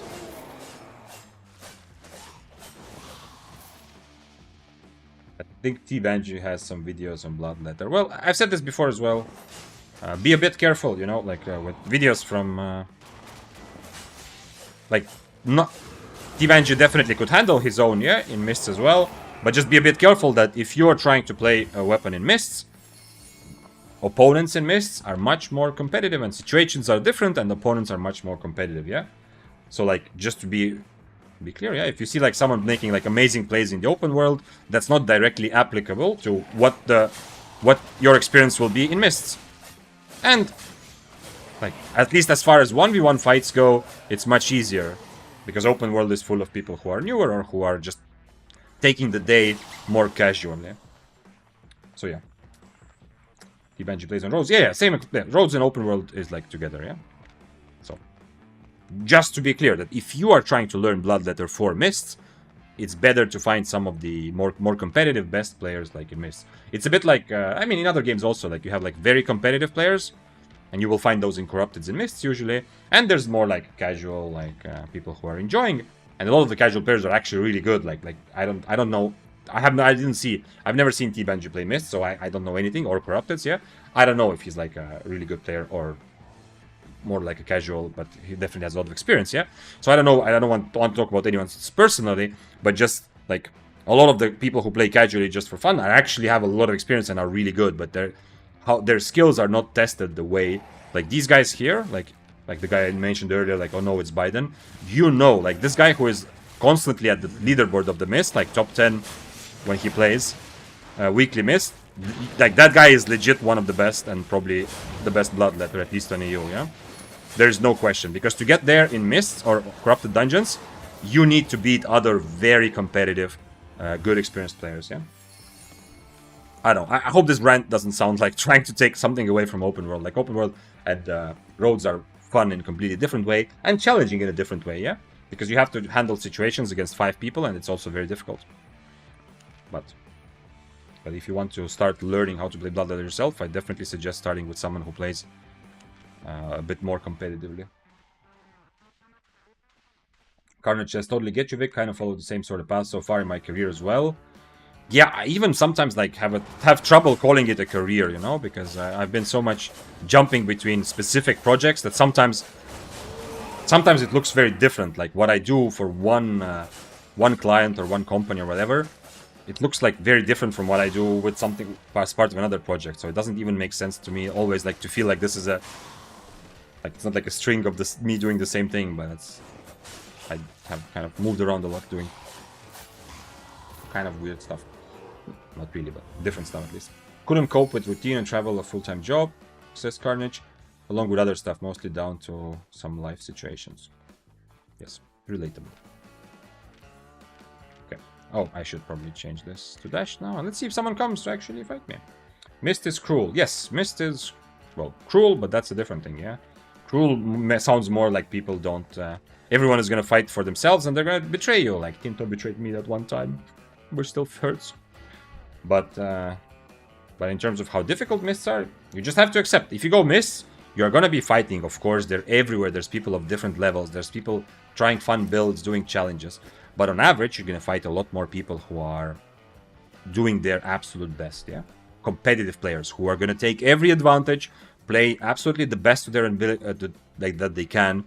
They're gonna usually play a build which is actually good and strong for PvP, you know. You're gonna on average have a lot more of those situations. If you go open world, you're gonna rarely see people who are fully competitive. You're gonna see more people who are like living life kind of the way it probably should be, right? They're just having fun. They're trying something else, they're just learning, but not even focused on learning, but just like having fun to see what the adventure brings, yeah? But in open world and roads, there's often groups of people, so that makes that adds the challenge. You know, if open world or roads were just solo, I think like a lot of people would not play it because it wouldn't be fun. You wouldn't be challenging yourself if everybody was solo like in Mists. I don't know. Thanks for following, by the way. Alcap Fodu and Melvin number 72.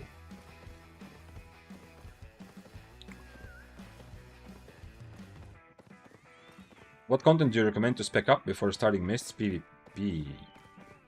You can spec up in Mists, but if you just want to focus on fame, like getting more fame, then play open world or play Depths, the new dungeon.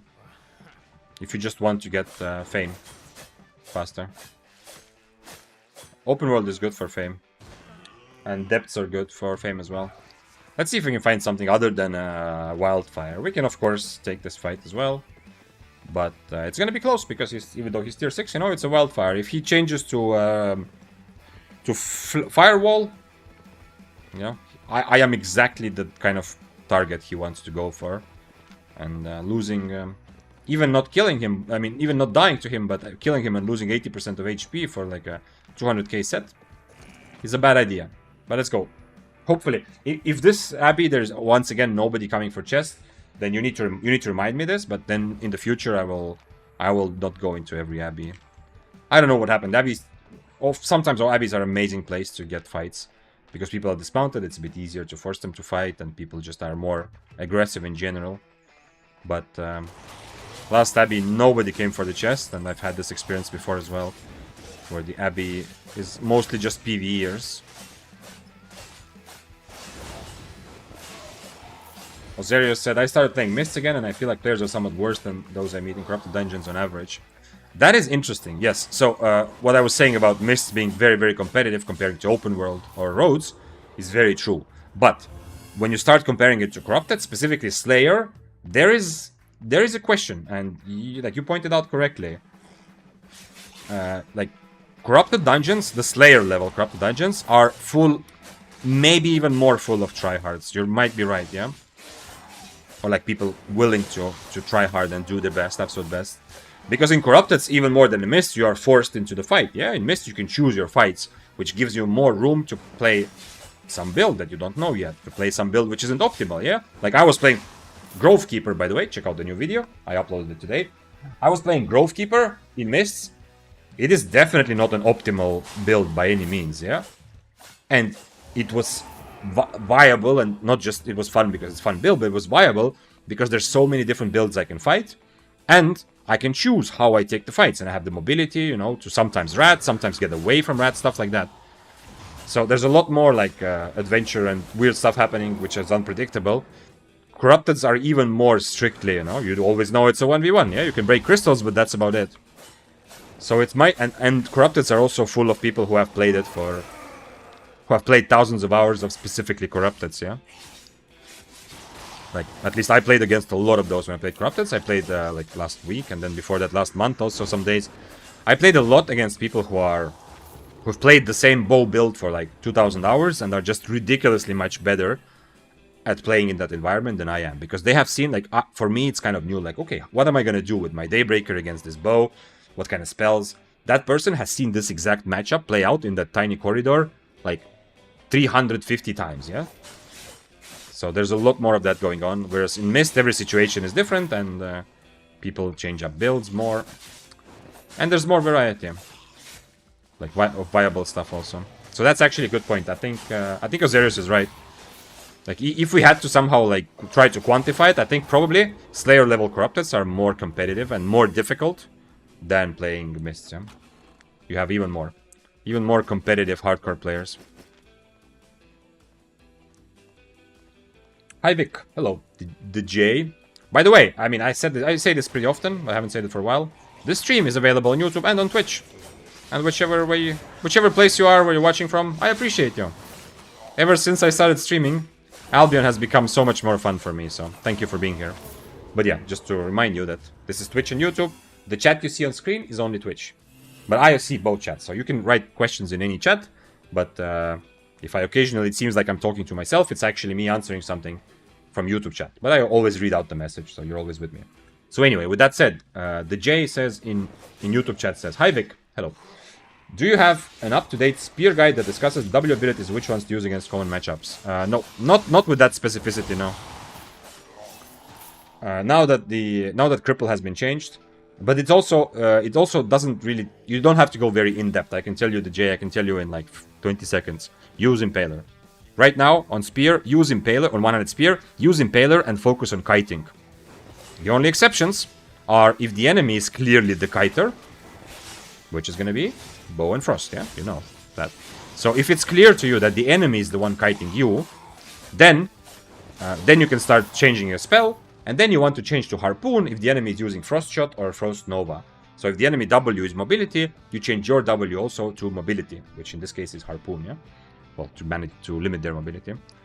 And that's pretty much all you need. Now, you will, if you have more experience with Spear, it still makes sense to sometimes change to Deflecting Spin. But there's never a matchup where you need Deflecting Spin desperately. But there are like Bolt Casters and Fire Staffs where Deflecting Spin is pretty good. But that's pretty much it.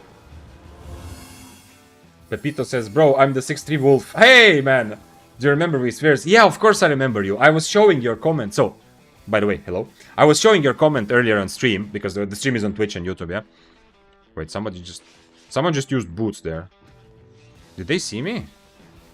Okay, this is risky, running into them like that, but let's see. It's here, right? Oh, nah, he's just gonna leave. Well, okay. Okay.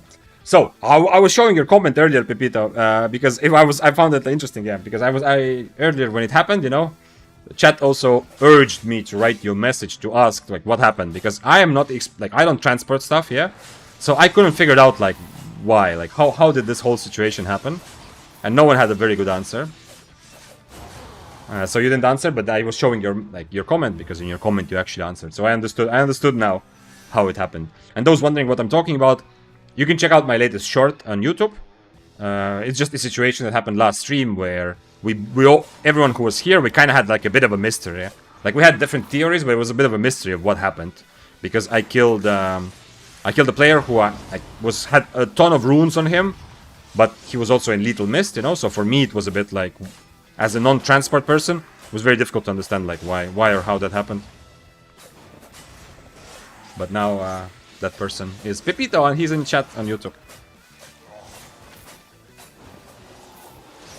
Unlucky Abby, so much chests. Did I get a lot of chests? Yeah. They haven't answered yet, but I hope they're gonna include this. I've said this several times. The dude who does like help communication between content creators and developers, like he announces some of the patches and he sometimes explains some things, you know, to the members of the content creation program. That dude, by the way, like very lovely guy. Like he actually oftentimes explains when people are kind of angry. He tries to explain at least some logic. Yeah, it's not his decisions. Yeah, he's like, it's not like he's being attacked. But anyway. I asked this several times, and he said he put it on his notes to ask the developers about this change.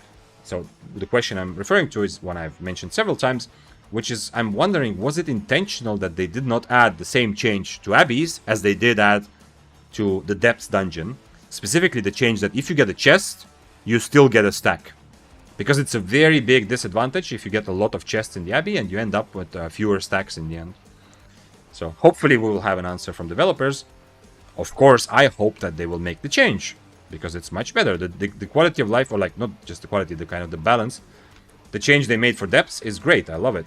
that even if you get a chest, you still get a stack. It's very, very nice. But at the very least, I hope they add it, but at the very least, I hope that I get a good answer so that they say, either they say, oops, we forgot, you know, and they're going to add it, or they're going to have a good reason. They're going to explain, like, no, we think this shouldn't apply to Abbeys because of X, Y, Z, yeah?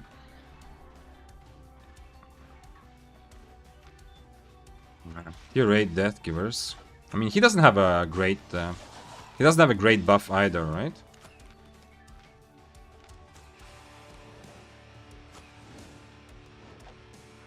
Can I just fight him? He's tier 8. I'm not overcharged. Why is he running away?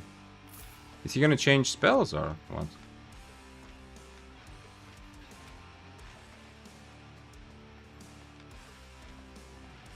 I need to... It's because I have yellow buff? I didn't overcharge on purpose so he doesn't run away. He's tier 8. Unexpected. I absolutely did not expect him to just full-on leave. Kinda weird. He was on 1 buff. Okay, true. So it's not that I have yellow buff, it's because he didn't have any stacks. Yeah, okay, that's possible. Yeah, you're right. I mean, any real Deathgivers players would still take the fight. Yeah, I'm a Bloodletter. Yeah, it's...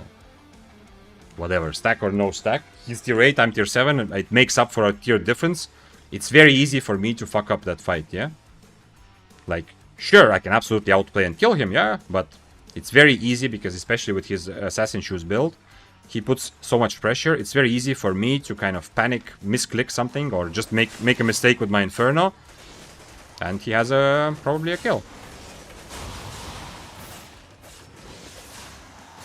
Maybe because I have Cultist also. Maybe that's why he also decided that's not worth it. Cultist is good against him. Deathgivers do not take fair fights. Well, everybody takes fair fights, you know. I'm showing today that even Bloodletters take fair fights. And it's not just me. But yeah. I don't think... I think he... Like, I have this also sometimes, you know. Sometimes you see enough disadvantages for yourself that you decide it's not worth it. Especially, you know, if he's very interested in silver, you know, he's worried about losing money. He might have seen that I have more stacks, I have a yellow buff, and I have Cultist Skull. All of those things are clear disadvantages for him. But on the other hand, he's Deathgivers, which is, in this matchup, I feel like, has a much better chance. It's much easier for me to fuck up than the other way around. I don't know if I can take this fight also. He's on red buff, which sucks. But hey, you know how we find out? By taking the fight and seeing what happens. I'm gonna change to Chain Slash here.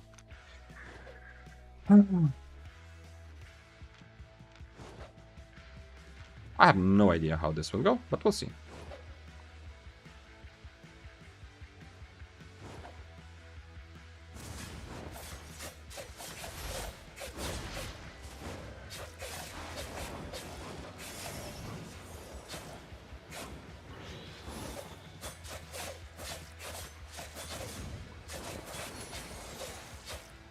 Is he not purging? Okay. I don't know why he didn't purge right away. Interesting. So, okay, so the Cultist was not good enough. I don't know what is better for me against his E. Cultist or... what's it called? Or Inferno. No. Nah, okay, I'm dead. Too bad. I should have just jumped from the mob. I don't know which is better for me, Cultist or Inferno, but he looked like... Because I put Cultist, I think he's gonna purge it, and then Inferno. I understand, he has red buff, so that's why he is so active, yeah? He doesn't worry about anything with red buff. But apparently, Cultist didn't really do anything. At least not enough to make him worried. You saw, he was just full E-ing me through Cultist, yeah? And still healing more. So, my expectation is that he purges Cultist, then I Inferno instantly after that. And I'm not sure if I need this for damage. If I wanted to be safe, definitely on dash, yeah, and I just run away anyway. Whatever happens, I just kind of run away, yeah. But okay, in the end, died to mob, not because even with Chain Slash, I'm still running away. Our Qs are even, and I'm just gonna have boots since I was still on cooldown reduction food as well, which is probably also a big mistake. I should have just changed to Inferno if I do decide to take the fight, and probably overcharge as well. Not too much I could do there, but if I didn't get pulled back by mob, I think I have time to reset, overcharge, and then still continue. Let's keep going though.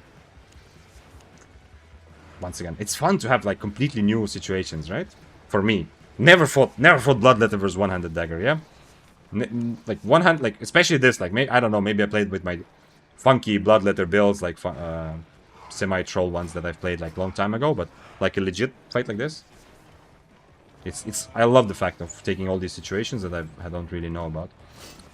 Is it time to go tier 8 assassin, or is it going to be too scary? It's too scary, right? Because specifically because it's also... Was it 5-3, it would be better, but 8-0 is pretty scary. 6-3... We have... Oh, okay, I'm going to use tenacity, you know what? I kind of prefer the other one, but let's use tenacity and go even more brawl. More willing to brawl. So I'm going to take 2 Rose Snappers this time. And I'm going to actually... Maybe I'm just going to go on Rose Snapper the whole time. Overcharge. If I was overcharged at the beginning, would have been easy. I don't like overcharging on somebody else's screen. But no one gave me a good excuse to overcharge. Sotinit asked, hello, why do you use Bloodletter today? Because it's really fun. If you play Bloodletter like the spear way, which is what I'm doing today, meaning I take fights, yeah? Like I constantly take fights. I'm not looking for free kills. I take fights. I attack people who are 1 tier higher to see what happens. If you play Bloodletter the spear way, like the aggressive and risky way, not just running around and trying to IP abuse. I'm not saying that a lot of people are doing it. It used to be a much bigger problem, but still, Bloodletter is used for that as well. Then it becomes a really, really fun weapon, yeah? Because it's not that easy. And I love that right now.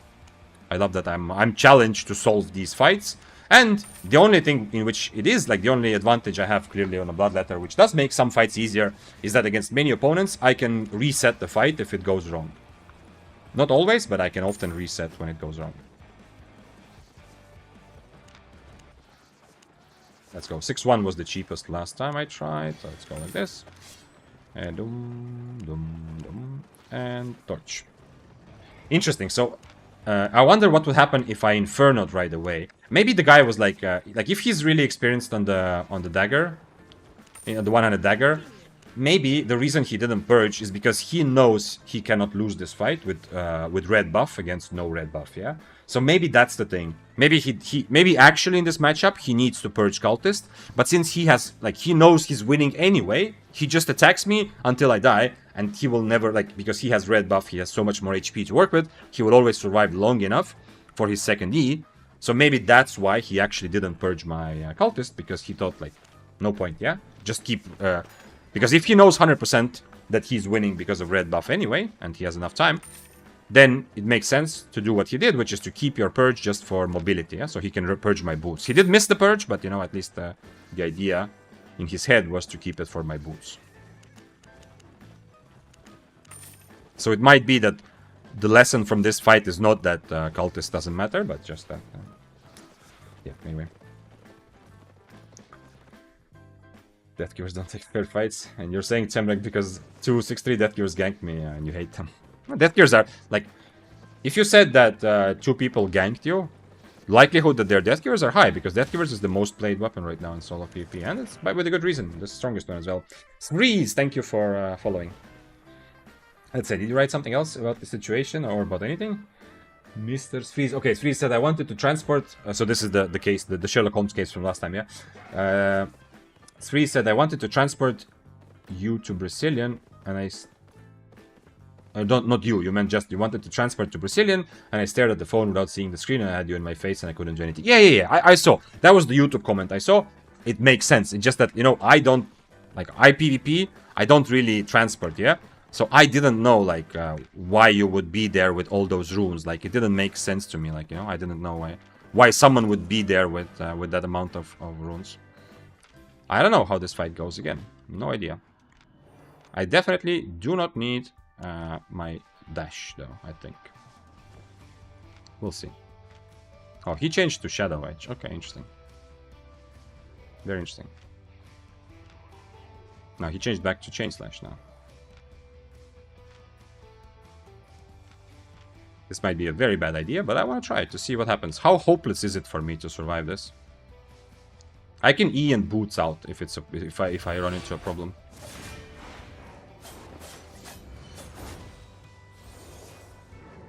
Okay, he used his Geek Pot, and he also overcharged. But he doesn't have a lot of spec, so his overcharge might be Might be okay. His Q is the brawling Q, which makes this so much more difficult for me. I need either my boots or something, yeah? I think. To get out from under him, right? Or I need to change my Q.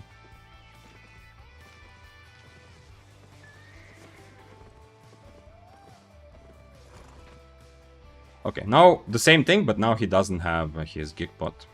Let's see.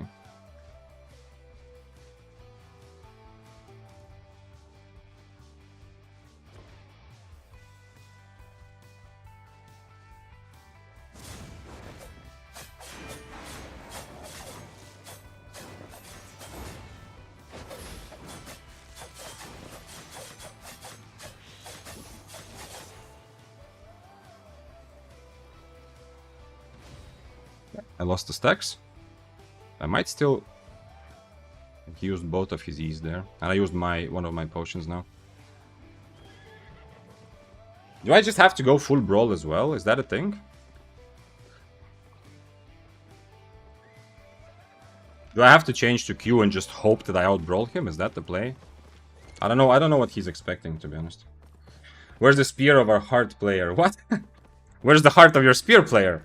I am playing Bloodletter 100% like a spear player, yeah?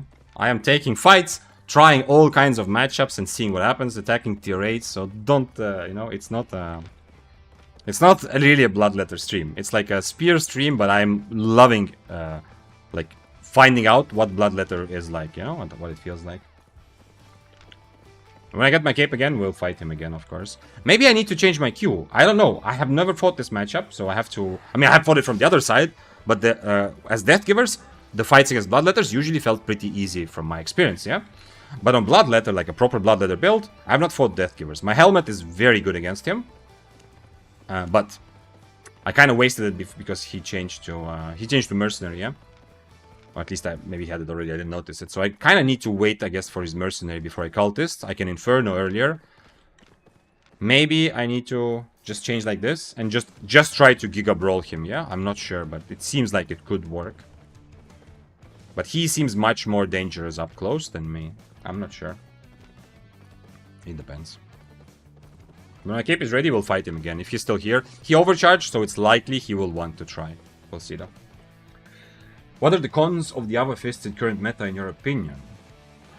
Well, there are just... there's only one.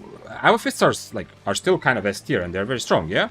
But the downsides is that there are other meta weapons. Many of them are really good against Fists of Avalon. Flamewalker is pretty good against Fists of Avalon. Daybreaker is very good against Fists of Avalon. Deathgivers is the only one which is, I feel like it's not that good, but it's okay, yeah? But Fists of Avalon are very good. Like there are not that many cons. They are very flexible. You can take a lot of brawling fights. You are super multifunctional, useful E to purge stuff. You have the triple kick to kite and to be safe and to manage situations with many enemies. Fists of Avalon are very strong, yeah. Glebati says, do you think Ava Fist is a good choice in current meta? Yeah, it is. Is it hard to master them? Not super difficult, but if you want to really take all kinds of... If you want to take fights against that are difficult, against other meta weapons, yes, you need to, of course, master some part. But they're not super difficult, no. In my experience, they're pretty easy to pick up and play, like... To get, like, 80% of its potential without being super good. I thought Flamewalker counters them hard, but I saw Raiko killed full 8-4 Flamewalker on 5-4 fists. I didn't see the clip. I don't know if there's a clip. Maybe I'll watch it, Glevati. But Raiko is also, from what I've heard, is a legendarily good player, yeah? So, there is... I'm not saying that, like, the 5-4 versus 8-4 is still, even for a good player, seems like pretty incredible, impossible. I don't know how he did it. I would be curious to see. But I just saying that doesn't mean that the fists are in a good place against Flamewalker. Raiko is very experienced, and from what I've heard from others, haven't seen him play, but from what I heard, he's also an absolutely amazing player. Okay, so do I try this with these spells? 30 seconds, my guy. I hope he can wait 30 seconds. Killed 150 IP higher prowling. He was really good. Nice. Did you change to Chain Slash? Yeah, and you Chain Slashed him his transformation, Vitus. Yeah, that's how you play against prowling on Deathgivers, right? Or is there some other technology that was useful and important? Okay, let's try. Let's try our best and see what happens. Might be a bad idea, because my boots are not super useful, but who knows? Let's try it.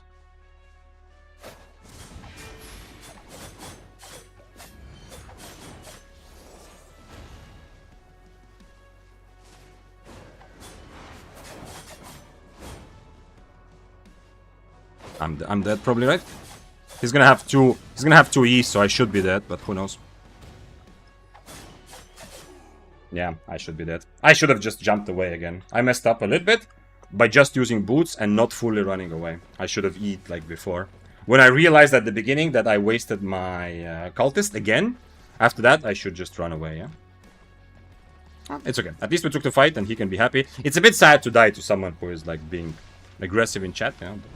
I'm very happy to die and understand matchups better, but I'm not happy that he feels good about like being toxic and winning a fight, but whatever. It happens. Problem is I don't fully still understand, like, unfortunately I kind of changed, like his boots are made for this and his Gigpot, everything is made just for this sort of fight, yeah? I'm playing into him, like, I'm not sure if this is a matchup I should just stop fighting at all, or if I need to do something. He also he wasn't on Shadow Edge, so at least I have that advantage. Also, I need to keep my cultist count.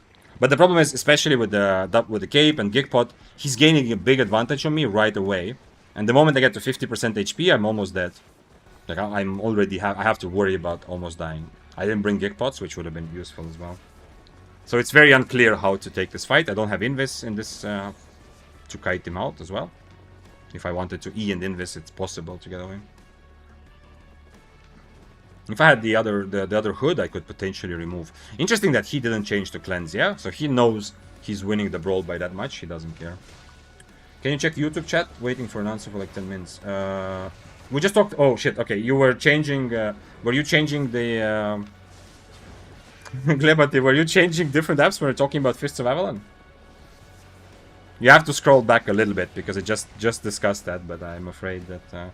Or maybe I didn't notice your message in Twitch also, and actually you wrote that before. But anyway, yeah, that's a good strategy, you know. If I don't answer something I would really like me to answer, it's a good strategy to remind me, or, you know, let me know that, hey, yo, I said something, can you react? Do that. Don't feel bad about doing that, ever. Do I have anything? I guess I can try the Mercenary Hood. I kind of like Cultist, but I can try... Let's try Mercenary Hood. I feel like Mercenary would limit me a lot, though. So, by the way, I've seen also... Actually, now that I think about it, I've seen this matchup, like 8.3 versus 8.3. And the way it goes at high IPs is just...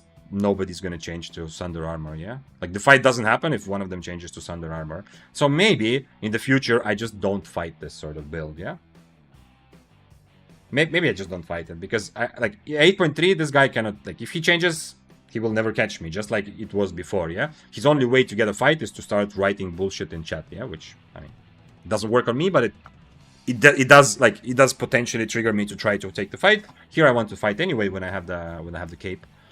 So maybe that's actually the solution. It's just not fight it until, because he has to, if he changes to Deadest Wife, then it's a fight. Then the question is who hits more Qs. I can dodge his Qs, he can dodge mine. But otherwise I'm just gonna run away forever.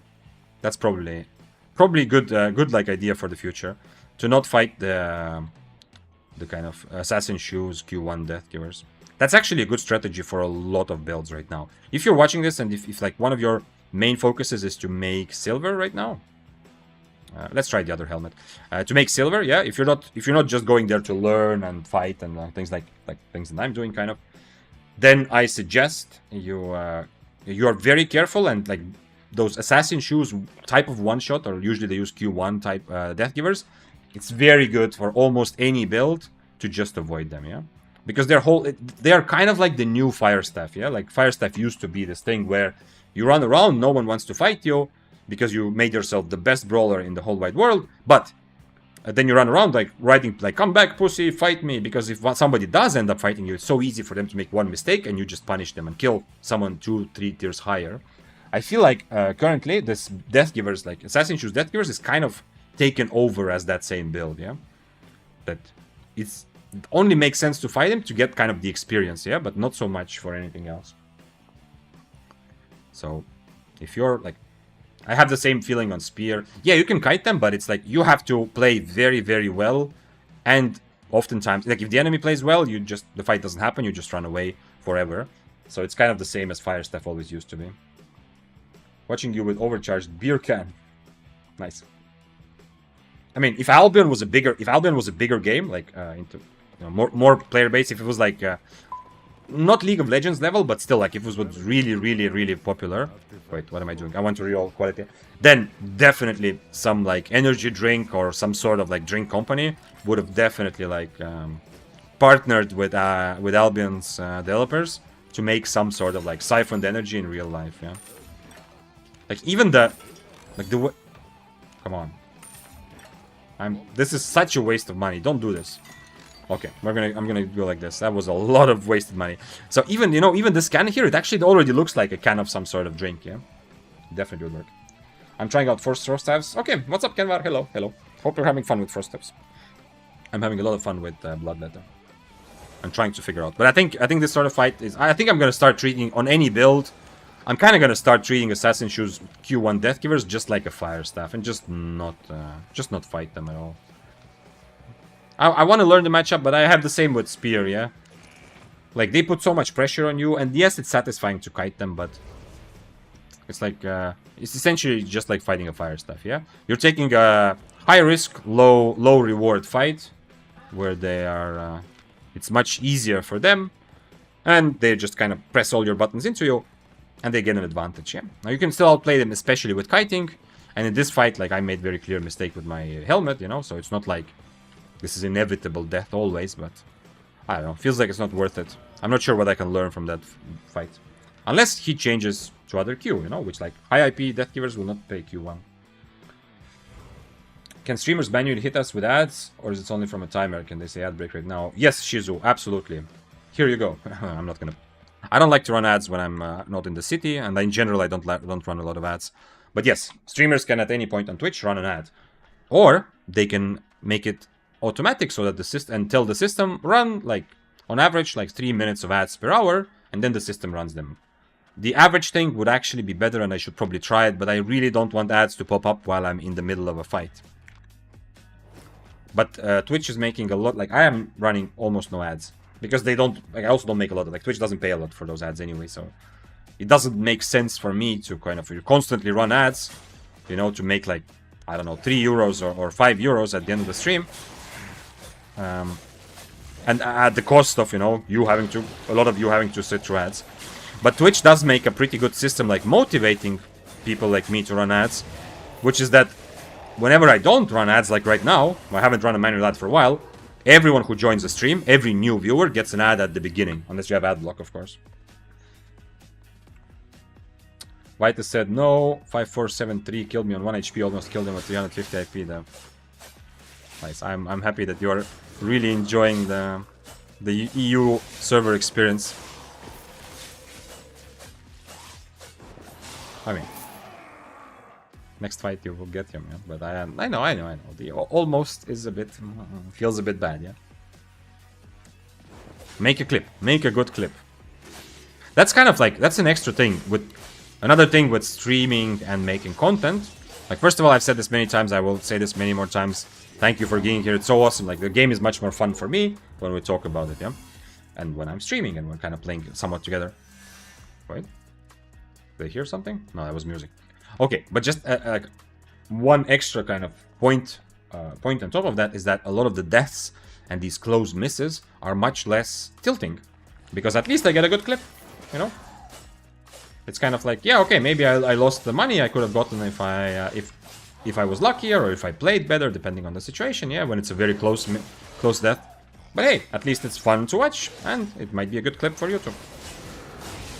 Just as a side note, that it also makes it a bit easier when you're making content. The stakes are a bit lower because, there's more to the stakes than just this. Can I just fight him like this or no? He's never actually gonna fight me, right? I'm on Invis. Sure? Are you sure? Are you sure, tier 7 carving? I'm on Invis. Are you sure?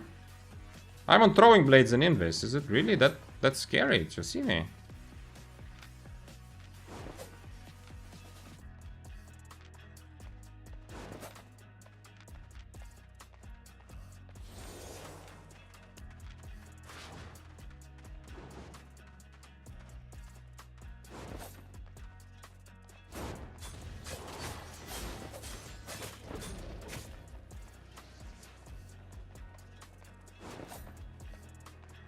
I had time to change to Inferno, but not to change my W, unfortunately. He decided to fight, but then changed his mind. Because I still have Inferno, is it that? Is that the problem? Okay. He's invis-spotted, so now he's just going for the exit, right? Never mind, he's not. Okay. Change my W as well. He has another invis spot. I don't think he's gonna fight me without potions, but we'll see. It's not completely hopeless.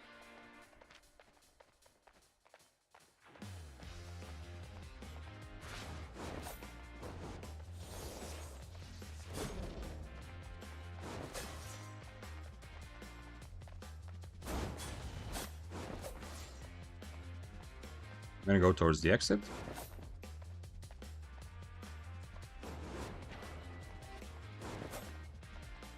If I had cooldown reduction, I could catch him, but now we have very similar. Another invis jacket, holy shit. Well, he did try to fight me once, and I now realize that his build is actually pretty bad for this, but hey.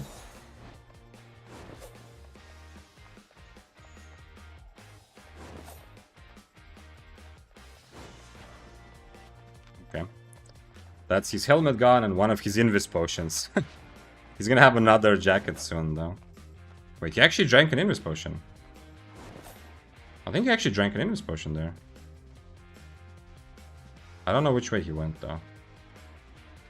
Okay, I guess we're back to clearing mobs. Disable ad block on Twitch. Well, that's nice of you. I mean, I don't know why you did it, but if you did it to support people you're watching, that's nice. But as I said, like, I don't know. I'm still kind of new to streaming, yeah? I don't have that much experience, but it seems, from my first 3 months, it seems that the ad revenue on Twitch is not a significant part of how streamers make it into an income. Some streamers are good, but run so much ads, I'm good off that. Yeah. Well. Yeah, I understand.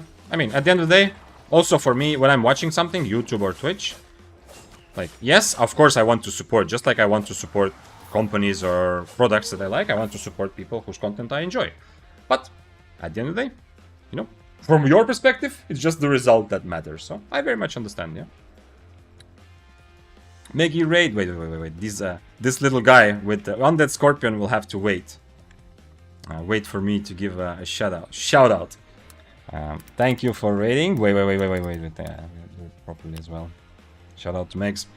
This is pretty hype. Yo, this is this is good. Pretty hype for a raid, guys. Good job. This is to raiders. First of all, welcome. Happy to have you. I love Mondays. Don't tell anyone. I know it's a bit like it's bad to say that publicly around anyone who works a 9 to 5, but I actually love Mondays. But welcome. You are pretty good at raiding, I must say. Like the hype in chat, I can feel it. Yeah, the a bunch of caps lock messages. Very awesome. What's up? Definitely didn't tell them to say they love your hair. We love it. Yes. I am going to shave again. Yeah, I know. It's more obvious now that this is not by choice. But soon, tomorrow or the day after, I'm going to shave, and then it's going to seem like, you know, like I shave by choice. Like I want to be bald because it's awesome. So, but yes, this is the Bloodletter day, by the way. I am taking the spear mentality and applying to the weapon that usually has been the dark side for me, but you know, I'm infiltrating the dark side to beat it from within. It's more aerodynamic to be bold. Also true. Yo, jokes aside, in summer, like, okay, depends where you live, right? Where I live, this, like, last weeks, it was actually a heat wave, yeah? And it might very well be that what's heat wave for me, for you is like a, you know, cold afternoon, yeah? Because I come from I'm a Nordic man from a Nordic country, yeah? So, when it's like 25 degrees Celsius, for me it's warm and difficult to live, yeah? If it's constantly. So, okay, take it with a grain of salt. But anyway, during summer, when there are some heat waves, or sometimes it is warmer than average, fucking amazing. It feels so good compared to having hair. At least I think so. I don't really remember what's it like to have a lot of hair, but I just know. And one of the copiums that a lot of people in my chat already know is that I actually started shaving before I went bald by nature, yeah? So, I'm running out of that copium, but yeah, essentially, There are upsides. But yeah. Also, I don't have to choose what kind of hair I'm gonna use today on stream to look more speary. Dakan, thank you for subbing with Prime. Lift your spears in honor of Dakan. This is second month, so you're now you're 1 month away from upgrading your spear in front of your name in chat, and Dakan says another one. This is gonna. I'm gonna hydrate a little bit. Is it time to actually overcharge? Yo, let's do this again. I'm gonna overcharge just to celebrate the sub, you know? Because why not? Because I love overcharging and all I really need is just a tiny bit of excuse. So here we go. There we go. So, Raiders, now that you're here, tell me the secrets. The secrets of Meg's stream and the guild.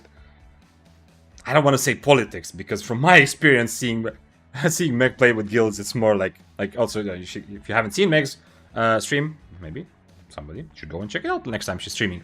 You can have a look into the social side of Albion and like the family side of Albion. You know, when you get when you actually have such good social connections and you're having so much fun together that it's not even guild politics anymore. It's just pure human connection. So yeah, so tell me, what was it like? What was it like? Crimson says, hello everyone, what's up? Hello. You decided to beat your hair. Yes. Now, where I come from, like, we have conscription, yeah? So after I went, I think after high school, right? Anyway, I went to the army for like a year because we have to in my country. So obviously there you have to shave, it's 100%, no choice about it. That's where I first saw like, actually, like, maybe being bald is okay. And after that I started shaving, and the woman I was with at the time also said that, yo, I kind of like this, yeah? And I think a lot of guys can relate. It depends, of course, how long your relationship is. Yeah. I mean, there's also the quote that, you know, he who shaves a beard for pussy deserves neither the beard nor the pussy. But I think if you've been in a relationship for a while with someone, I think a lot of guys are in the same place where I was. But I don't care. I don't care about my hair, you know, and it's whatever, yeah. So if she liked it, and for me it seemed okay, I started shaving. And back then, of course, I still had the choice. Eric in YouTube chat says, Vic, help me. How can I OC in real life? Coffee. What the hell kind of question is that? Drink coffee. How is this even a question? Wait. I need to figure out how to get on top of him. After that, I think I'm fine, but we'll see.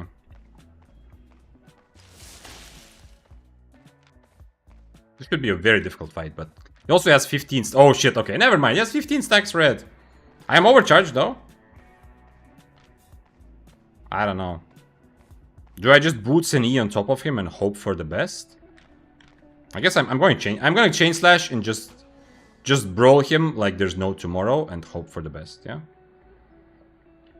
Oh, there's another person. Ah, that's the guy that ran away. Even he has more stacks than me. What happened? Why am I so bad at clearing mobs? I mean, I did run around after carving for so long that definitely made it so much more difficult. Okay, I still have very buff if I fight fast. I am at a big disadvantage, but whatever. Because of 15 stacks versus 4. Okay, he doesn't want to fight now. Come on, I am worth it. It's not just the thing. It's not just the chest.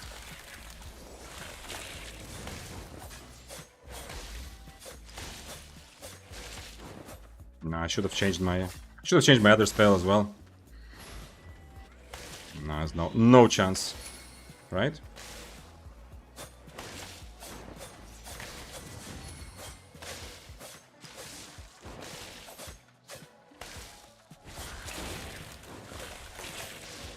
Nah, there should be no chance. I should have maybe changed my Q, but no, still. The helmet nerf, by the way, you can feel it pretty clear. He didn't even have to use his helmet there, but you can feel the helmet nerf, yeah? Like, here I would have 2 helmets, yeah, before yesterday. So, it's a very good change. You have, like, this was necessary, but I'm just pointing out, you know, anyone who's joining today, that this helmet is... Not this helmet, but this spell got nerfed today, yeah? So it was very, very strong, and now it's just okay. But yeah, I don't really expect to win that in any sort of way, but, by the way, if you're new today, I'm exploring something that is very new for me and actually super fun if you really take fights. If you don't just run around trying to get free kills, Bloodletter is really fun. So I'm exploring Bloodletter, so I'm gonna take all of these hopeless fights, just, you know, to get a better sense for the matchup. To get better for the future. Let's see if I can have some random horse. Do I have any, like... I have a bunch of these loot tabs I should be working with. Okay. Let's take a horse from there. Kinda missed my cultist call already. But yeah, this is another one of those where he doesn't have any mobility, really. Like, that's why he changed. He's kind of doing the same thing as the deathgivers, yeah? Just stand in one place and do gazillion damage and don't care about anything else, yeah? Which is turning out to be some of the most difficult matchups. But I still want to try. I want to see how badly I lose it, especially on Chain Slash, yeah? I want to see what happens if I just put everything, yeah? Click all my buttons into him to see how hopeless it is. Thanks for following. Bidik was taken and Shizu Kancho. Happy to have you. Let's see what else I missed. Red Bull mixed with pre-workout and the shot of espresso and UIC or CRL. That's not OC. That's like, I don't even know. I don't even know what is the Albion equivalent, you know? Witness the power of the Great Frost. Yeah, I mean, I like playing Great Frost like this. Like, you just stand your ground. I like playing like that. But the problem, of course, is that if he doesn't run into people like me who just want to take a fight, he's not gonna kill many people. It's the same. It's the same like Wildfire or like you know, those low IP brawler builds. He's only gonna kill players who want to give him a chance to kill, like me, yeah? If I don't like this, like, yeah, I can start the fight and run away. And what's he gonna do? Just look at me, stupid?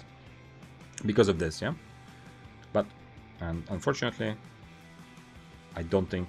I don't even know what... like, this spell kind of helps, but now it's a bit difficult with the lowering cooldown. I'm not sure what I can do. The reason this works, as you saw also, is as I'm getting close to him, he does damage. And if I decide, holy shit, I need to get away, as I start running away, he's also going to do damage. So maybe one thing I should have done is just keep myself on full mobility and do what I did earlier with those wildfires and stuff. Shadow Edge in, Q, Helmet, and E out. And just run away. And kind of run in and out like that, you know? Maybe that would have been better. But the problem is, the reason why Great Frost, by the way, play it. If you like it, play it. It's very good. The reason why that doesn't work that well is because his W and E is gigaton of damage from far. So, unless I fully run away, if I stay at like 15 meters range to wait for my next rotation, he's gonna destroy me from 15 meters with these spells. So I have to go for full reset. That's okay. That's why I'm learning how Bloodletter, how difficult it is to play like brawl heavy non-mobility builds. And I've said this many times on stream with other builds, like it's very clear, like using mobility to get an advantage in an equal fight. We're not talking about, you know, being 8-3 and attacking tier 7s, but using ability in mobility in an equal fight is always much more difficult than leveraging your brawling advantage into a win. Okay, do I go for the same? Cultist Cult felt better. Do I have a cultist here? I have a tier 8 cultist. I don't know if this makes sense to play at tier 8 as well. Let's play one tier 8, because why not? So let's play like this. And I actually really like cultist more. I'm gonna play Assassin Jacket again. I'm mostly on Inferno anyway. I guess I go for Invis as default and then change to Inferno. Do I have a tier 8 torch? Yep, okay. Okay. And this, I don't think I had this moment escape, yeah. So, we're gonna do the same, but I'm gonna go tier 8. And, you know, I can still often leverage the power of Bloodletter into, you know, I'm still good as a rat if I really want to rat, yeah. If I come, not if I really want to, everybody wants to, of course, me too. But if I come across a good ratting opportunity, I can still rat very well. If I'm in the middle of 50 people and no one really wants to go for a fight, I can be aggressive because I'm often going to be getting away. So a lot of the Bloodletter benefits I can still get even on without, like, while playing it a bit more like a real weapon. Okay. Bloodletter itself. Let's go tier 8 Bloodletter. Like this. And then maybe later I'll awaken one as well, but I feel like awakening is gonna bring me even more to the dark side of just abusing mobility, which I don't think is gonna be as much fun for anyone. How much is 7-1? Kind of makes sense, right? Okay, let's go like this, and Eel Stew is gonna be Yeah, I don't think it makes sense to invest this much into that. Not that such a huge difference. Some cabbage soup just in case, although not really gonna come in handy. Because I usually eat eel stew and then equip the arrow snapper. Siphoned energy, and also some poison potions. Now, especially since I'm tier 8, having some poison potions to be aggressive is gonna be more valuable, like this. Okay, let's go check it out.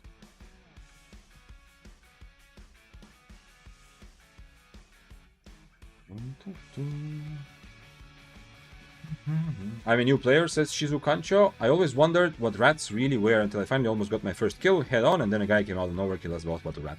Yeah, exactly. It's third party. Like, okay, in different games, like ratting exists in most competitive games, and it's usually trying to circumvent kind of the idea of the game to get some sort of, I don't want to say unfair, but some more unusual or unexpected advantage. But yeah, in this game, it's very often like just third party. But I often see people calling everyone rats that they don't like, yeah? So, sometimes ratting is also just taking advantage of the fact that your enemy is low from mobs, yeah? Shouldn't you use Cowl of Purity? I haven't thought about that, actually, no. No, I kind of want to brawl more. I'm trying to mostly brawl a lot of builds.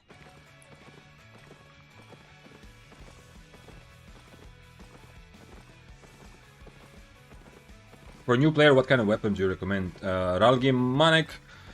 The question is too general, but if you just want a short list of a couple ideas, if you want like to learn step by step and not just have a difficult fight right away, try one of these: battle bracers, battle axe, dual swords, one-handed fire, quarterstaff. Try one of those. But there's so many good choices, you know. Like once you play around a little bit, maybe you can come up with a more specific question. Like you can say, "Oh, I tried this, but I didn't like the fact that this happened." Yeah, and then we can work with that. And if you come from a very hardcore competitive game like Dota or League, then I suggest picking something a bit more difficult, like Spear or Arcane, which are going to be really hard for a new player. Yeah, keep that in mind. So you're going to die a lot, you're not going to make as much money, but it's going to make you suffer for a good cause. It's going to teach you the fundamentals of Albion a lot faster. But playing things like Arcane and Spear at the beginning, I only suggest if you come from a very competitive gaming background.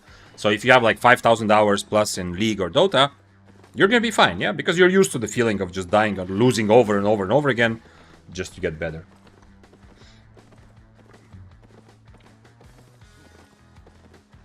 Isn't Stalker Jacket best in slot with 3 stacks?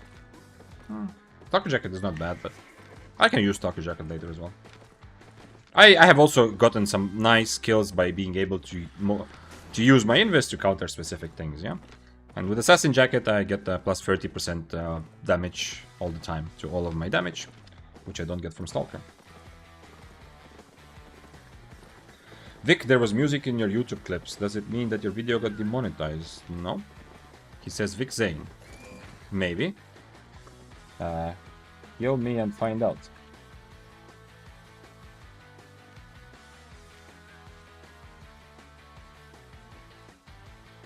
He says I'm watching your stream. Okay, but he's tier 7.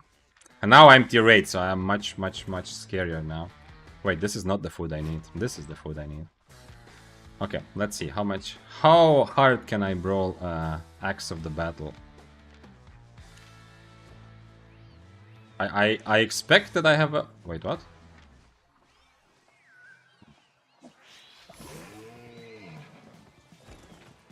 I expect that I have a decent advantage here. He misclicked his potion, but... Okay, let's go. Yeah, I know you misclicked. Okay, your cooldown's over. The longer you wait, the better it is for me, because I'm gonna have lower cooldown. I think do I have to go after him? Can I just start with E?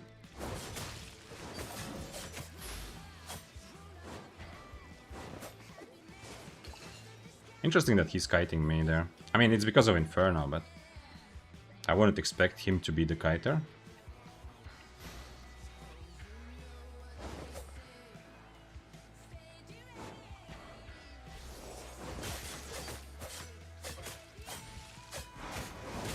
Cultist against Mercenary. I knew that he's coming, but okay, he used both these now.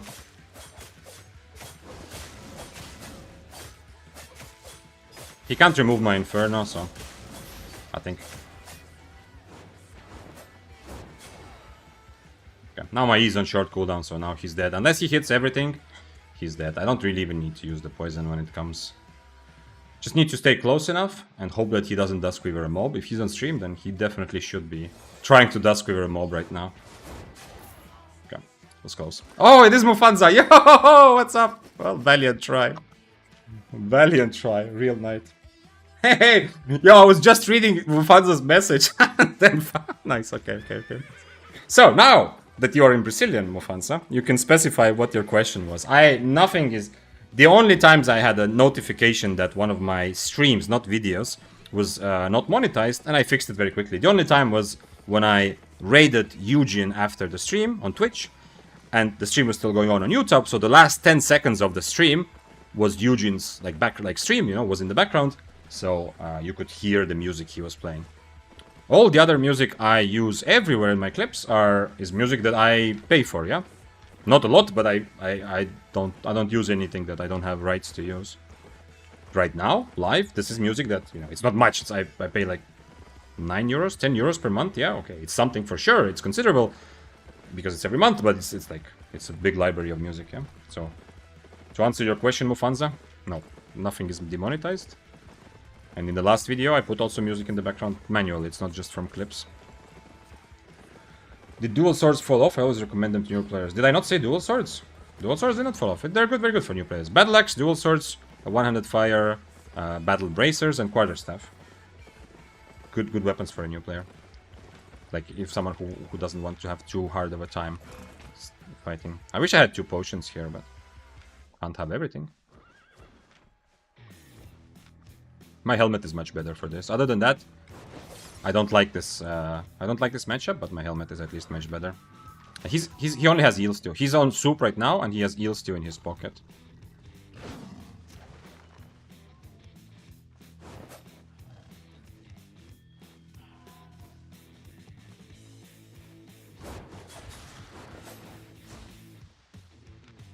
Oh, he changed to chain slash. Okay. So what is your plan to catch me with chain slash? Should I also be on chain slash for this? I don't think so, right?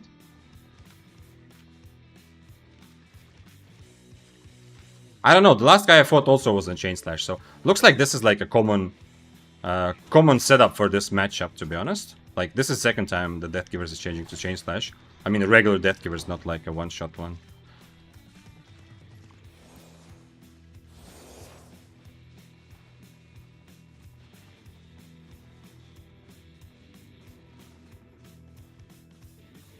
He will also try to chain slash my E, I think. Like, if I E into him like last time, I think he's gonna try to chain slash my E. I mean, he's paying for chain slash by not being able to catch me. Which is gonna happen anyway.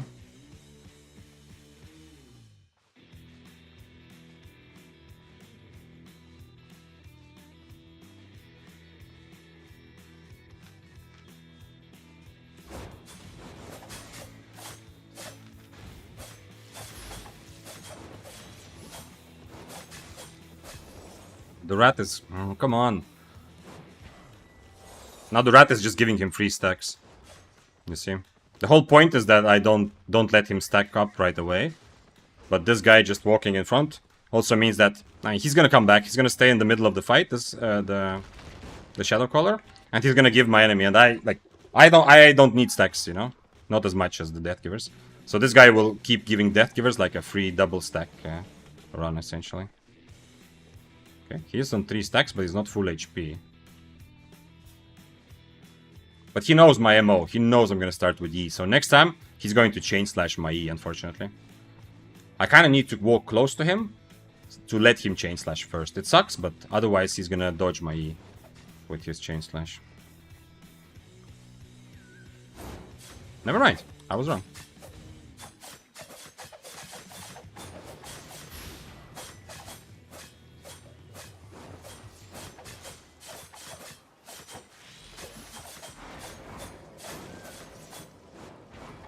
Nice, he missed his... Now he doesn't get 3 stacks. Now she should be dead. I don't know if you noticed, but, you know, I jumped specifically at the moment when he's jumping for his last stack. Did I hit him? Yeah, I did. Okay, so he might be dead. Nice. Ooh, I was already worried that I hit the rat and not the actual guy. I can fight the rat as well. He's not very high IP, I think. We'll see, though. We'll see. That was fun. He was tier 7, right? He was all around tier 7. So yeah, he had the chain slash advantage, but I had very good helmet for him, which I this time really kept for his, you know, for his mercenary. And I don't know if you noticed, but this is what I learned. So I said that one of the things that inspired me is watching some of the best players who really watch, who play Bloodletter as a proper weapon, and to see how much skill there is.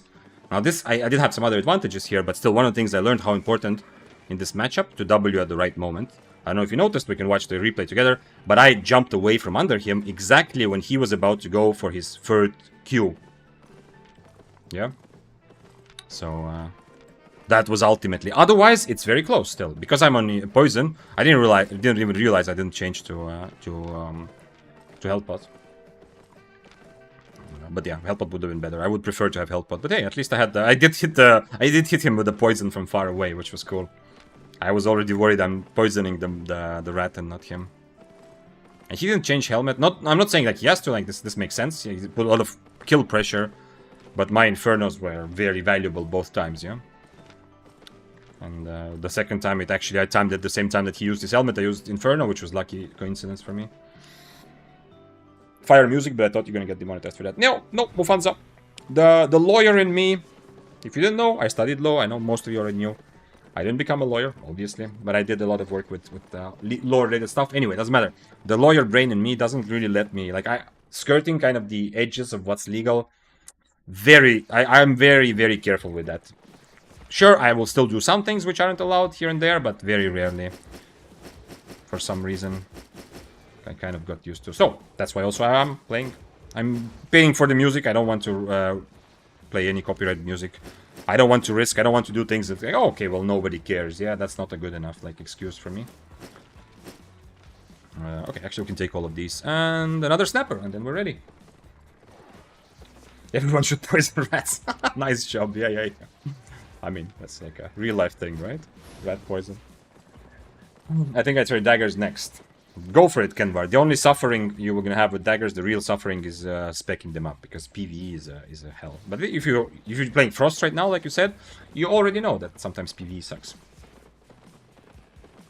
I heard Holman in the first minute of Poglock vid. I don't know the names. That's actually something like when I say like I don't want to use copyright stuff. I wasn't sure like using the AI generated voice of David Attenborough. By the way, if you haven't seen my latest video, it's pinned in Twitch chat. You can write !new vid. Go check it out. It's about a super fun weapon which I played recently. But anyway, at the beginning there's David Attenborough's voice. That was actually like a questionable when I said that I don't usually want to do questionable stuff. That was like a thing that I thought like I don't know, can I use like his AI generated voice? Probably not, but it's very unclear there. I mean, if he was I don't know. Yeah, I don't know. Bridal Fury looks kind of interesting. Oh, you're in for a lot of suffering if that's how you choose your weapons. But good luck. Have fun. I think you're gonna have at least you're gonna feel that you're playing a special weapon if you go and try to play Bridal Fury in any sort of PvP.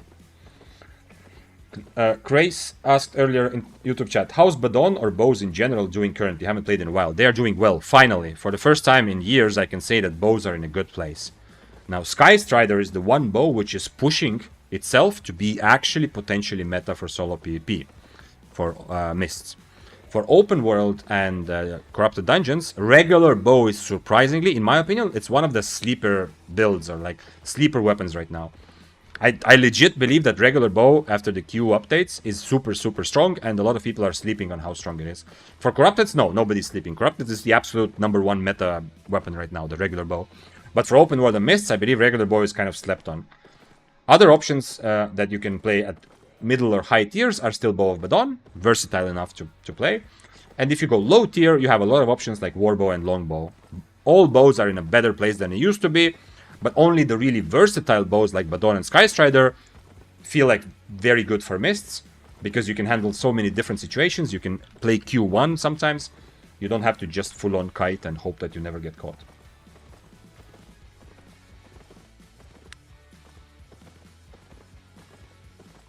Second.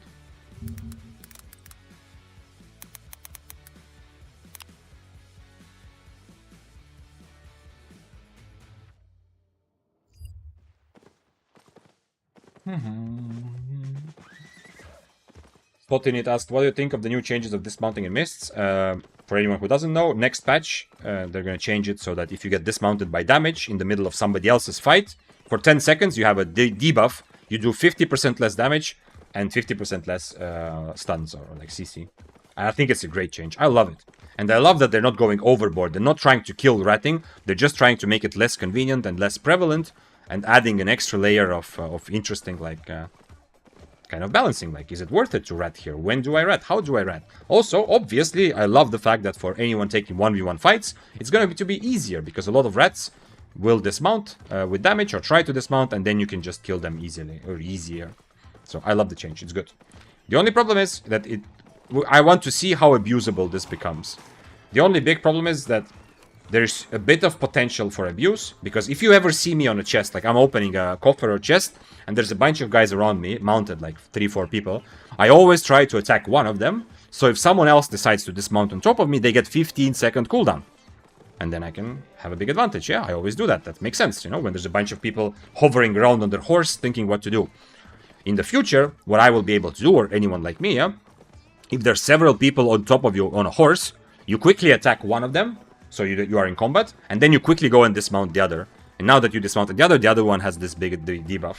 That's the only problem, and people will 100% try to abuse this. Anyone who has a good build to dismount people will try to abuse this as much as possible by getting into combat first and then quickly dismounting someone else. But I'm not saying it's a bad thing, I still think it's kind of fine, but it's just interesting to see how this abuse will work out or won't work out. Mufanza says, I think Scarlett Johansson sued OpenAI for her voice being infringed on, but David Attenborough is a spear main sponsor. He wants to... Like, David Attenborough... Oh, man, it's... I haven't watched too much... Too many nature shows, but David Attenborough is just treasure of humankind. I think there is zero doubt, even a little bit, in anybody's mind. Also, he's like 90 years old, so I don't think he's gonna care. Compared to Scarlett Johansson, whose active career and public persona is still very much relevant to her. Yeah, I don't think David Attenborough at 90 years cares. But yeah, he's an honorary spearman. Yeah.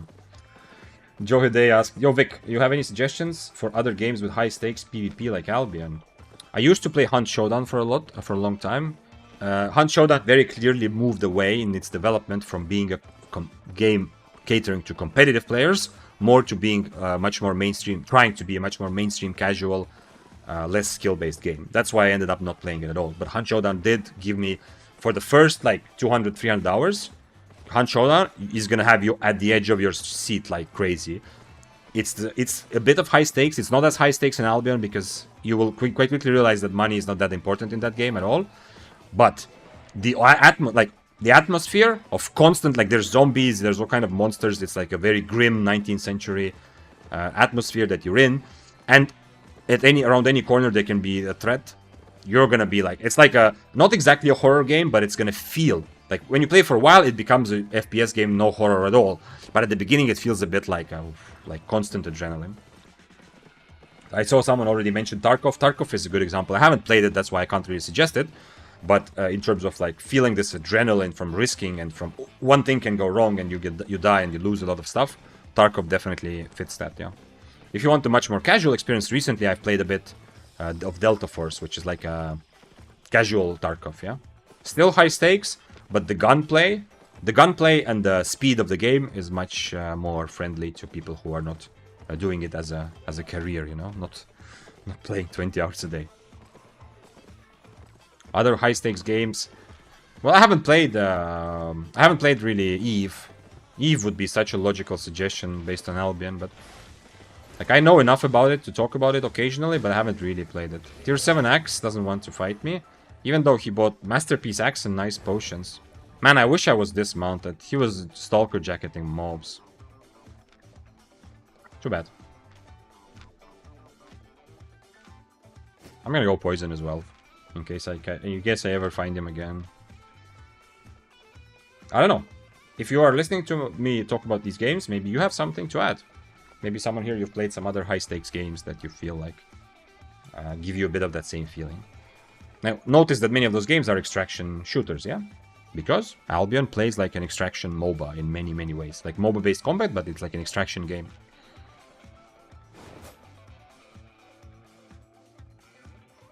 I'm thinking if I've played something else multiplayer where I felt like stakes are high. I mean, V Rising can be high stakes if you have a very good PvP server, but it's very difficult to find a community that is just competitive enough, but not like going crazy overboard. V Rising has the potential. You can set up like V Rising is more like kind of Valheim style, you know, survival game played on one server, and on that server there's, I don't know, up to like 70 people or something. So you're not playing it like an MMORPG. You're playing like with the people on that server, but within, like among the people who are playing with you on your server, you can set it up as being full loot or half full loot, and it's going to be intense. Is this low IP? Well, I mean, it's like middle tier, Feshek. It's tier 8 right now. I'm playing. I played tier 7 the whole day. This is my first set today playing tier 8. So you tell me if this is low IP. In comparison to how Bloodletters usually play, it's kind of low IP, but not really. I don't even want to use my poison on him, to be honest. It's 4.0, 4.1 duels.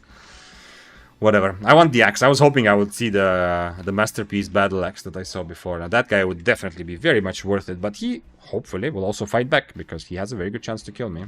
Not this guy, but the battle axe. Which Q is used most now? Because I saw a nerf on range and there's no more knockback. Q1 and I mean, it depends on the situation. If you want to play bow like regularly, use the same Q as before, the long range one. But Q1 is much better than before. Yes, you lost the knockback, but the cooldown, like the low cooldown, high damage spell, it's gonna be very good. Like Q1 feels very good in terms of brawling. Like if you're gonna play a bow, and you're gonna play in a way where you accept that your enemy is gonna be on top of you. You're not just trying to avoid contact the whole fight. You accept that they're gonna get on top of you occasionally, but then you keep kind of walking away, using Qs to slow them behind you and keep spamming your auto attacks to do something like that. Q1 is really good, and the damage output from Q1 on new Q1 on the bows after the change is crazy. Like legit, I feel on spears and some swords can be in a situation where you almost get outbrawled by a regular bow. That's how big the damage output is. Now, there's still some room that if you're constantly... Part of that outbrawling is because the bow is constantly moving away. So if you are trying to chase them, it's not so easy to be on top of them. This guy is very interestingly saved. This is like a full open world build, you know, with a bunch of invises. Very interesting. Okay. I don't know if you wanted to fight or what. This is like a... Wait, what? He just changed to a... That's not the... Is it the same guy? Are you on a stag? No, you're not. Okay, it's a different guy. The bear pose guy dismounted but decided not to. That was like a 10 invis potions on Death Cape bear pose. Like it is very much open world player. Why is... Wait, what? Where did he come from? I was looking at chat and then... Oh, he is just crazy lagging, yeah? He's lagging, right? I was looking at chat and he appeared on top of me, but I think he just got rubber banded back, yeah. It seems like that. I don't know. From games that call themselves MMORPG, that are like try to be very high stakes, like EVE Online is a very good and successful example. The other ones like Ultima or is it Mortal Online, I think also. I don't think they okay, Ultima actually did become very big and successful at some point, but doesn't have the kind of longevity as EVE. At least it seems like people are not playing it as much at all. I don't know. Albion has kind of for a while been kind of uniquely successful in creating this sort of MMORPG around a competitive PvP game. At least that's my feeling.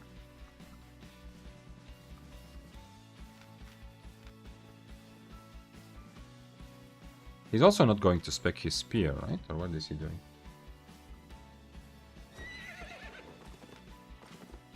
Also, Mufanza was playing Battle Axe. Interesting. Why? How did he come up with that?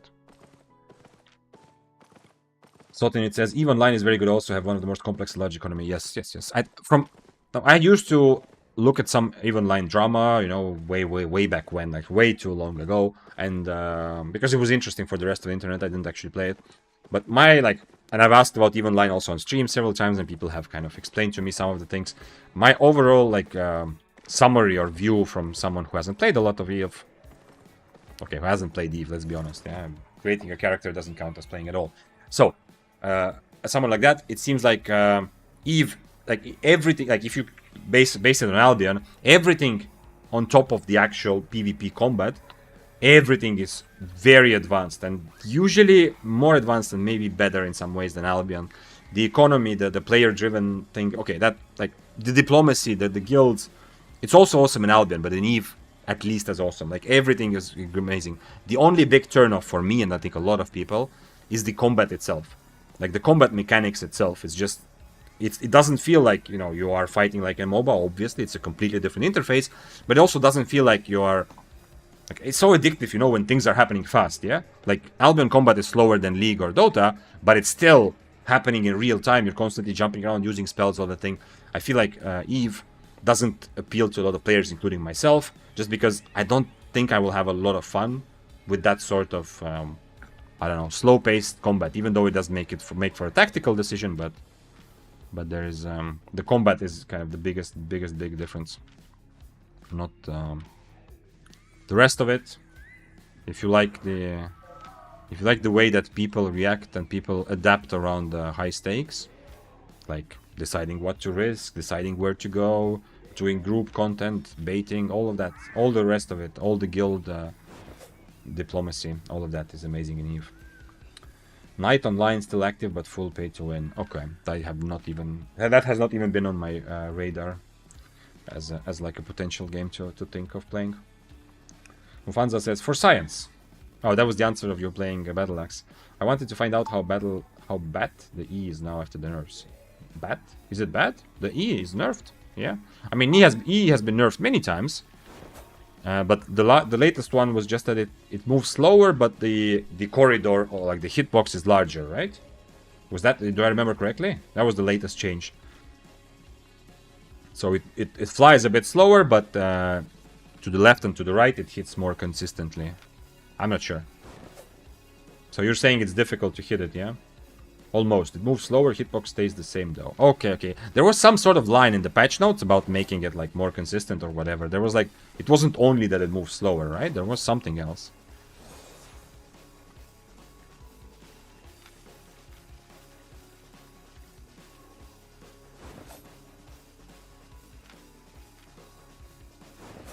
Okay. Interesting that you suddenly decided to give the Battle Axe a try.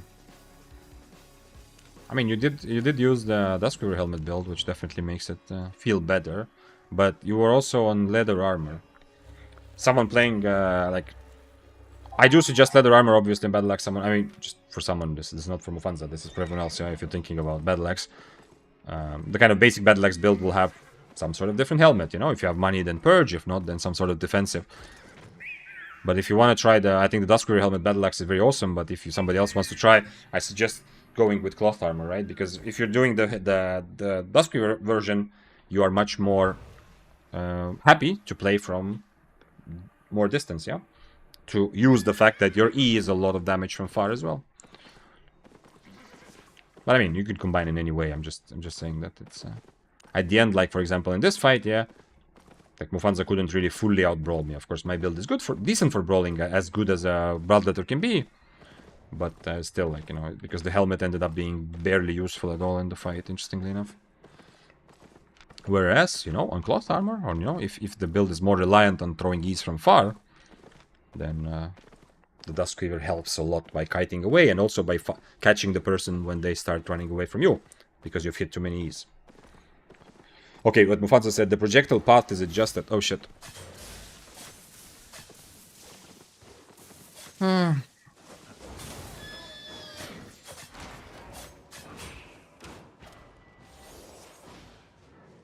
I have wrong food for this, but let's see.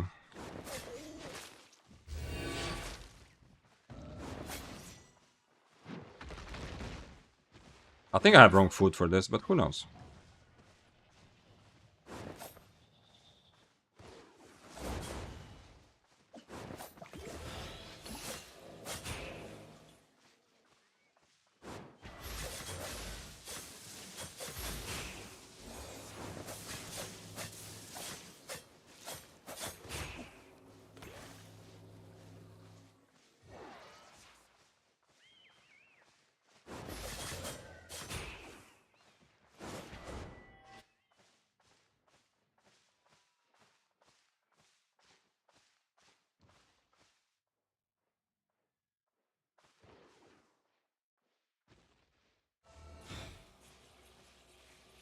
I need my Inferno. I think I can kill him with Inferno, but it's not sure.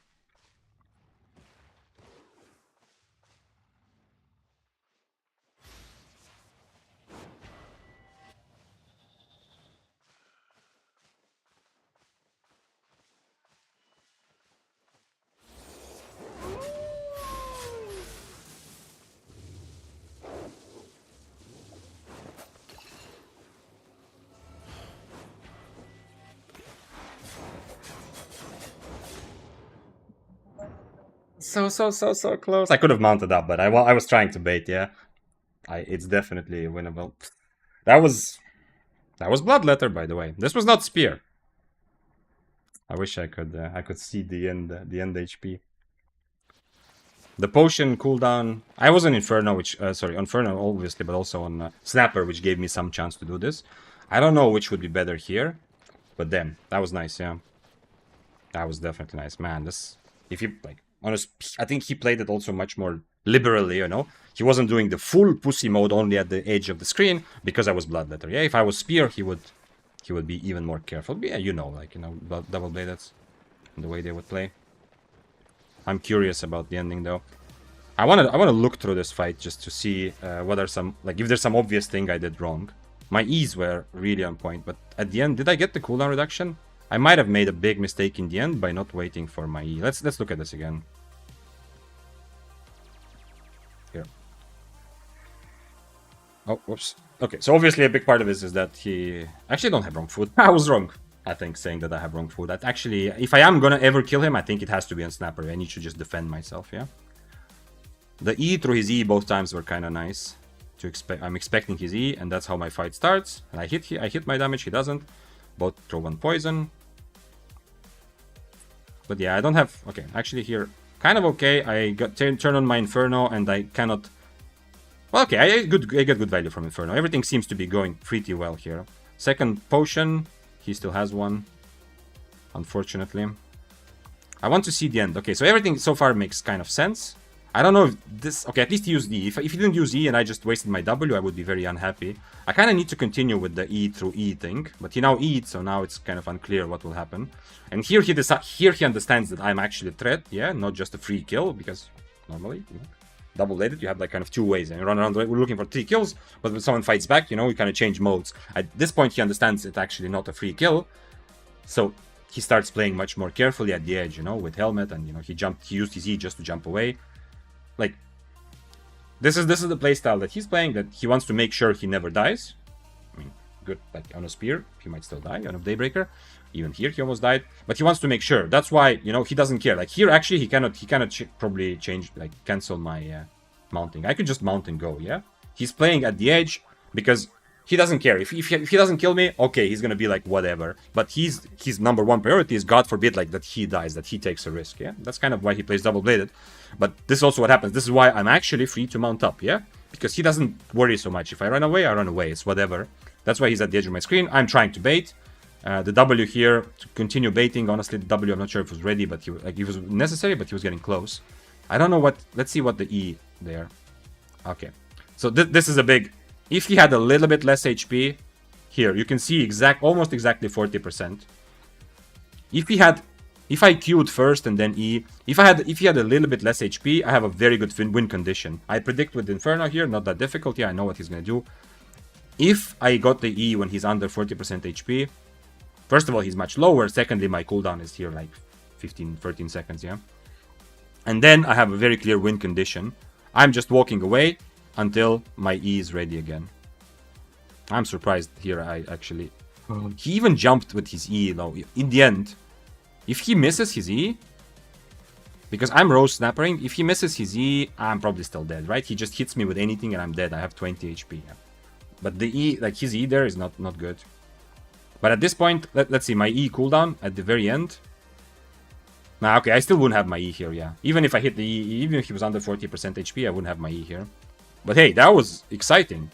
I loved surprising him also because I don't expect that he I don't think he expects this as much from a Bloodletter. If he fights a tier 8 Spear, I mean, I'm guessing he plays a lot of this double-bladed playstyle, yeah? So he probably has a lot of experience. He knows Spear is going to fight back and going to have a good chance. But I think from Bloodletter, I'm not sure he expects this sort of resistance. But yeah, a big thing here, I need to get him to less than 40% HP before I E. I don't know how I do it, but I need to figure out a way. And here, also here I cancelled it just because I'm trying to bait. I just realized I could have also just mounted up here, yeah? He ran so far away, he doesn't care, yeah? He just wants to make sure he doesn't die. Okay. Very fun experience to take this fight and be so close. That would have been incredibly satisfying, though. Like, to kill a dude, you know, it's always super satisfying to kill guys who are playing, like... who are trying to make Albion worse for everyone by playing this fucking super-duper safe-only builds. So it would be very, very, very satisfying. But I'm playing Bloodletter today, so I shouldn't be talking like that, yeah?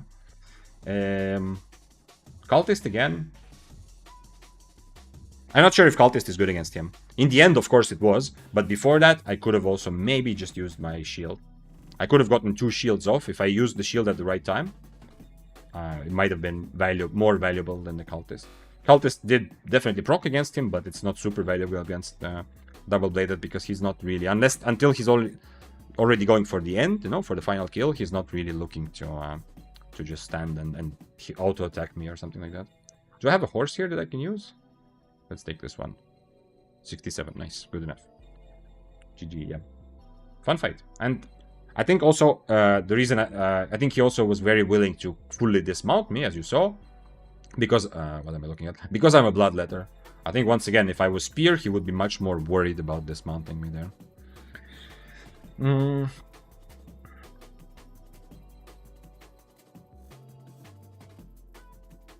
I don't know what else. Can I use anything else from here? Not really, yeah. I need another Bloodletter. Let's go tier 8 again. I'm going to buy another Assassin Jacket, but this time I'm going to buy 6-2 to be a bit less scary. I was tier 8, so some people might have, like the Bear Paws, who was also, I think, tier 8 and dismounted and decided not to fight.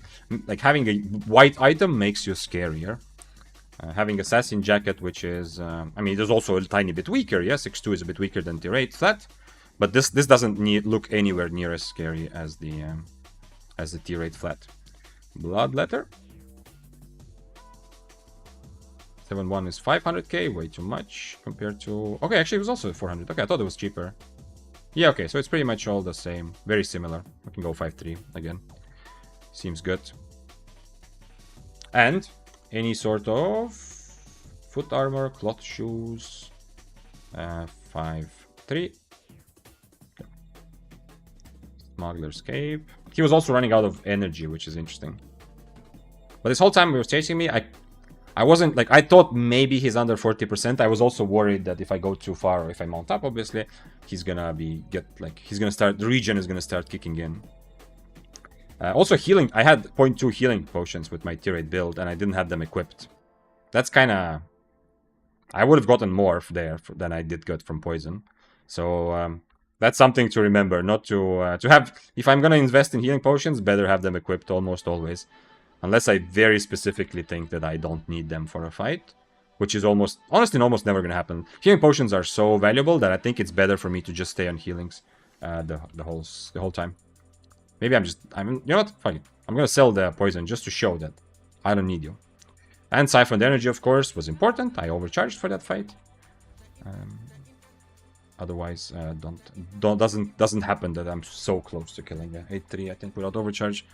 Not gonna happen. Maybe on some builds. I'm not yet sure who I really counter on Bloodletter. I don't think I'm not so strong in 1v1, so I don't really fully counter anyone that strongly.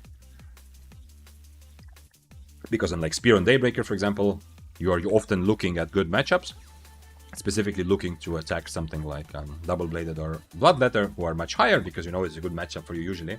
On Bloodletter, I don't know. Hello, Reese. Hello. Ace in YouTube chat says, I've been following you for a very long time. Thank you for doing that. I appreciate you. I appreciate you being here. It makes my game better, much more fun, playing together. I mean, streaming, good stream. And obviously, makes me feel good. And then Ace says, this is my first time chatting, but I often watch your streams and leave a like.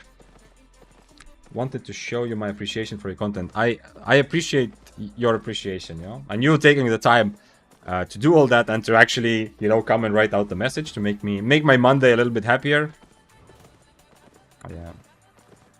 It is a very happy feeling. I think anyone understands. Even if you don't make content for a big game, but you know, if you put anything out into the world for other people to potentially enjoy, consume, experience, whatever, getting some like this sort of positive feedback and like positive emotions, it's very, very happy. Thank you. And thanks for following Trifus or Trifus. Okay, I'm gonna eat this and then have the snapper food ready. What is siphoned energy for? Mega dudes. 10 siphoned energy in your pocket, like it is here. I can use it to overcharge my items. That's what I did last time when the 8.3 attacked me. What overcharge does is for half an hour, all your items, the ones that matter, not your cape, but 1, 2, 3, 4, 5, 6, these items, all gain 1 extra tier. So they become 100 IP higher than otherwise for half an hour. Yep. And the cost of that little short time boost for half an hour is spending the 10 siphoned energy, plus after the half an hour is over, there is 15% chance for any specific item, yeah. So for every one of these items, 15% chance that it will trash, that it will just break and disappear from the world forever. And if it doesn't break, so if the other 85% happens, if it doesn't break, then it will just lose durability. And it's also possible to double overcharge, which means that you do the same thing, but instead of half an hour, you get 1 hour of this extra boost. But then at the end of 1 hour, the chances of an item fully breaking is doubled also. Is spec more than 100 worth it? If you're playing high IP meta builds, yes. Against many, if you take a lot of high IP fights against experienced players, 100%. If you are playing more casually or like more mid-tier, low-tier, then up to you. It definitely makes you stronger to have more than 100 spec. I mean, you can calculate how much exactly, yeah. It does have a bit of an impact. But if you play mists, and even in open world, this downside works. But especially in mists, there's a downside to specking over 100, which is that it's very obviously visible to your enemies. So people will be less likely to fight you because they are afraid that you are an expert and really experienced player with the build that you are playing. Or if they do fight you, they're gonna play a lot more carefully because they think that, you know, you are much more dangerous. And generally in Albion, where it's if you want to PvP a lot, you already know that it's a problem, that it's not always easy to find people willing to take a proper fight and risk their items, yeah? So any sort of extra measure that you can get to bait them in and get them to be interested in the fight is very valuable. So right now, because of I am also new to Bloodletter, so it's not like I'm baiting, like, you know, misrepresenting myself. But still, I am much less scary than someone who would have a big glowing 120 spec star on their Bloodletter. So people are more likely to attack me or fight me in general. But I am also a bit weaker than I would be if I got my specs to 120.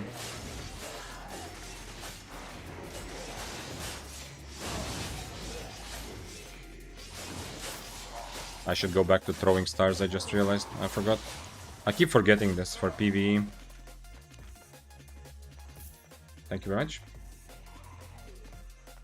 Jet War in YouTube chat asked, I have trouble with builds that I have to adapt their gameplay depending on the matchup. I just don't when I should brawl. I mean, you don't know when I should brawl versus Verkai. Do you have any advice? Just keep playing. I mean, what kind of generic like answer do you think could help you? There is no like super duper general rule that would apply to all kinds of different matchups. The beauty of Albion, and the reason why people play it for thousands of hours and are still having fun and are still learning and get better, is one of the beauties is the complexity. And the complexity comes from the fact that there are so many different builds, yeah? It's not just... already there are over 100, like, whatever, weapons, you know, a lot of weapons, but also the whole build matters. So it's very difficult to give, like, a general answer to your Jetwar. It depends on your specific build, the build of your enemy. By far, the best way for you to improve on this question is to have a software recording your fight while you're fighting, yeah, like last 5 minutes or something. And next time you die, you know, in a situation where you felt like you don't really know if you kited enough, like you die to someone in a fight and you think like, maybe, you know what, maybe I should have kited more. Or maybe I shouldn't have been, maybe I should have brawled more, yeah? Whenever you have a fight which you finish the fight, you die, and that's the question you have in your mind, record the fight and go share it with someone who has more experience. You can join Discord, it's in all my YouTube video descriptions. If you're watching on Twitch, it's also under the link. There's a channel there to share your clips. Or you can just, you know, join a guild, meet people who have some experience and show them the clip. That's gonna be by far the best way to get better, yeah, in that regard. Rather than trying to get like a general answer of what you should do. But many weapons, like there are weapons that really like kiting, and there are weapons that really like brawling, but many weapons that are somewhere in between, like a spear, a pretty like common MO for weapons like a spear is to kite at the beginning and try to get an advantage by kiting. Because while you kite, you're trying to hit your enemy with damage and not get hit back as much. And then the question is just, you have to kind of learn to feel how much of an advantage do you need to get from kiting before you go in and use the brawling part of the fight to kind of capitalize on that advantage. I hope this makes sense to you and of course to everyone else listening as well. Clever Devil says, in my opinion, brawl if you have a cooldown advantage or health advantage generally. Cooldowns are very good for kiting though. Many builds that maximize cooldowns and is exactly the builds that don't want to brawl and want to have the extra mobility you get as well from cooldown reduction, obviously. Because your mobility spells are lower cooldown, to use that to kite. Spear being one of them, yeah? If you have a lot of cooldown reduction on Spear, you are gonna kite more. If you have less cooldown reduction on Spear, you are gonna brawl more, usually. So yeah. I mean, that's why I say it's very difficult to be so general about kiting and brawling. You kind of have to go a bit more in depth into specific matchups that you played. I like your advice, high quality. Thank you, Reese. I appreciate that. Yes, I am hoping to kind of, whenever you ask some questions, you know, I'm kind of, the kind of advice I give is the kind of advice that, you know, that I've learned that helped me and is helping me now also, yeah.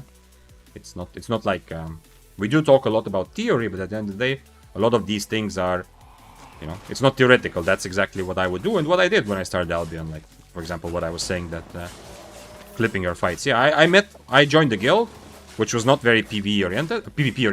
We did more PvE, but still, I met and found some groups of players, and I recognized some of them have good, like, they're not like amazing mist players, but they have a lot of experience in PvP.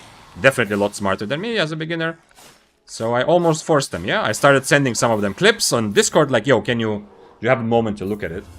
And many of them had, because, you know, it's kind of in the human nature to want to help, and like, they also felt good, because they also got better by explaining things to me. So that's not like this sort of thing that I'm saying. It's not just theory from a book. It's actually what I did and what worked for me. And some of the, like, there was some matchup I remember very clearly, like a fight against Deathgivers.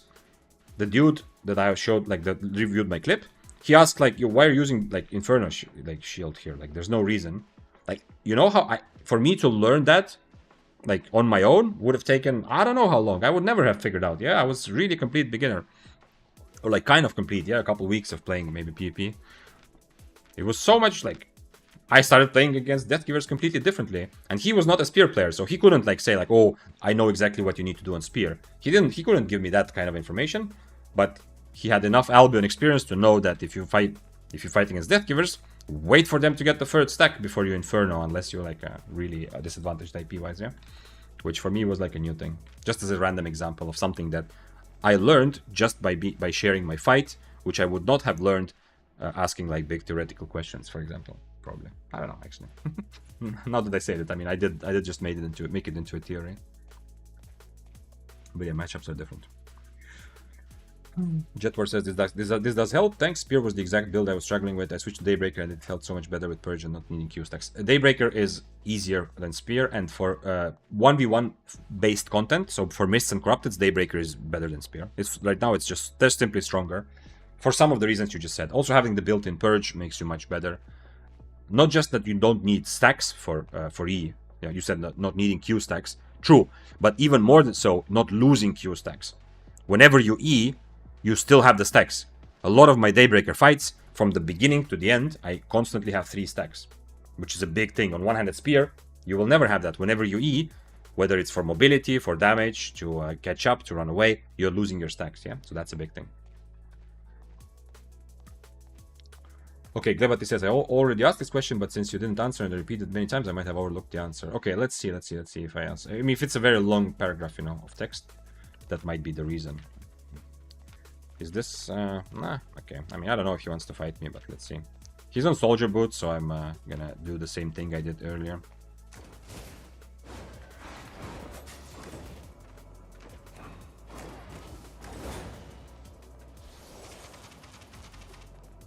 Okay, I still have my buff, luckily. Let's see if he wants to try this again. I procced escape. He did a good job Eing. I cannot go invis to counter his E, because then he will just boots after me and do his big sleep combo. Unfortunately. I don't think there's other ways for me to, like, many good ways to take this fight. Also, he's using the good Q, actually. The guys I fought earlier were not using the proper Q for this. I'm gonna do exactly the same thing and hope that my buff procs at some point. He also did a very good job using his helmet very early. Otherwise, I wouldn't have stayed next to him for that long.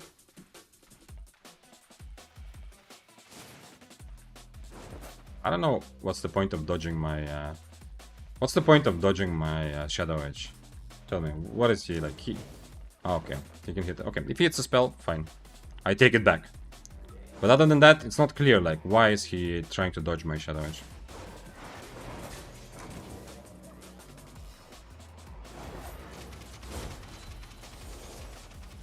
Fuck, that's not good. He procced my cape. I should change food. Yeah, that was a big mistake that I didn't change food before, but I mean, I can get rid of his boots now, even he gets on top of me.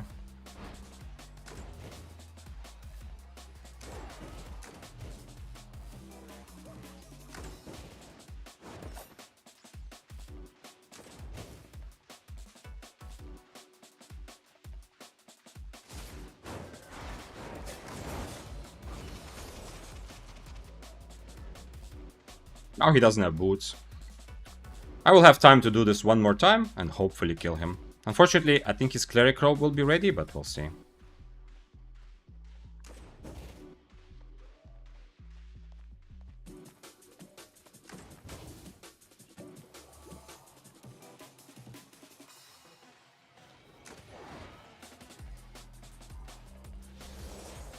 Now I can do this because he used his silence.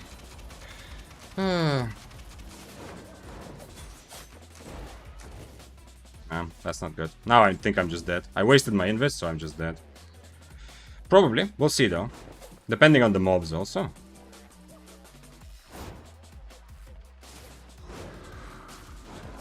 If the mobs don't slow me... Yeah, his boots are over. Okay, then I'm not dead. He did a good job proccing his cleric. Because this time I ran into him knowing that I'm going to take a lot more damage as I'm walking towards him. But I specifically wanted to keep my Shadow Edge later to use the E. But... It's also tier 6, I know. I don't really want to risk my items for it. I should eat... for properly taking this fight, I should also eat my, my Snapper, of course. Definitely much better for this fight. Kinda need more energy. He does a good job instantly using his Hunter Hood. I don't know if it's like on purpose that he knows my strategy or because it just happens, like that's his reaction to use it as quickly as possible. In this case, it's really a good strategy. It works very well. Because my plan, you've seen me fight before. My plan is to W and E pretty much right away out of under him, you know. Okay. I guess I'll change food for him. Doesn't feel that good to do it, but hey.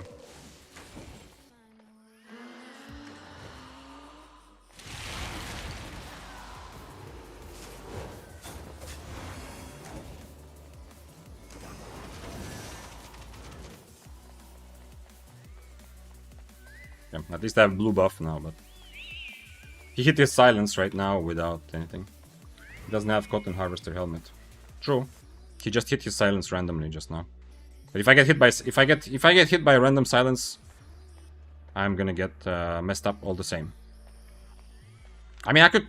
Do you think I could? Are you saying that maybe I should just I can do this without? Let's see. Maybe I can do this without Invis, because I don't have to be that scared of him getting on top of me. He's also using the much better Q for this. He's using the Q, which does a lot more damage. At least seems much scarier. Sooner or later, he might also change his boots, actually. I have 100 seconds. But yeah, good thing that you point out, yeah. In my brain, I am still kind of thinking about his sleep, but it's very good. Of course, he doesn't have the... He cannot make me sleep, you know?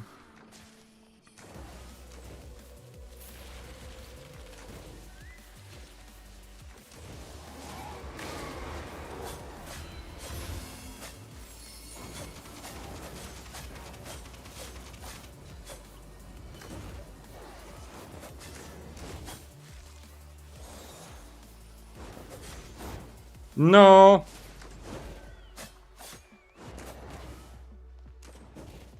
It's okay. I can catch him next boots, but he dodged my E very nicely. Good job. I got the red buff also.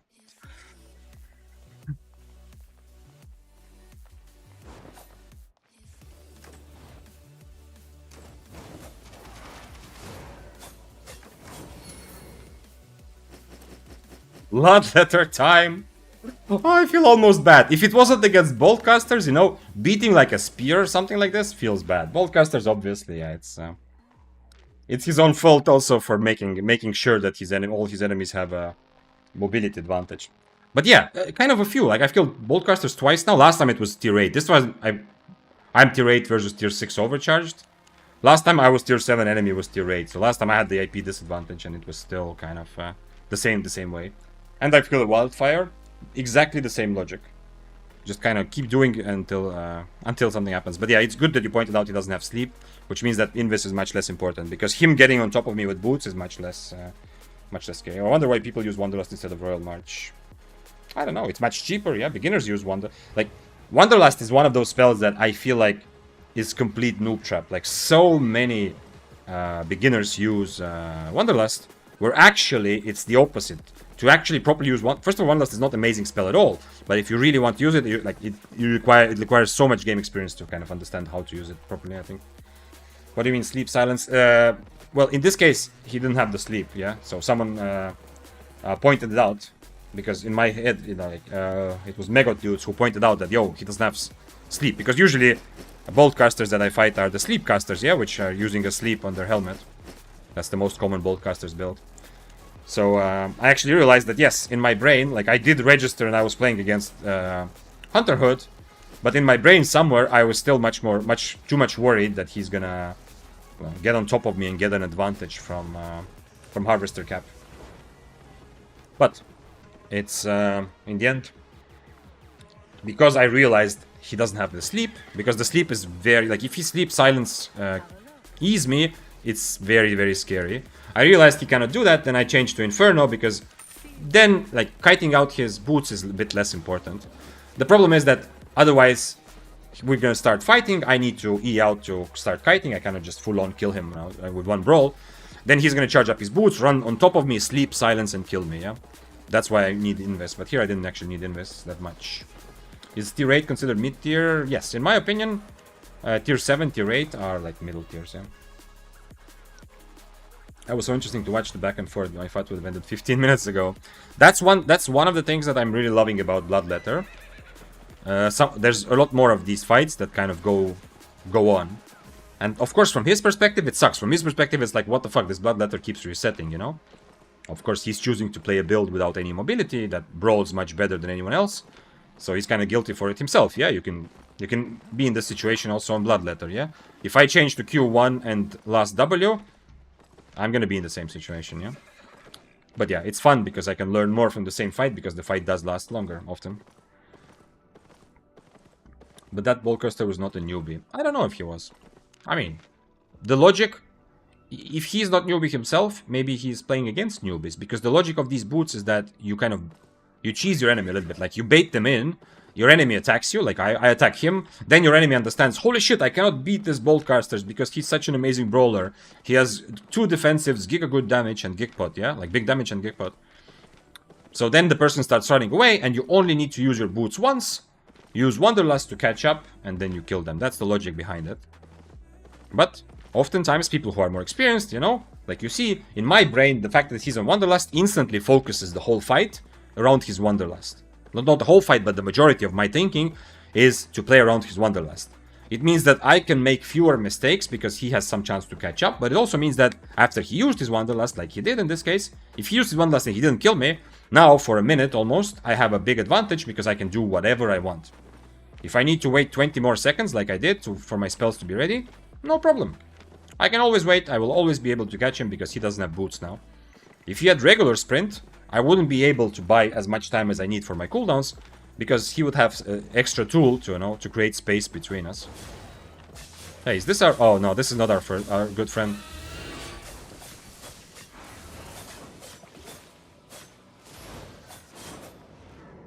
What? Oh, man, fuck that. Yeah, this is 8.4, so I don't think it's the same thing is gonna happen.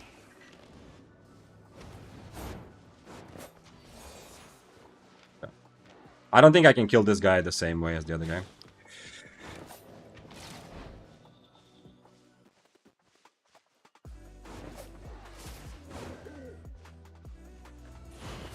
What about the 8.4?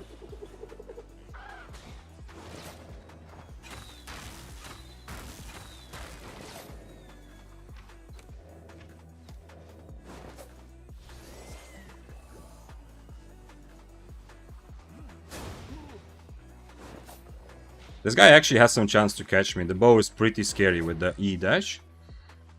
Really, really scary. Why is he chasing me? And why is the... What is the 8.4 doing? What is happening? Oh, why? Yeah, he has a lot of... With this cooldown reduction, he has pretty much the same mobility as me because I'm on... Because I'm on Shadow Age. On dash, I think it would be better. At least I think I can get out, so I didn't die to 8.4.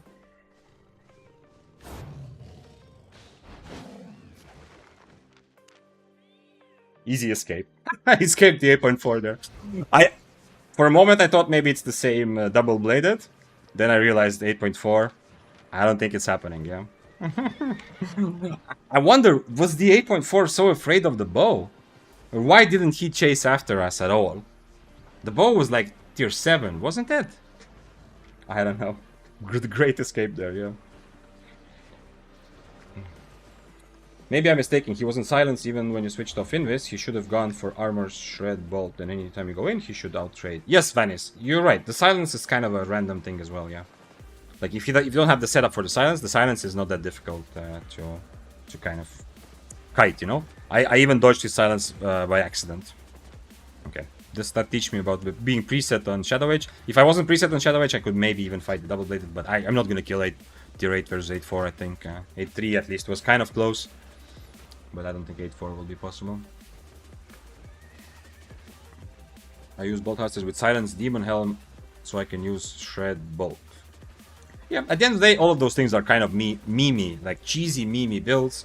Go and learn and play them, and it's fun. But be ready that you're gonna get destroyed by experienced players who are either not gonna take the fight if they don't have any answers to what you have, or they're gonna fully outplay you because they understand the whole gimmick that you're trying to go for with your big Silence and E cast, yeah? Classic double-bladed player. Yeah, absolutely, yeah. I'm not holding back not my hate for double-bladed, but every day, every stream almost, I make this rant. Be the change you want to see in the world, yeah? Very famous quote. If we all started playing the same way that this double-bladed guy is playing, Albion would die in a week. I know some of you have heard this 10 times and like, what the fuck, can you stop saying the same things? But I'm gonna keep saying it until we understand it better altogether. Like, if we all play just to be safe, just to get free kills, by no means like never ever risking anything, Albion dies. The PvP side of Albion gonna be dead in 2 weeks. That's why I have this disdain for this sort of playstyle. Not just for double-bladed, but any sort of... Of course, beginners are afraid. I'm afraid sometimes. I can be anxious about risking too much. It can happen to everyone. It's normal to ease into PvP. But experienced players who are running high IP double-bladed just to try to never die and get free kills are making the game worse for everyone. So if everyone did that, the game would die. Just the only extra asterisk to add to that is that I understand that many of these guys are doing it as a real-life work, yeah? RMT is annoying and it fucks up the game for all of us a little bit, but at least I have some sympathy for guys who legit are feeding like their girlfriend or children by playing Albion 8.4 double-bladed, which realistically I think is a big part. Not like there's a couple people maybe who play this double-bladed for fun. Most people do this as the equivalent of job at McDonald's, yeah? So that's the only kind of asterisk I add, which I understand this kind of, I have the sympathy. But still, I hope that double-bladeds stop, that people stop playing it and play something where, you know, like play something where you embrace the risk, because the more people embrace the risk, the more fun the game is for everyone. Rant over. Let's go to and do something else. Or like continue. Clever Devil asks, how do you play around Geekpot users? How does damage apply during the Geekpot to after it ends? When you drink a Geekpot for the 6 seconds that it's active, I think it's 6 seconds if I remember correctly, you have more HP. Very simplistically, let's say your max HP is 3000 and Geekpot gives you double. Most Geekpots will be a bit less or more depending on IP, but let's say you have 3000 HP. Now Geekpot gives you plus 100%, so now you have 6000 HP. Any damage you take, so, and now I do 1000 HP damage to you. When the Geekpot ends, you are at 5000 from 6000, yeah? It's gonna scale down percentage-wise, so it's 5/6, yeah? So when the Geekpot ends, you're gonna have 5/6 of 3000 HP. So essentially, during this time, you took half the damage. Because you took 1000 damage from me, but you're gonna end up on 2500 HP out of 3000. So you lost only 500 HP, right? So a regular Geekpot, I don't have one to show here right now. I think he wants to fight, so I should probably try him. A regular Geekpot, it depends, but essentially... What is it? Plus 120% max HP. For 6 seconds, you take even less than half. You take like 40, whatever. 47, 46% damage, essentially. That's how I think it. Okay, so Glevatikot, yeah, actually, I was starting already before to read your, and then we got into the... I'm not going to fight this guy, I'm going to actually read, because you said so many times you've sent it, and I keep ignoring. But you must understand one of the reasons why it's less likely that I've been answering a question, why it's happened, is because it's a long paragraph, yeah? Okay, so Glebati says, I bought 7-3 Masterpiece Face Killer Rope, and also Purity Cowl and Boots, and now I think about trying to play 5-4 Fists with it. But I'm super afraid of being ratted, okay. Do you think this kind of build on Fists is harder to play than the Assassin Jacket one? Yes, 100%. What are the differences in gameplay between them? 100% more difficult. 2 reasons. No, I should probably... It's a 4.2. Okay, whatever, I'm gonna answer. 2 reasons. Number 1, you are squishier. So if you do fuck up in a 1v1 fight, or if you do get attacked by several people, your HP is gonna go down much faster because you are on Cloth Arbor as opposed to Assassin Jacket. So you have less time to get away from that situation, to survive, to adapt, to do whatever you need to. Cloth Armor always makes you less, well, obviously less sustainable, and it always makes you risk items more, yeah? Reason number 2, Assassin Jacket, sometimes people will not attack you if you go invis. They will forget about you if there's a lot happening on your screen. Very often this happens. Someone is ratting a fight, someone who is kind of intermediate, beginner, or they just have so much happening they haven't inspected everyone. They come to rat the fight, one of the enemies goes invis, they just attack the other one. I've survived so many times on Spear back on an NA server by just going invis. Even if it would make sense for the rat to attack me, I go invis, and the rat is like, okay, I guess I attack the only guy I see on my screen, and they attack my opponent.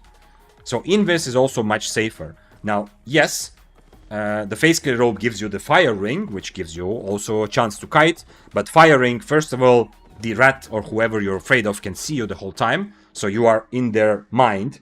That's the guy I need to get. Secondly, a lot of things can go through Fire Ring, yeah?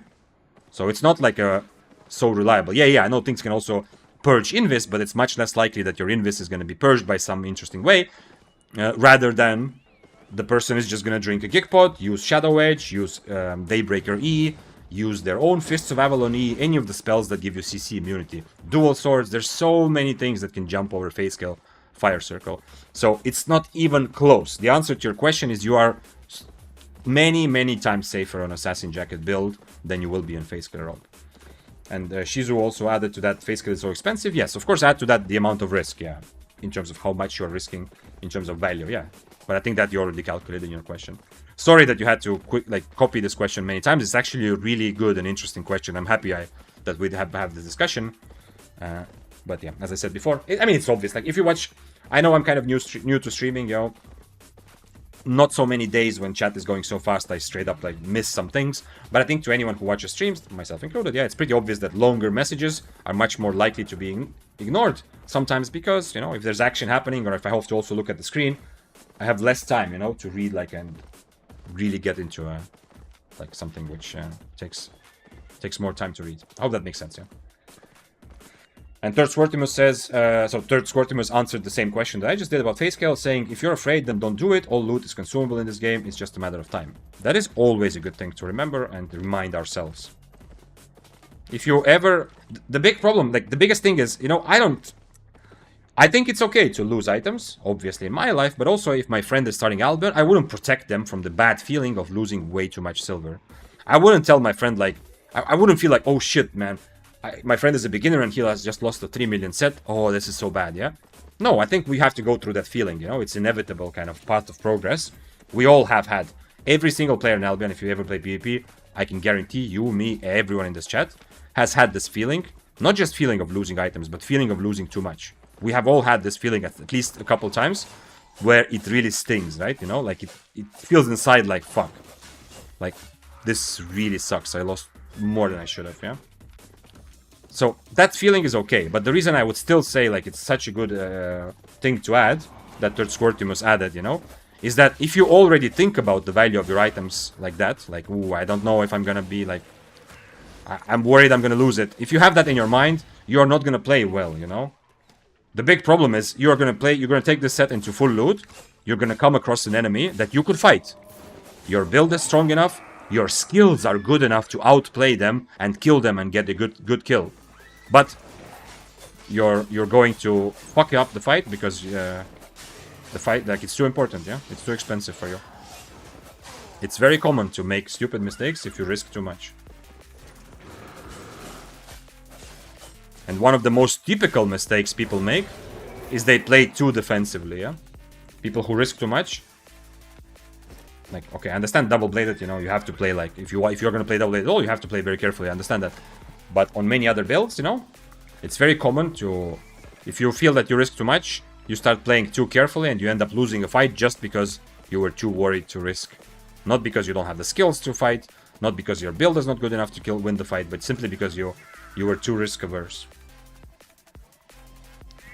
The loot was never yours, just your turn to use it. That's a very, very Zen wisdom type of thing to say about Albion. I like my suicide bomber kind of playstyle. Someone always dies, often me. Yezel, that is relatable. Like, I am not that crazy, but I know you've seen me on stream as well. That is sometimes the feeling that I chase from PvP. Not every single day, but it is sometimes very clearly what I chase. I just want someone to die in this fight. I want to make a fight in a way where I know that either I'm dying or the enemy is dying. Okay, I need to be ready for a double-bladed dismounting me. Invis is good preset when I'm dismounted myself, but right now, if I'm gonna get attacked by an 8.3 double-bladed again or something, I need to kind of be ready. I'm not sure if Shadow Edge is okay for the double-bladed fight or not. Last time Dash worked pretty well as well. I can even potentially dodge his E because it does have some cast time or like jump time. One on YouTube says, I have the money, but I don't have the spirit. It's okay. There's other, like, risking too much isn't only about, like, how much money you have in your bank. There's a lot of other things, yeah? Sometimes it's about just being anxious that you're gonna fail. Sometimes it's, you know, you're just less risk-averse, yeah? Like, if I played right now, if I went to play 8-3 right now, I would be a little bit anxious about fights. And if you look at my bank, does it matter? No, of course. Like, in terms of money, whatever. Like, a 30 mil 8.3 set. I very easily lose or gain plus minus 30 mil on a normal playing day, yeah. So it's not like big money, but I would still have a bit of anxiety, yeah. So it can happen even not just based on your economy. Bloodletter says, so one of my best realizations playing Iron Man style. Oh yeah. Tell me everything you tell me about Iron Man. I will be happy to know because it's. I don't know if they actually added the real Iron Man mode. I don't know. I think I would actually play it. It can be super duper fun. But if it was like in RuneScape, like you actually everyone sees that you're an Iron Man, and you know there are like game inflicted rules. But it's impossible in Albion because you can just have your friends die to you on purpose and take all their items. Okay, so Bloodletter says, one of the best realizations playing Iron Man is that the idea of gear fear is not there at all. Because the whole point of Iron Man is to craft gear for PP anyway, so it's expected to use it and lose it. Yeah, because as an Iron Man, you don't have this illusion that you are building up to something, yeah? Which is the reason why I have like a 900 mil liquid, yeah? It's like this feeling like I am kind of building up, like, you know, more and more silver, my progress.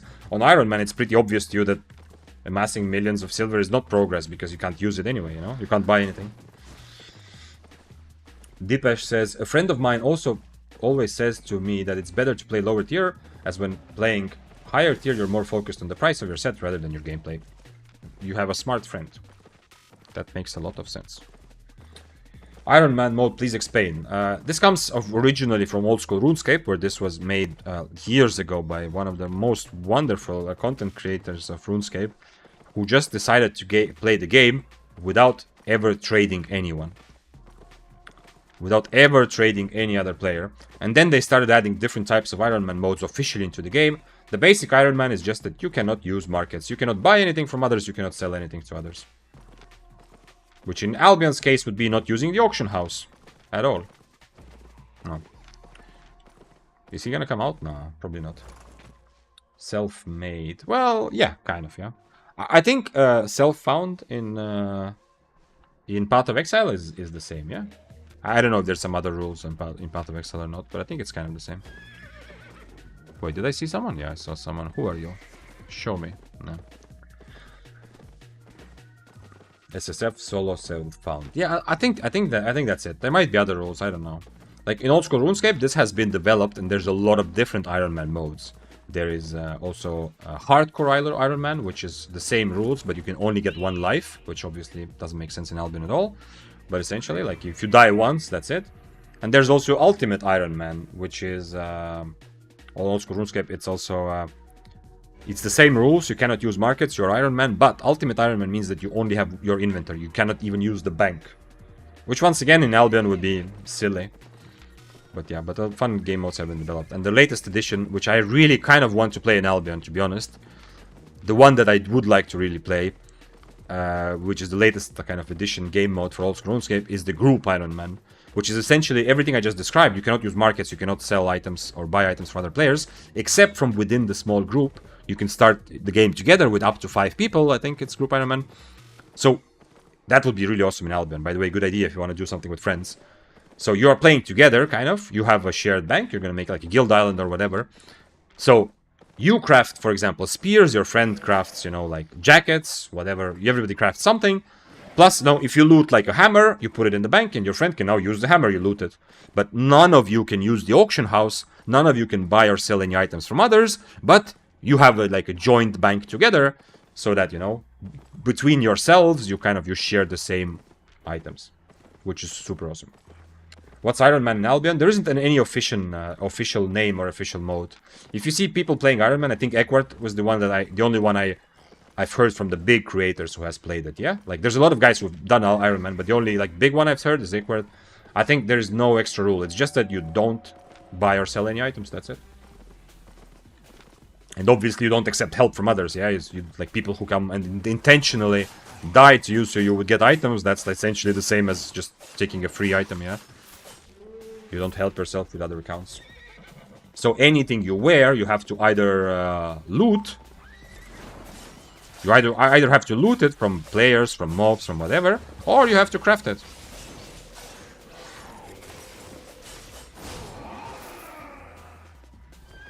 Do you know the mage staff that summons Venus? What? No, I don't. Is that some sort of meme or?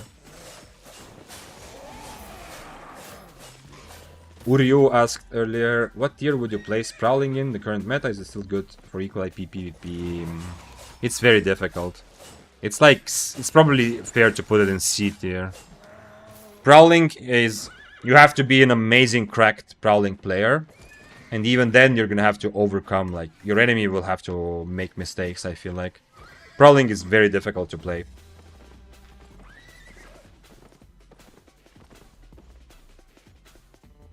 I hope the link, wait, I hope the link got removed, yeah? You cannot post links in chat. I hope you understand why. That's a good rule to have. I just saw that there's a message that got removed with the link in. Bloodletter says, my Iron Man is only gear, potions, food, and mounts have to be grown and crafted by me. No markets other than NPC vendors and black market. I mean, okay. So that's exactly Iron Man. Or what do you mean, only? That's exactly Iron Man, yeah? You cannot use markets. That's pretty much the point.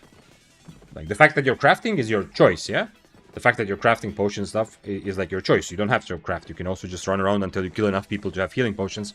But it's going to take a lot of time, yeah? Or is there some other... Is there something special? Because I feel like what you described, Bloodletter, is just Iron Man. Oh, Bloodletter says there are some rules like where they say you can't do any group-related activity. Oh, that's good. Yeah, in Albion. Because if you... That's also a big question in old school RuneScape. Because if you're an Iron Man and you play group content, essentially your friends are helping you get items or the other people. So you're not actually, you know, earning everything yourself. That's a good point. Yeah, okay, okay.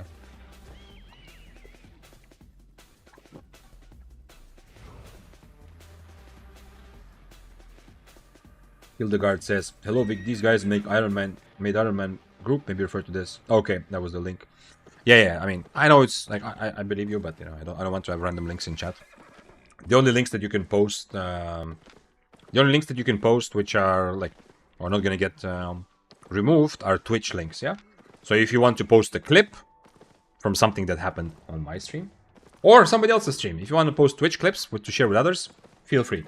Other links will be removed. I mean, automatically by the mod, not by me manually. So Hildegard says, sorry for posting link. Yeah, okay, I want to post a video about guys doing group Iron Man in Albion Online, yeah? Because group Iron Man is an official game mode in RuneScape, that's what I was talking. So you're saying that someone in Albion has done like a group Iron Man. That sounds... What I was saying is that lately I thought about this and I felt like, damn, that would be really, really, really fun to play. Like, really fun. Much more fun than I think than the regular Iron Man, at least for me. Because there... You have this kind of enjoyment of dividing, like, who does what. You know, everyone will have their own role in the group, which feels good. It's nice to have your own role in, like, any sort of, like, social gaming. And on top of that, it will be like if I get a big kill, you know, like, celebrate with your group. It's like a big thing. Like, yo, guys, I got, like, a 6-3 carving, so one of you can go and play it now. Like, it's gonna feel good. Or you lose the 6-3 carving that some of your friends, one of your friends earned. That's can also be a nice drama. Oh, Dante Manalo says, I did a group Iron Person in Albion a couple seasons ago. It was super fun and challenging. Okay. I wonder if that's the same link that Hildegard was trying to post or not. But okay, I see. How many people, Dante? How did you figure out that it's... not figure out, but how did you make sure that you didn't, you know, kind of skirt the rules or that, like...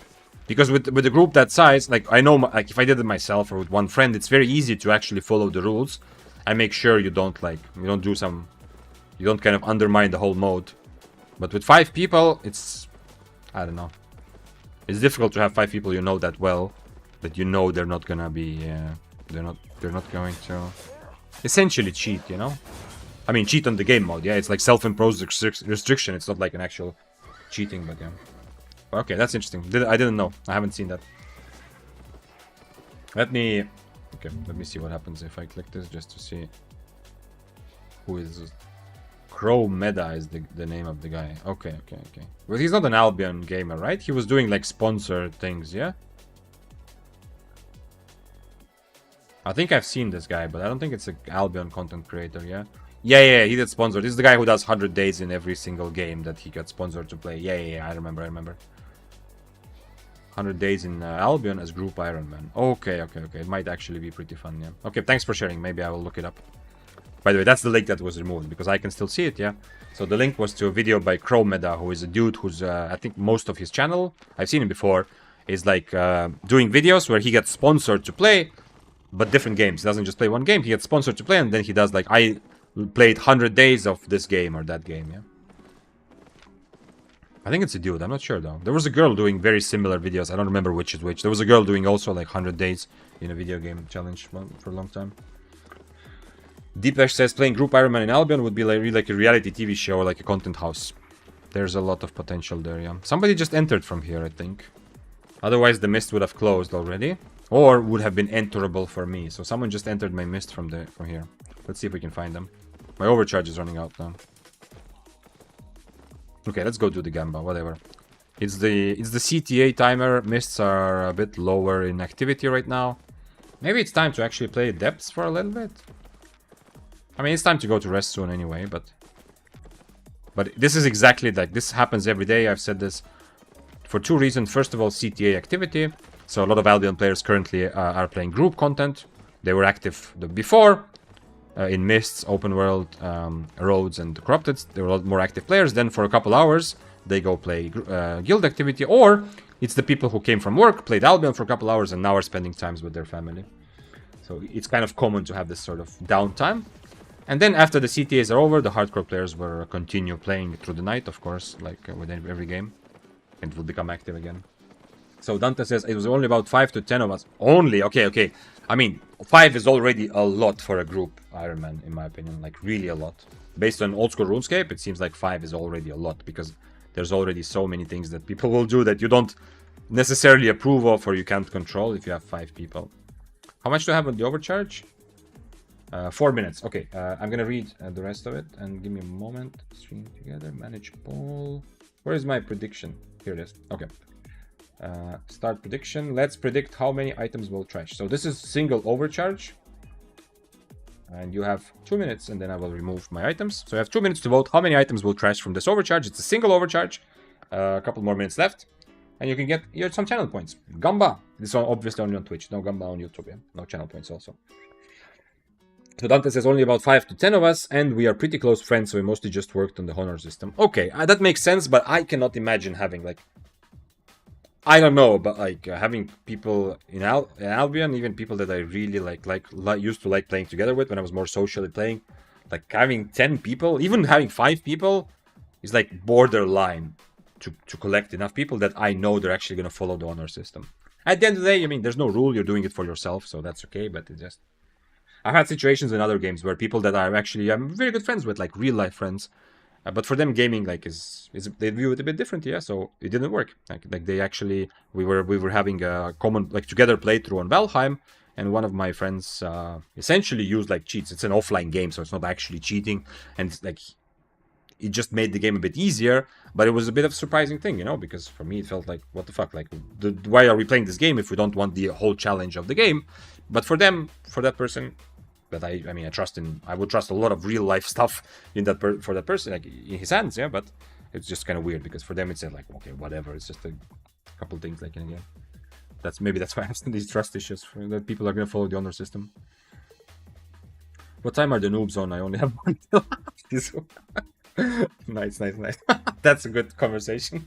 And Glitchin says, personally, I'm gonna get on in 3 hours. Yeah. Well, if you're like seriously thinking one is Albion a bit simpler. Like every other game, it's simpler during non-working hours for the region where you're playing. So after work until like 10, 11 p.m. if you play on EU, European time. If you play on NA, American time. If you play Asia, then Asia it's a bit difficult because there's so many different like time zones. But still, I mean, because at night it's a bit more difficult because there's a bigger percentage of hardcore gamers who just want to Albion because they don't have to go to work next day, yeah. During the day, more try-hard players because those who are more casual are often busy with work stuff. But between the end of the workday and real night starting is the most casual friendly time. My guildmate started a group Iron Man 2 and over half of them fell off of it, leaving just 2 of them to keep it going. To avoid what happening to me, I decided to just do mine solo. Yeah. Well, I couldn't imagine like if I wasn't doing making content, I would never even consider a group like Iron Man because I kind of, if it was a real game mode, yeah, I would love it. But I don't know. It seems like maybe a bit too much extra effort But if I have someone to share it with, especially through content, or if I have a lot of people I can, like you are telling me right now, I feel like that makes the group Ironman a lot more fun. I hope you're not just telling me. I mean, you're kind of telling the world. I feel like communicating about it makes it more meaningful and more fun. If I had people where that I can share with, that I'm doing group, like an Ironman challenge, then I would do it. But with myself, I'm not sure if I would be, if I'm looking for challenges that hard. Okay, 1 more minute. I'm gonna turn off the sound, turn on the sound when the overcharge is almost done, so we can look at my items getting destroyed or not in real time. Manage prediction. Do we have? Okay, the prediction is not working yet. Not at all. Okay, so I can actually, the prediction ended, but we have only people voting for number 1. So I think we can just remove it. Nobody believed, because it's almost always one item trashes on the stream. So the only thing that's going to happen with this prediction is you're going to lose points if it doesn't. So you know what? I'm just going to remove it, and I hope you get the points back like it should work. Choose outcome. Nope, that's not it. So yeah, sorry, the prediction didn't work because everyone only went for the same most predictable amount. Delete and return points. So hopefully I'll figure out more fun gambas in the future. I need a gamba person, you know. I need someone who will make gambas for me at some point. Dante Manalo says, I almost quit the game because I couldn't find any like-minded people until I found these friends, and we just did the group Ironman casually just for fun. That's nice. I mean, the social aspect of any sort of game is elevates. It's one of the biggest. I love, like I always say, that the biggest fun I have in Albion. Nothing trashed, by the way. I forgot to turn on sound. Nothing trashed was the actual answer. So those who voted for number 1, you're lucky that the points got refunded because nobody voted on anything else. Everyone only went for number 1 this time. I always say that, you know, getting better is my biggest fun in Albion, but to be honest, like, not in Albion, but in any single game, I think the 2 biggest things are getting better and the social, like the aspect of enjoying a game together. Those are always the most attractive to things you can experience. Your own improvement and the fun of sharing some part of the challenge together with other people. Imagine in the beginning you can choose an Ironman mode and you get a glowing name or something. That would be like Shizu. That's exactly how it works on old school RuneScape. Like it's anyone who plays gonna instantly know. It's the most common meme, whatever thing in RuneScape, that people just write open chat and write by the way. Because when you write this, you have a symbol, you know? You could write anything you want, but in front of your name, everyone sees that you are an Ironman, yeah?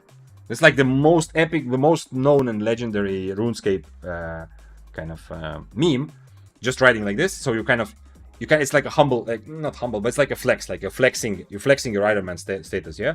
Like you are standing somewhere where there's other people, like I'm standing here, I write by the way in chat, so it's like, oh, by the way, I'm an Ironman. Like, I'm not trying to say I'm better than you, but by the way, I'm an Ironman, yeah? Like that sort of thing. Everyone who's ever played old school RuneScape knows what I'm talking about, this by the way thing. So that the symbol is a big symbol of pride in front of your name everywhere, and it means you're obviously actually following the rules.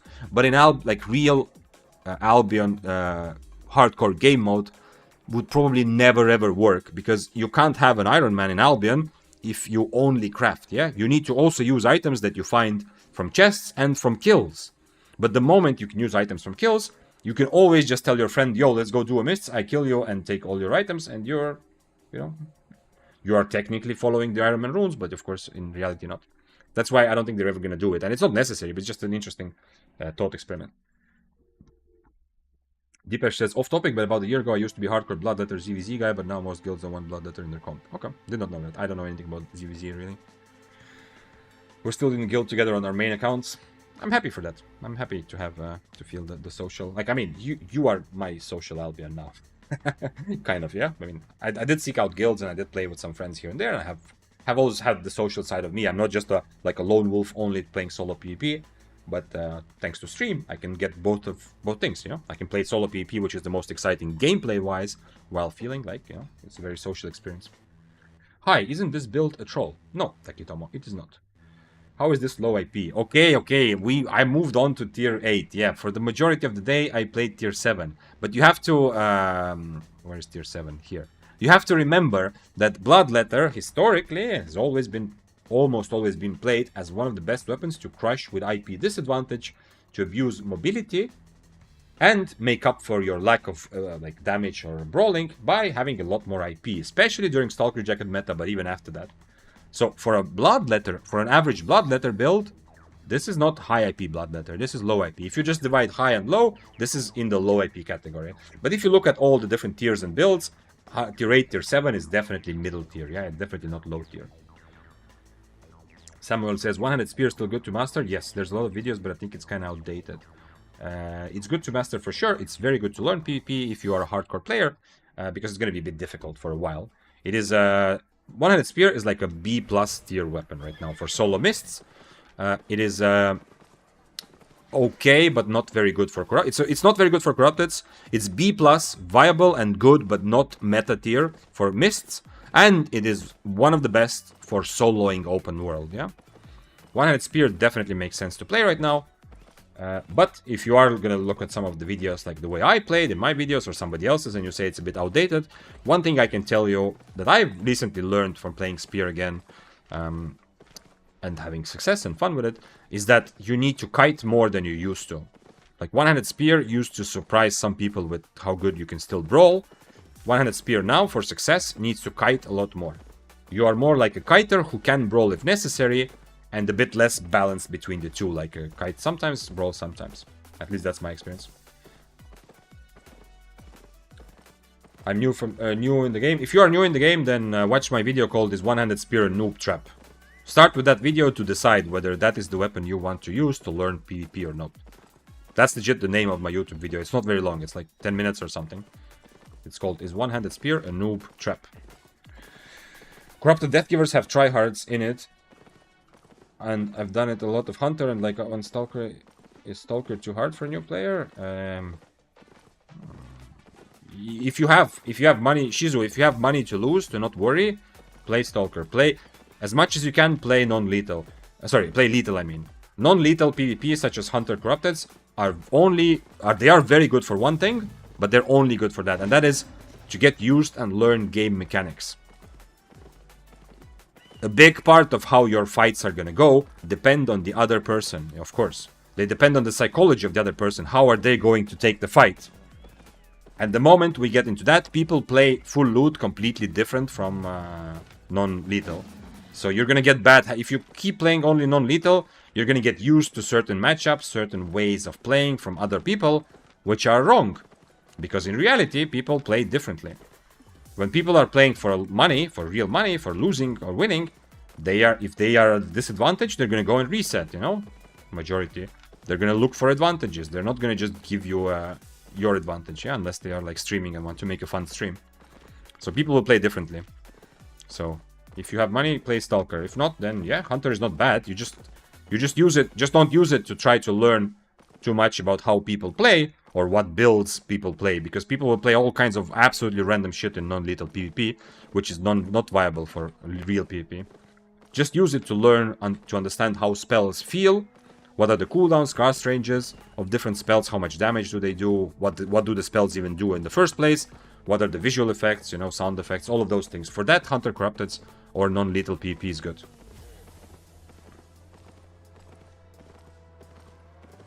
What is S tier right now in Solo Mist? Reese, Deathgivers.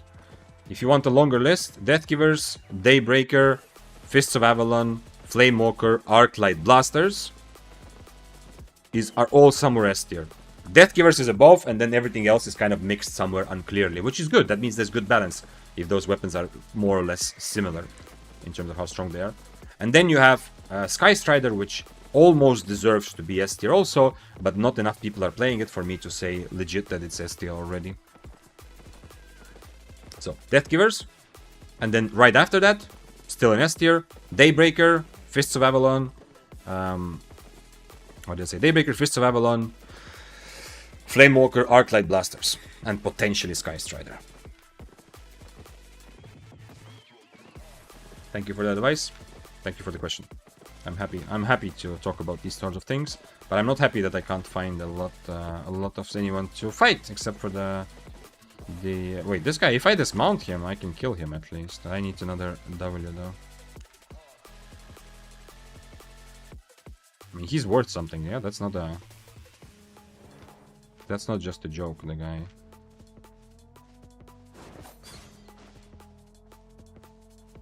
the Hollow Fall is definitely worth a good amount to warrant me running and looking for him here. He dismounted, I think. I heard someone dismount.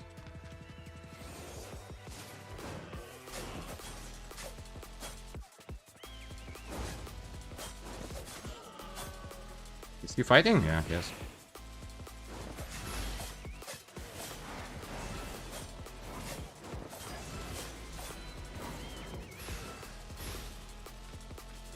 Oh, he doesn't have sprint, okay.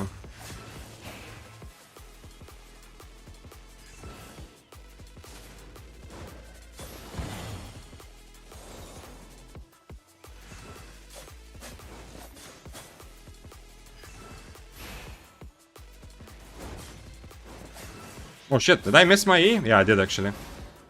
I E too early. Okay. How much was it actually? I didn't look, but how much do I have here? Over 1 million, yeah? So it was definitely worth it to go for him. I thought I hit the Shadow Age before his mount. I actually drank a potion because I missed my E. This is my inexperience with Bloodletter, you know? I thought he was under 40, but he was just over 40%, so... I mean, I didn't miss my E, I hit it, but, you know, I didn't hit it with the low cooldown. So, just to be safe, I drank a potion, not to die to a Hollow Fall. But hey, holy shit, everything survived, and that was very valuable for how zero risk this fight was, actually, you know? I mean, this is exactly Bloodletter playstyle, though, yeah? To cash in the fights where he can't really kill me, I think. Since, I mean, I did drank one potion in the end, yeah? So, good job by him by triggering me to drink a potion. But if I had other potion, then... I mean, if I drink other potion, fortunately hopeless. If you come to spec up your gear, at least make it somewhat viable to defend yourself from PvP, yeah? At least sprint, yeah? This is probably the build. Must be a beginner who was told to play this build because he needs to be a healer for his group. Not a bad build, everything makes sense. But come on. Break free in a group context, sure, but here, be on sprint. If you're watching this, if you want to spec up some PvE or group gear as a solo, make adjustments, you know? You don't just take the same set that you're gonna play in a 5v5, don't just take that, make adjustments. I don't have a potion now, so I need to... I don't want this Wisp. I kind of want to see if the 7-3 Bloodletter is still in this mist, and if he was gonna come. Ooh, what is this? Can I hang around long enough to have my 2 potions and try this? It's not awakened, really. I mean, I have to, yeah. I have to overcharge and try this.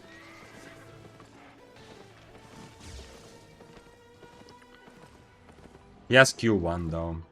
Yeah, I think it's fair to put Sky Strider in S tier more and more. Today I've seen like 5 of them already. I have to try it, but I need to wait. How much? 2 minutes. Okay. Yeah, he's gonna kite me pretty well. I start with my Shadow Edge, and then he's gonna just spam Qs and slow me with his helmet. And I don't know if Cultist Call is gonna be valuable at all. It depends. He changed to Inferno now also, which is good.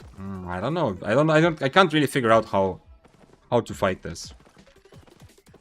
Like I'm following him. Well, my cape is on cooldown, but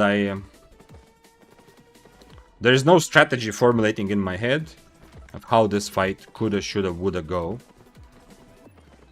I can't invis either. He's gonna Inferno. Maybe I just cultist his Inferno, actually. Yeah, when he Infernos, I'm gonna cultist and hope that it's good enough. His W is Frost Shot, so my W needs to be this. Otherwise, I'm gonna get kited absolutely hopelessly. Let's see. Personally rooting against Vic right now because Sky Strider is my main weapon. No hard feelings. Go for it, yeah. He had no attunement on his 5-4, so there's also no guarantee that he will fight me at all if I find him when my cape is ready. He might be wanting to. Yo, you can absolutely, like, if you want more reasons to root that I die, first of all, when I die, we all usually learn more. I've said this many times. This is also true for most of us in our personal kind of Albion careers. It's easier to learn from deaths. And secondly, I'm playing Bloodletter, yeah? I am playing Bloodletter in a spear kind of way, you know? I'm taking a lot of fights. And I'm not trying to just go for free kills, but still, it is still Bloodletter, so it's very fine to root that the Bloodletter dies.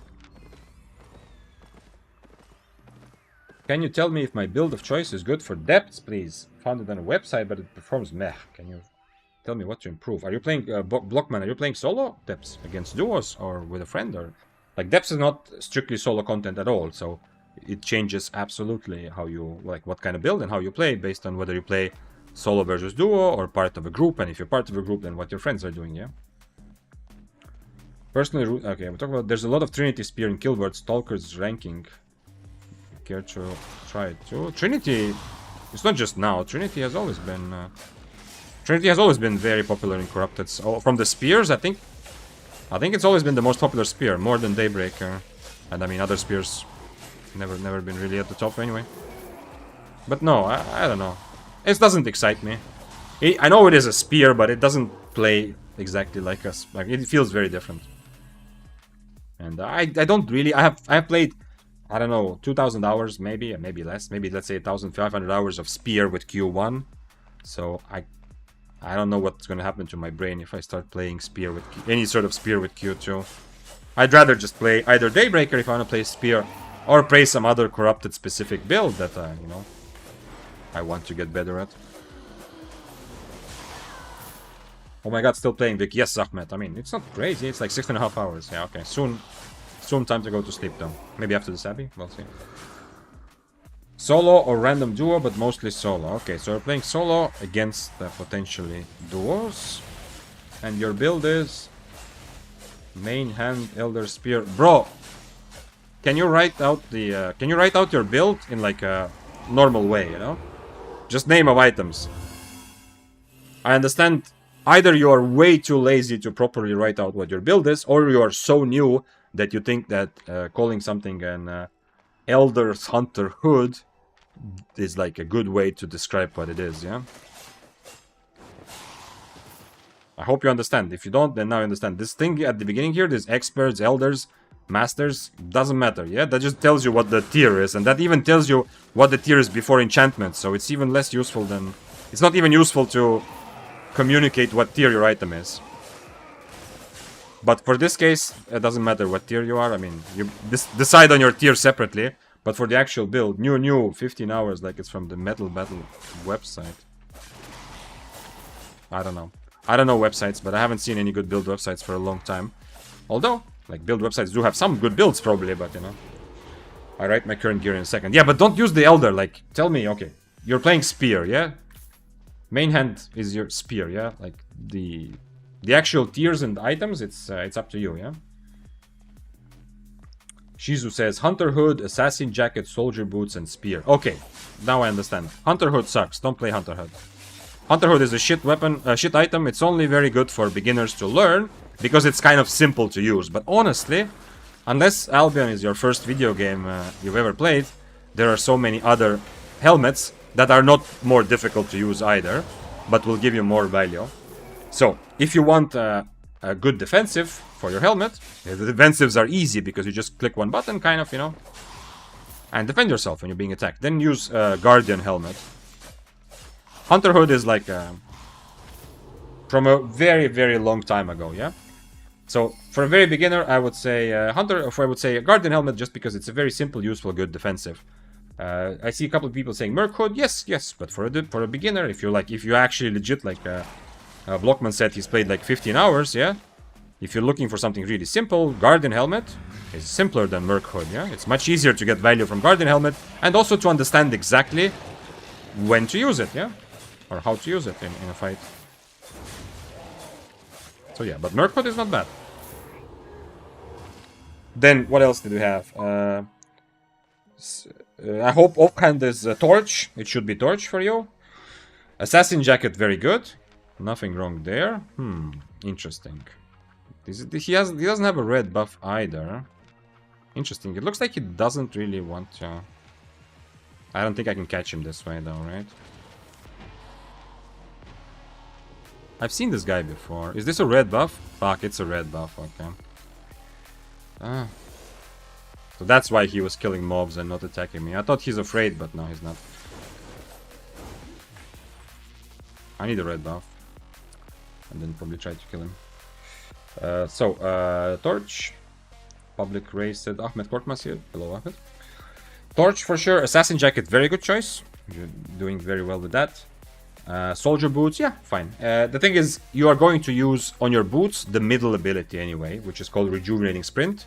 So which boots, which plate boots you use exactly doesn't matter, because you should not, if you buy soldier boots because they are cheap, but don't use Wanderlust, you know, okay, as a solo in depths and spear, don't use Wanderlust.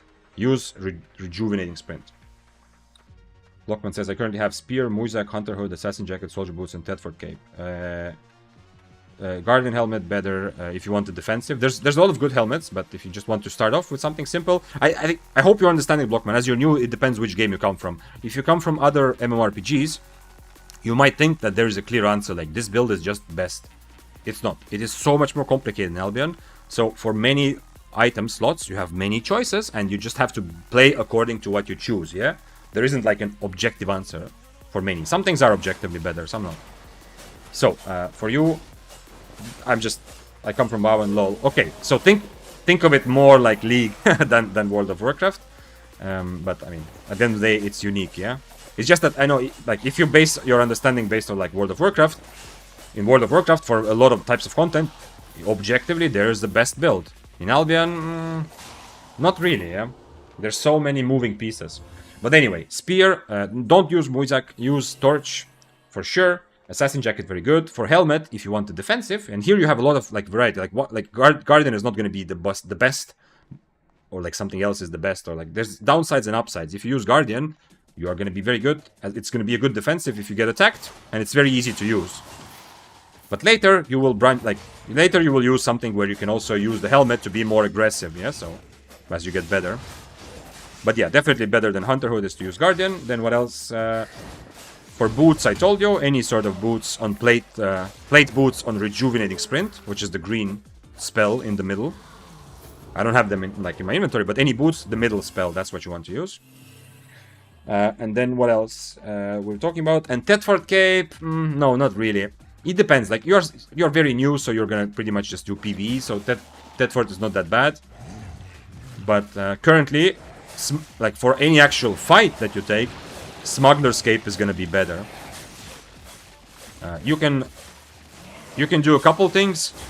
One thing is you can use Tedford Cape, and it's gonna give you just extra. It's very simple, extra damage to hit mobs, whatever. It's not bad. Another thing you can do is go Undead Cape. This means that if you get very low HP, you go invisible, so you're gonna survive a lot of situations that otherwise you would have died. In depths doesn't matter that much, yeah, dying doesn't cost you that much, but still. So I would consider Undead Cape for depths as a solo. That means that if you get really low, then you have like an extra opportunity to get away from the situation. Don't fall to the trap of best build. Exactly. The idea that there's some sort of best build for a weapon or for content in Albion is kind of a noob trap, because it makes sense. A lot of other MMORPGs are like that. Like if you play old school RuneScape, if you look up a build for some sort of PvE content, you will be given exactly which items are optimal, because you can calculate to the like, you can actually calculate which is the best builds. In Albion, there's the game exists and people are playing it for thousands of hours because there is so much variety, and there's so many moving pieces and small things that can be changed about the build, which will also change the game. I really want a red buff. It sucks that I haven't found one, because I want to try to fight the cloth armor Tomb Hammer, but I don't think I can do this without. Come on, please, please, please, please, please. No, it's clear. I don't think I can do this if he has red buff and I don't. It's already a fight that I don't really know what kind of chances I have to win. Okay, red buff, red buff, red buff, red buff. Come on. And I'm gonna need to use Shadow Edge against him. That's gonna be important. First of all, I can Shadow Edge to dodge his... to potentially dodge his E, but I mean that I can do with Dash also. But also he had the Cultist Throw. I have to do all my fame again for a helmet. I mean, okay, when it comes to fame, still do remember that it is still kind of an MMORPG, yeah? So if you play that like over 15 hours, you don't have to do anything again. The fame you have is going to be very valuable. As you play, if you play more Albion Blockman, all the experience you get on the weapon or item and all the fame you get, it's going to be valuable. It's not wasted. It's not like down the drain. It's going to be... At some point, you're going to be happy to have played that and to have fame. And sooner or later, if you actually do love Albion and play a lot, You will need to fame up those other items anyway, because they're also gonna make you stronger with whatever item you choose. But if you already have decided to use leather hoods, yeah, just use Merc hood then. If you don't want to change to Guardian because it's a plate helmet and you so far have been playing with a leather hood, use Merc hood. Merc hood is okay, but it's just a bit more complicated for a beginner, but it's not a bad choice. Wow, how did he get 15 stacks? Okay, so I have 1 tier disadvantage and 5 extra stacks. But at least I can kind of brawl. He has soldier helmet also. Man, this sucks. I don't like this at all. I guess I need to do this now. He's not gonna brawl me anyway, right?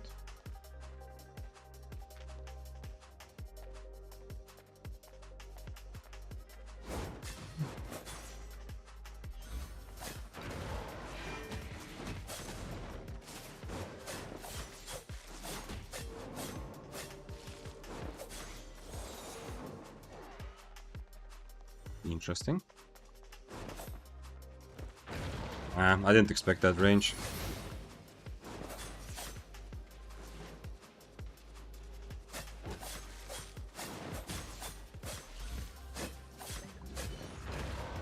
He has Geekbot. Oh, he has only 1 potion, huh? No. I forgot to overcharge also. Nah, okay. The Shadow Edge was a big mistake. After that, he just is... And because of Shadow Edge, I can't get away. Yeah, if I wasn't using Shadow Edge, I pretty much just run away because of his build. Well, not exactly, but I mean, he was an omelet, yeah. My bad. I had to try. And yeah, why... This tier 8 is a bait because I need to just fully overcharge before this fight starts. Man, I hope I had food. Did I... If it turns out I didn't eat food, then it's time. It's anyway time for me to go to sleep. Brain is tired. I'm gonna... What is the clip? What does the clip say? No, I did have food. Okay, at least I didn't have food. Food was up. Yeah. I just equipped wrong food to swap to, but doesn't matter. I had anyway. Oh, okay. I don't know what I honestly expect from this.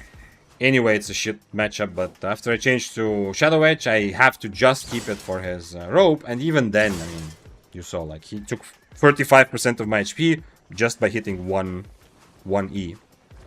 So it was... I need to kind of dodge it, but he just waits for my Q, and it's the same way I hit Impalers. I wait for the Bloodletter to hit the Q, and then just stun after that. And he's also running some sort of special omelet. Whatever. Okay, at least I am one less Bloodletter, you know, in the mists. But yeah,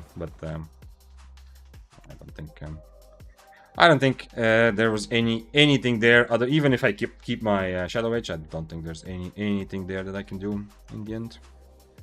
All right, it's time to take a break. Let's go and find someone to raid, to go to, because special drops today. So today we're gonna definitely choose someone who has the exclusive drops.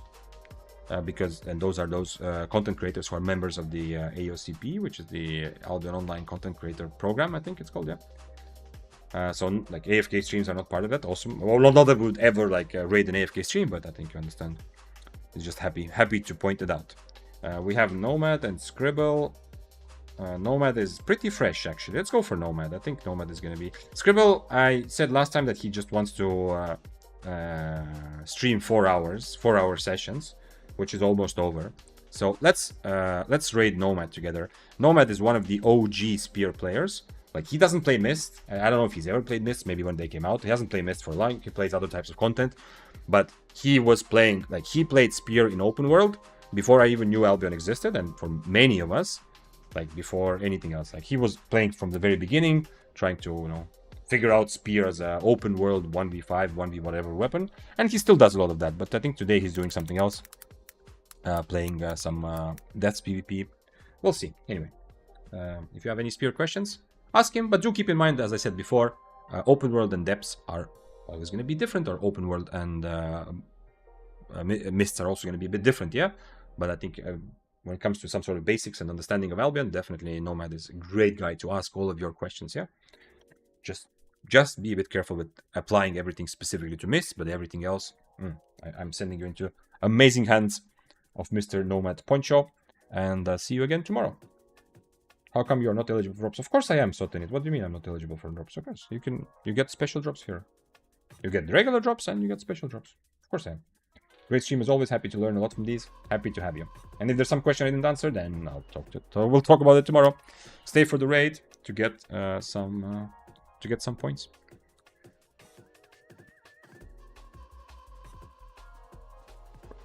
Almost there, almost there. Almost ready to raid together. Have a good one. Thank you. You too. Don't forget to watch my newest video if you haven't yet. Okay, see you. Love you. Ciao. Ciao. Bye. Let's go.